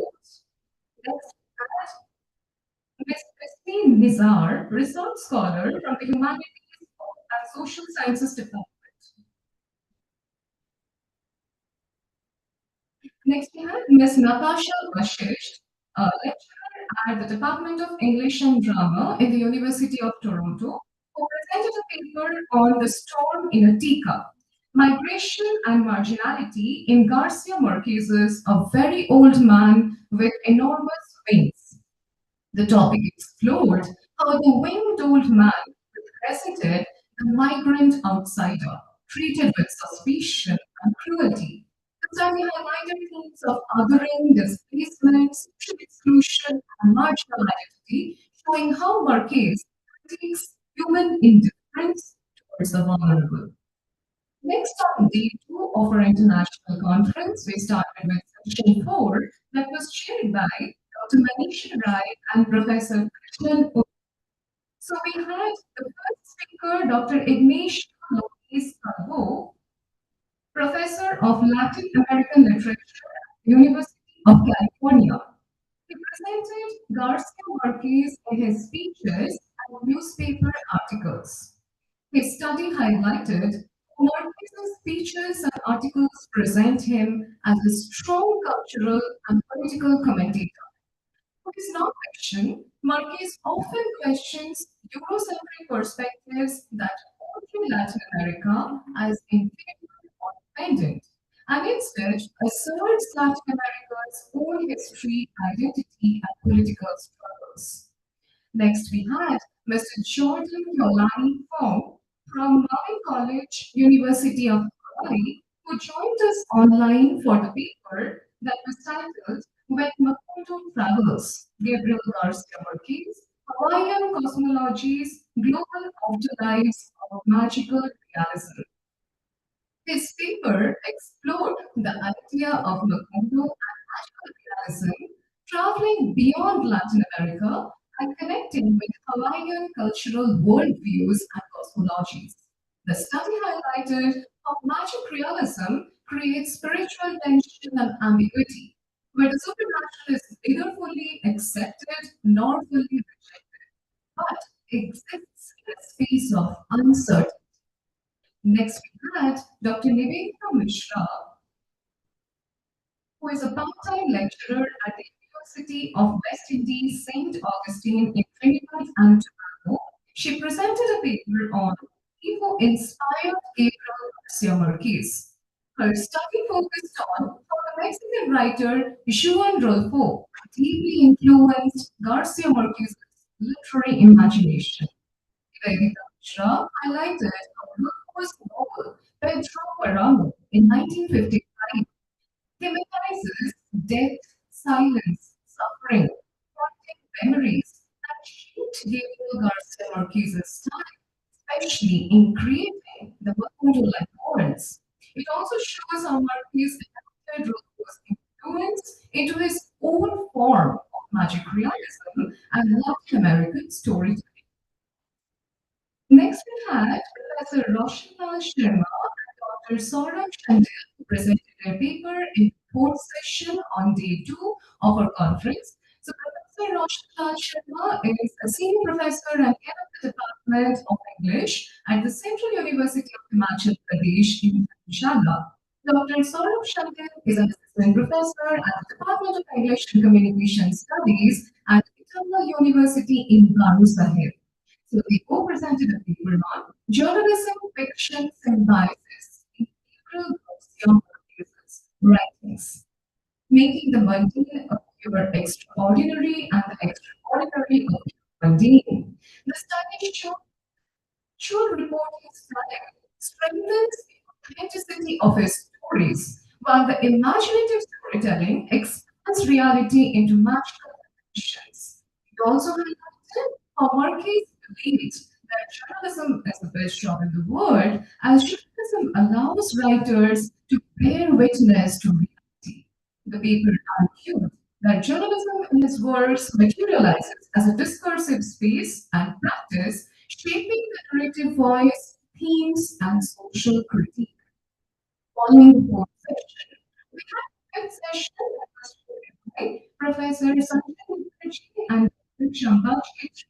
We had four speakers in session 5, and Dr. Indrani Bandapatnai, Assistant Professor, Faculty of Liberal Arts at ICFA University, Tripura, presented her paper on the displaced flaneur, cultural alienation and uncanny in Gabriel Garcia Marquez's strange crimes. Dr. Bandapatnai, in her paper, depicted how Marquez's Latin American characters in strange crimes displaced flaneurs, wandering observers in European cities who experienced deep cultural dislocation. The study highlighted their feelings of alienation, isolation, unbelonging, where familiar identities collapse in unfamiliar spaces.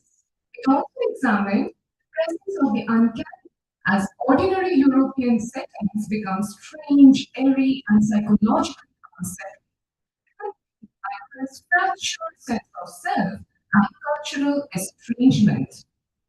Next up, we also had Dr. Dashavi Bhuvi, who joined us online for her paper, The Magic of Macondo, Adapting 100 Years of Solitude for the Screen. She's an assistant professor at the Department of English in Day-2 University, Assam. She presented her paper on Macondo and explored the challenges of translating Marquez's rich magic realist world into visual media. The study engaged with fidelity criticism, questioning how far an adaptation should remain faithful to the original novel in terms of plot, characterization, and narrative style. The paper also explored how cinematic techniques can recreate the magic of the text without losing its literary complexity. Next up, we had Ms. Pauli Roy from SRM University, the Department of English, who is with us from our department. She presented a paper on Arcades and Politics of Historical Memory Against Power in 100 Years of Solitude. Her paper explored how 100 Years of Solitude exposes the way in which political forces deliberately erase uncomfortable histories, especially collective trauma and collective violence.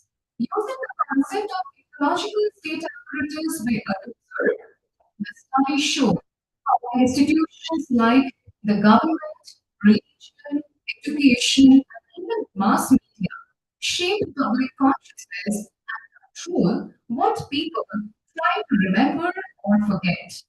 The paper highlighted that in the Congo, power operates not only through physical repression but also through ideological manipulation, making citizens accept silence and amnesia as normal. This session was concluded by Ms. Sumpa Parajuli, Assistant Professor at the Department of English in SRM University, Sikkim. She presented a paper on violence, surveillance, and social complicity in the chronicle of a death foretold. Her study elaborated on how Marquez presents violence not just as a sudden act, but as a socially produced event that is shaped by power and collective silence, using which whose concept of power, the and she explained that power is novel is not just held by authorities, it is diffused through society and operates through everyday practices, traditions, and social expectations. Finally, on day 2 of the conference, the final section or the sixth session was chaired by Professor Mukesh Williams and Dr. Tanushree Sarkar and also Professor Shanjay Mukherjee who joined us online. So we had 4 speakers in the concluding section of the event. Ms. Humayna Maid, PhD candidate from the University of Witwatersrand in South Africa, a paper on Counter Archives of the Dispossessed, Reading Archaeologies through Settler Colonial Memory. She highlighted how Marques's narratives function as counter archives, preserving the suppressed histories of marginalized and communities. Having connected fiction to settler colonial memory, where dominant powers erase indigenous suffering and preserve history by occupation and control. It argued that in Marquez, narrative itself becomes a memory practice. Storytelling acts as a way of recording what official history silences. The second speaker, Professor Devakar Mukhopadhyay from Vishwanath University, Shantiniketan, spoke about the living and the dead, human-nature interface in the everyday world in select short stories of Gabriel Garcia Marquez. So Dr. Bandyopadhyay's paper focused on how Marquez portrayed the close interrelationship between human life, death, and the natural world in his short fiction. The study highlighted how nature in his stories is not just a background setting, but also an active force that shapes human emotions, memory, and survival. Marquez blends the ordinary with the supernatural, where the presence of the dead and the rhythms of nature create a powerful human nature interface that is rooted in everyday experience and existence. Next, the third speaker was Dr. Kankana Roy, Assistant Professor from Bharati College, University of Delhi.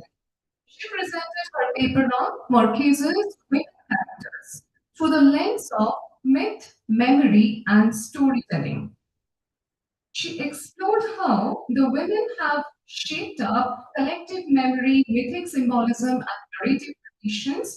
Her study suggested that women characters often function as keepers of history, sustaining the family lineage and cultural identity through storytelling, memory, and remembrance. It also showed how myth and memory gave the women a powerful presence, making them central to the themes of survival, continuity, and the transmission of lived experiences, Marquez's fictional world. Finally, to conclude, the last paper of Day-2 was presented by Mr. Aditya Thakur, PhD scholar in the Department of English at the Central University of Himachal Pradesh in Dharamshala. He joined us online and presented a paper on annotated bibliography in Gabriel Garcia case. So after 100 years of Gabriel Garcia Marquez, his true centenary, as we have seen during this 2-day conference, is not just in the dates, but in the interpretation, reinterpretation, reading, unreading, and rereading of every text and performance that dares to reflect the real aspects of materialism in our own contemporary world.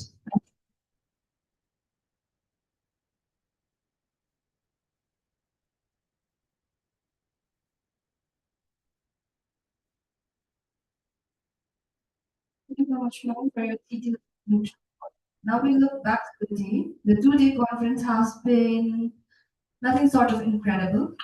It has we have been surrounded by literature, thoughts, different perspectives, and yet, as VC Sir said yesterday, that there was unity, diversity. So now we move on to the felicitation part of the program. I'm so sorry. took my paper.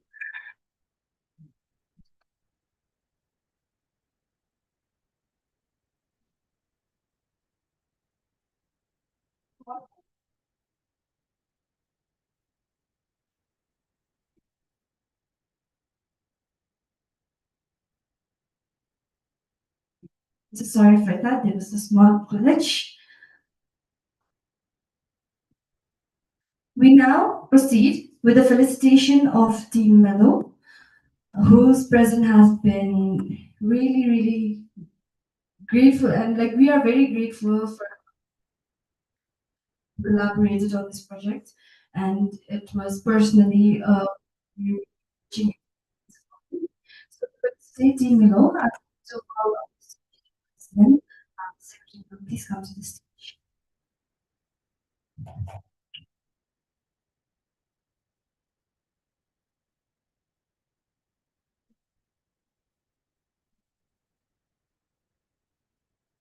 I'd like to request our Honorable Registrar Sir to felicitate President Ma'am Professor Manju Jaitka with Khada and a small token of love from our university, Department of English.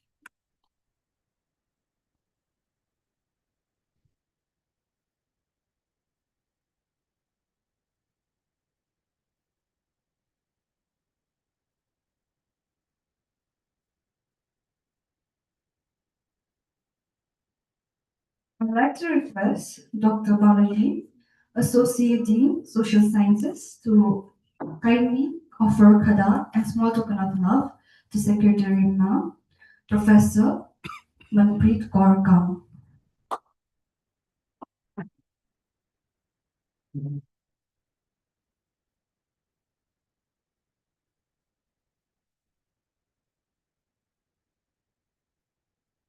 I would now like to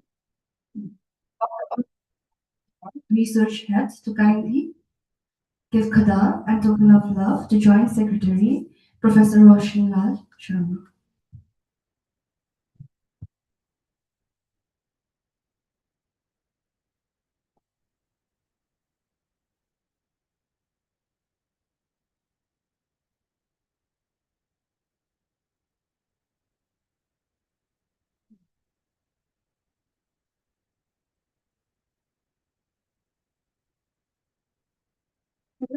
Give a brief note on what we have given you guys as a token of love. So Thanka is a traditional Buddhist painting made on cloth that is cotton or silk, mainly practiced in Tibet and nearby regions like India and Nepal. It usually depicts religious subjects such as Gautama Buddhas, deities, and Kamilas. These paintings are painted using natural colors and wool, and they are mounted on silk so that they can be carried.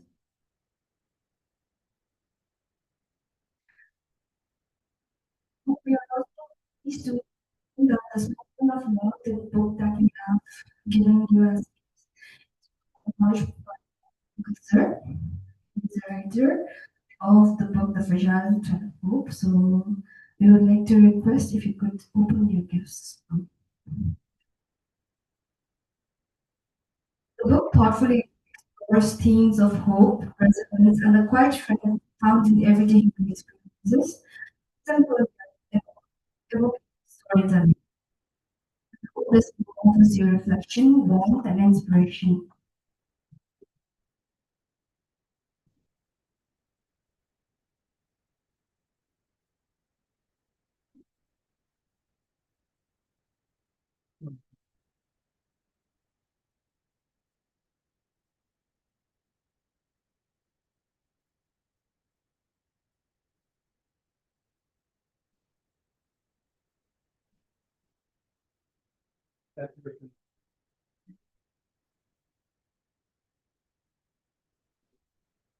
We now proceed to the certificate distribution for your valuable participation and contribution.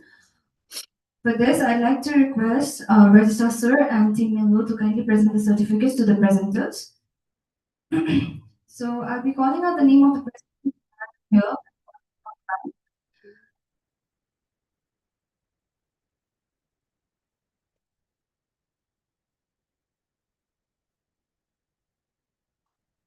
First presenter is RHOD, Dr. Dhanushi Sarkar.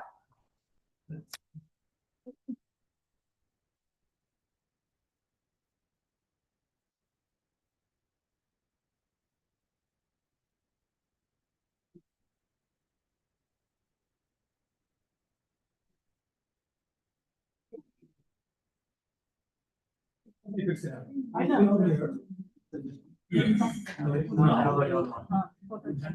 they can just receive it now. Oh, in front.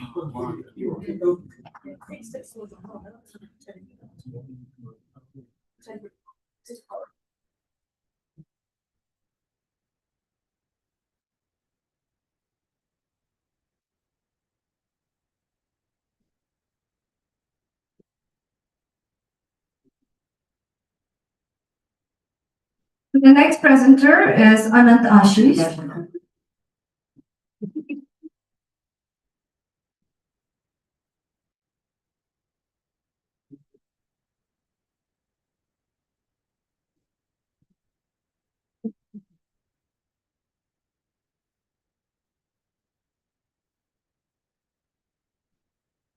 Ms. Bhakti Vaishnav.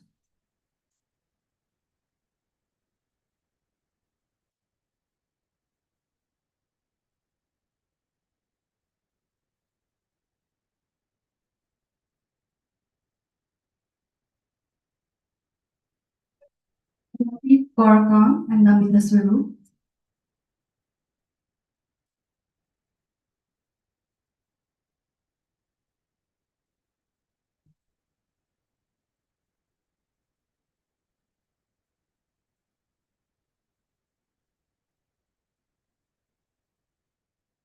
Ms. Krithika Kapoor.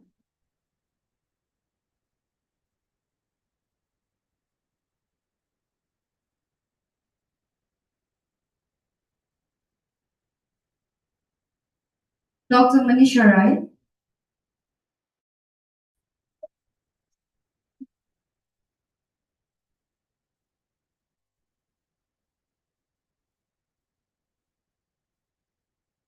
Professor Roshan Lal Sharma. Yes. And Mr. Saurabh Shindle.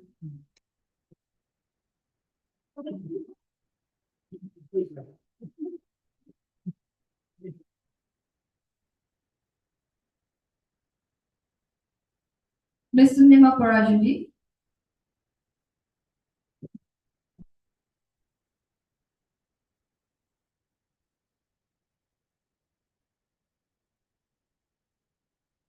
And lastly, Ms. Draupadi Roy.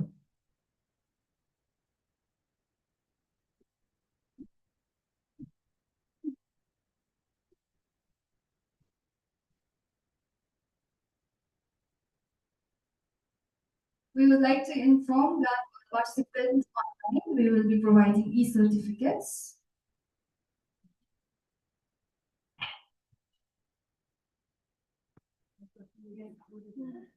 Here. Now, for the chairperson, we have with us today Dr. Champa Chetri. So I'd like to request our registered sir to present her with Khala and certificate. She Dr. Champa Chetri.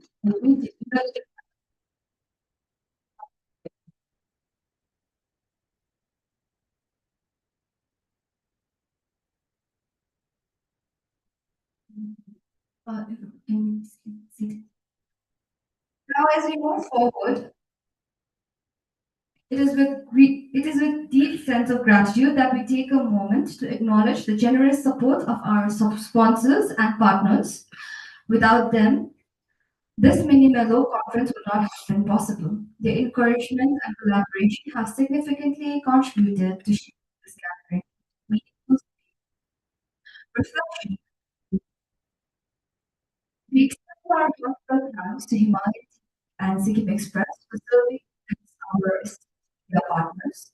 Through their wide reach and commitment to the public discourse, have helped bring the spirit and purpose of this conference to a larger audience, ensuring that the conversation initiated resonate beyond the confines of this venue. We also express our appreciation to Moonshine Brand and Sleep Jewelers for the generous. This award stands as a reminder of the vital role that local enterprises play in nurturing academic and cultural initiatives, fostering a vibrant intellectual community. A special note of gratitude is reserved for Pankaj, our knowledge partner, whose insights and association have enriched the essence of this conference. Presence reflects a bridge between creative practice and scholarly inquiry, adding depth and inspiration to our collective endeavor. Together, their contributions embody a shared belief in the power of literature, dialogue, and collaboration. We remain profoundly thankful for your support and look forward to the association of knowledge and exchange. So for the felicitation of the guests, I would now like to register to kindly present Kata and a small token to Mrs. Kajan Kumar, Sandeep Jewelers, and Nechin Jewelers.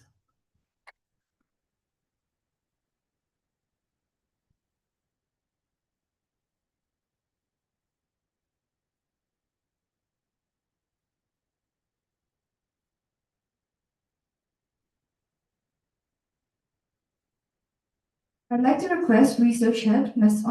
Dr. Andrea Ma to kindly present Khada and small token of love to Mr. Pankaj Giri, our knowledge partner.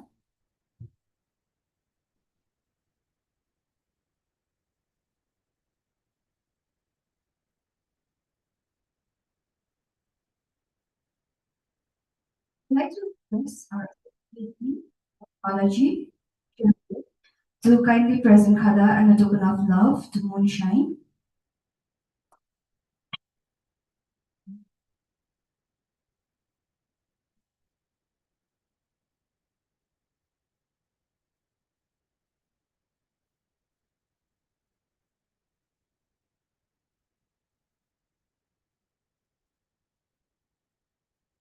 And I'd like to request Ms. Manisha Thakuri, Assistant Professor, Department of English, to kindly present Khada to Himalayan TV. Khada and token of love. I'm sorry for that.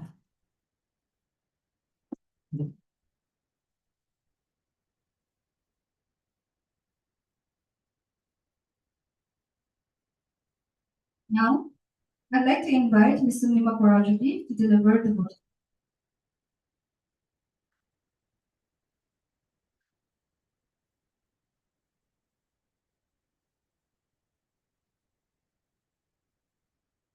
Very good afternoon to one and all present here, respected scholars, distinguished guests, and dear participants. As the renowned writer Toni Morrison once said, if there's a book that you want to read, but it hasn't been written yet, then you must write it. This statement resonates deeply with the spirit of our gathering, where new voices, perspectives, and narrative continue to shape the evolving landscape of literature. It is both an honor and a privilege to stand before you and propose the vote of thanks at the conclusion of this intellectually stimulating two-day conference jointly organized by the Department of English, SRM University Sikkim, and Melo, the Society for the Study of Multi-Ethnic Literatures of the World. At the very outset, I offer my deepest sense of gratitude to our Honorable Vice Chancellor, whose gracious presence, visionary leadership, and steadfast encouragement have been a constant source of inspiration. His support has not only elevated the stature of this conference, but has also reaffirmed the institution's commitment to fostering meaningful academic dialogue. I extend my sincere thanks to the respected Registrar for his invaluable administrative guidance and unwavering cooperation, which played a crucial role in ensuring the smooth organization of this event. I'd like to express my heartfelt appreciation to the President of Melo and the Secretary and Joint Secretary of Melo for the remarkable vision, dedication, and for providing us the platform that celebrates the richness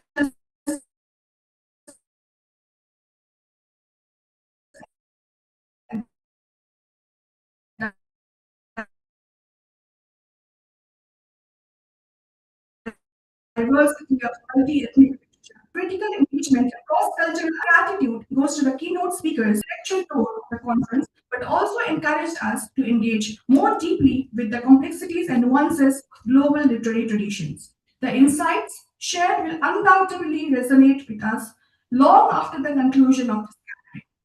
I'm equally grateful for all our distinguished guests, sponsors, paper presenters, and participants who traveled from near and far to be a part of this academic exchange.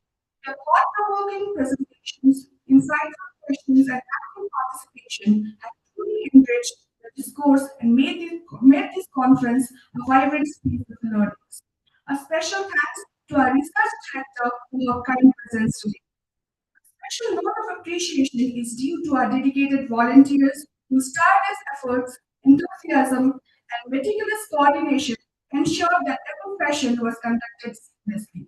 Their commitment behind the scenes often goes unnoticed, yet it forms the backbone of any successful event.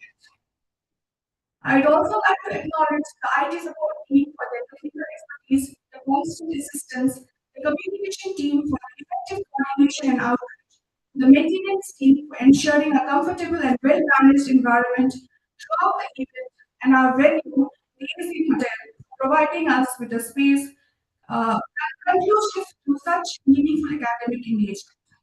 Finally, I extend my sincere thanks to everyone who contributed directly or indirectly to the success of this event. Through this collaborative effort, shared passion, and intellectual curiosity, we are able to create spaces that celebrate knowledge, dialogue, and diversity. As we conclude this studious journey of ideas and reflection, we carry with us not only new insights, but also renewed inspiration to continue engaging with the vibrant field of multi-ethnic literature. We look forward to organizing many more academic events in collaboration with Melo in future.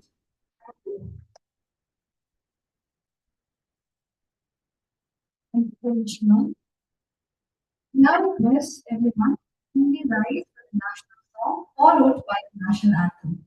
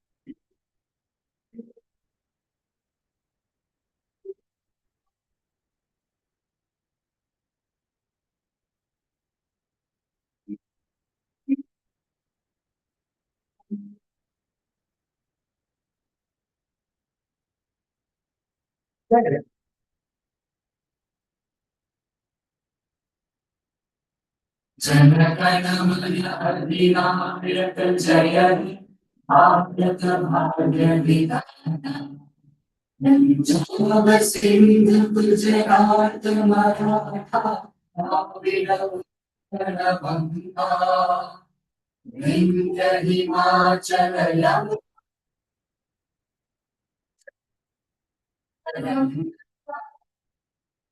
Shubh name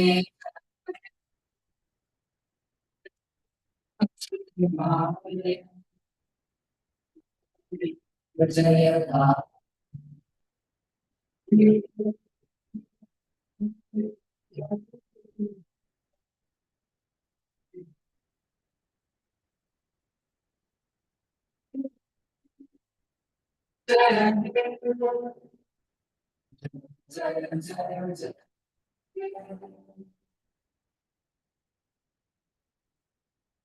Kindly take your seats.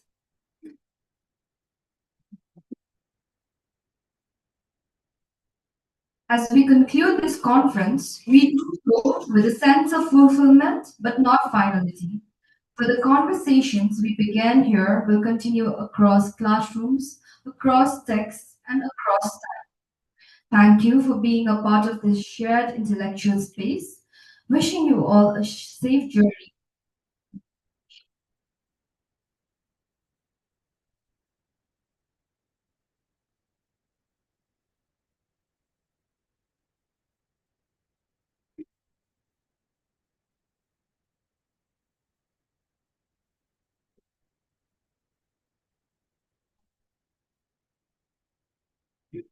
Thank you very much. And I think I see everybody's opinion, all the people who come from outside, that this has been an excellent event. And these things don't happen on their own. A lot of effort goes in behind the scenes. I had not expected it to go off so well, smoothly, without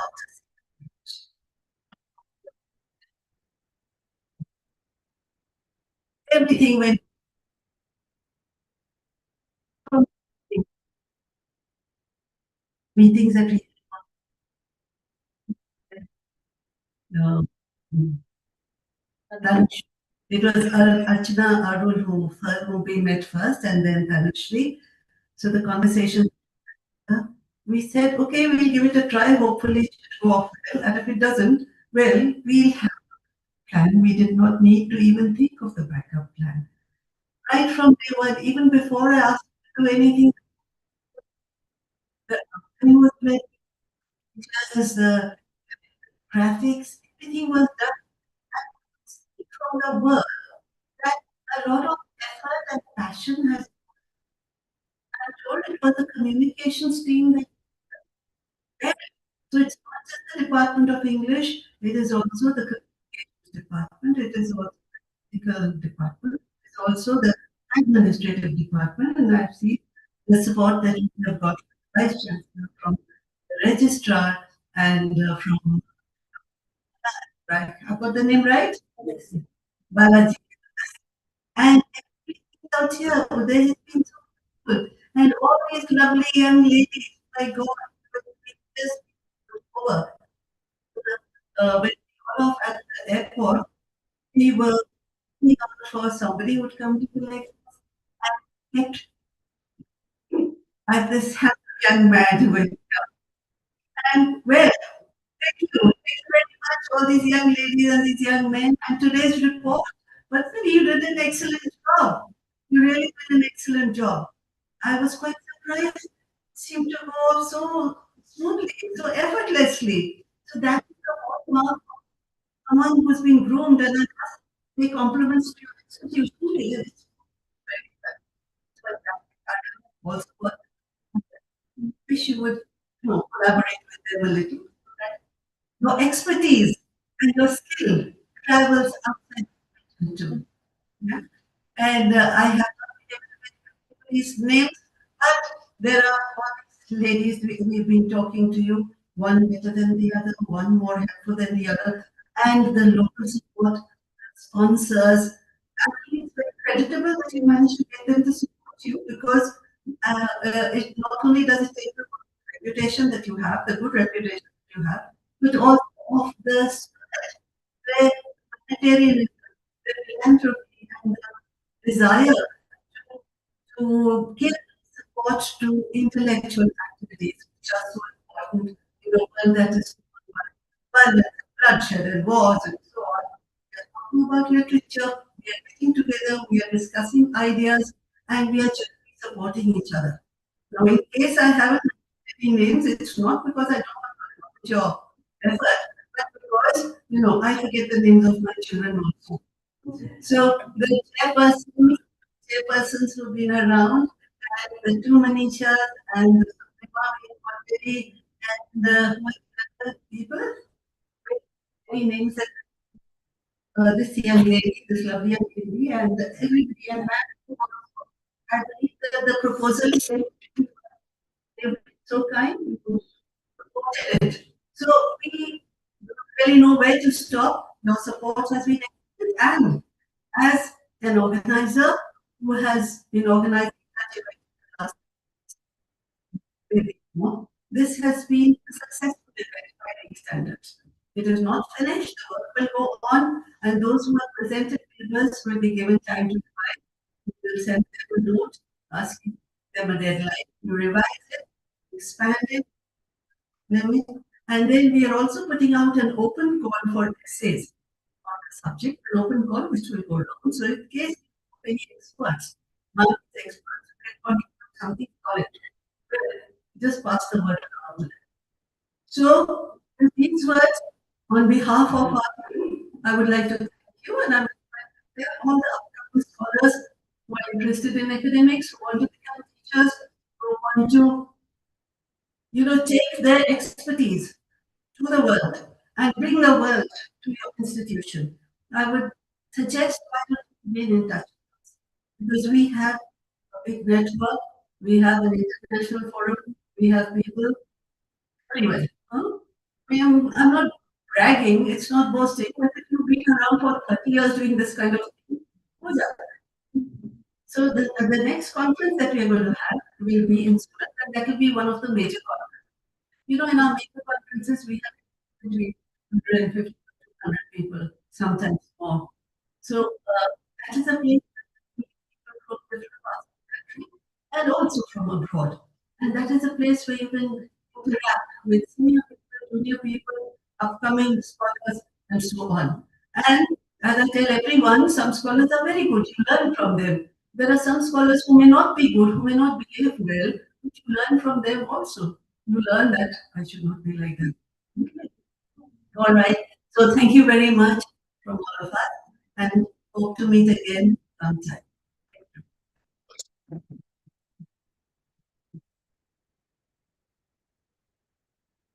Thank you so much, Minu, for your words. So with this, we end our Mini-Melow conference, and I'll ask for those, and we can leave them. Everyone.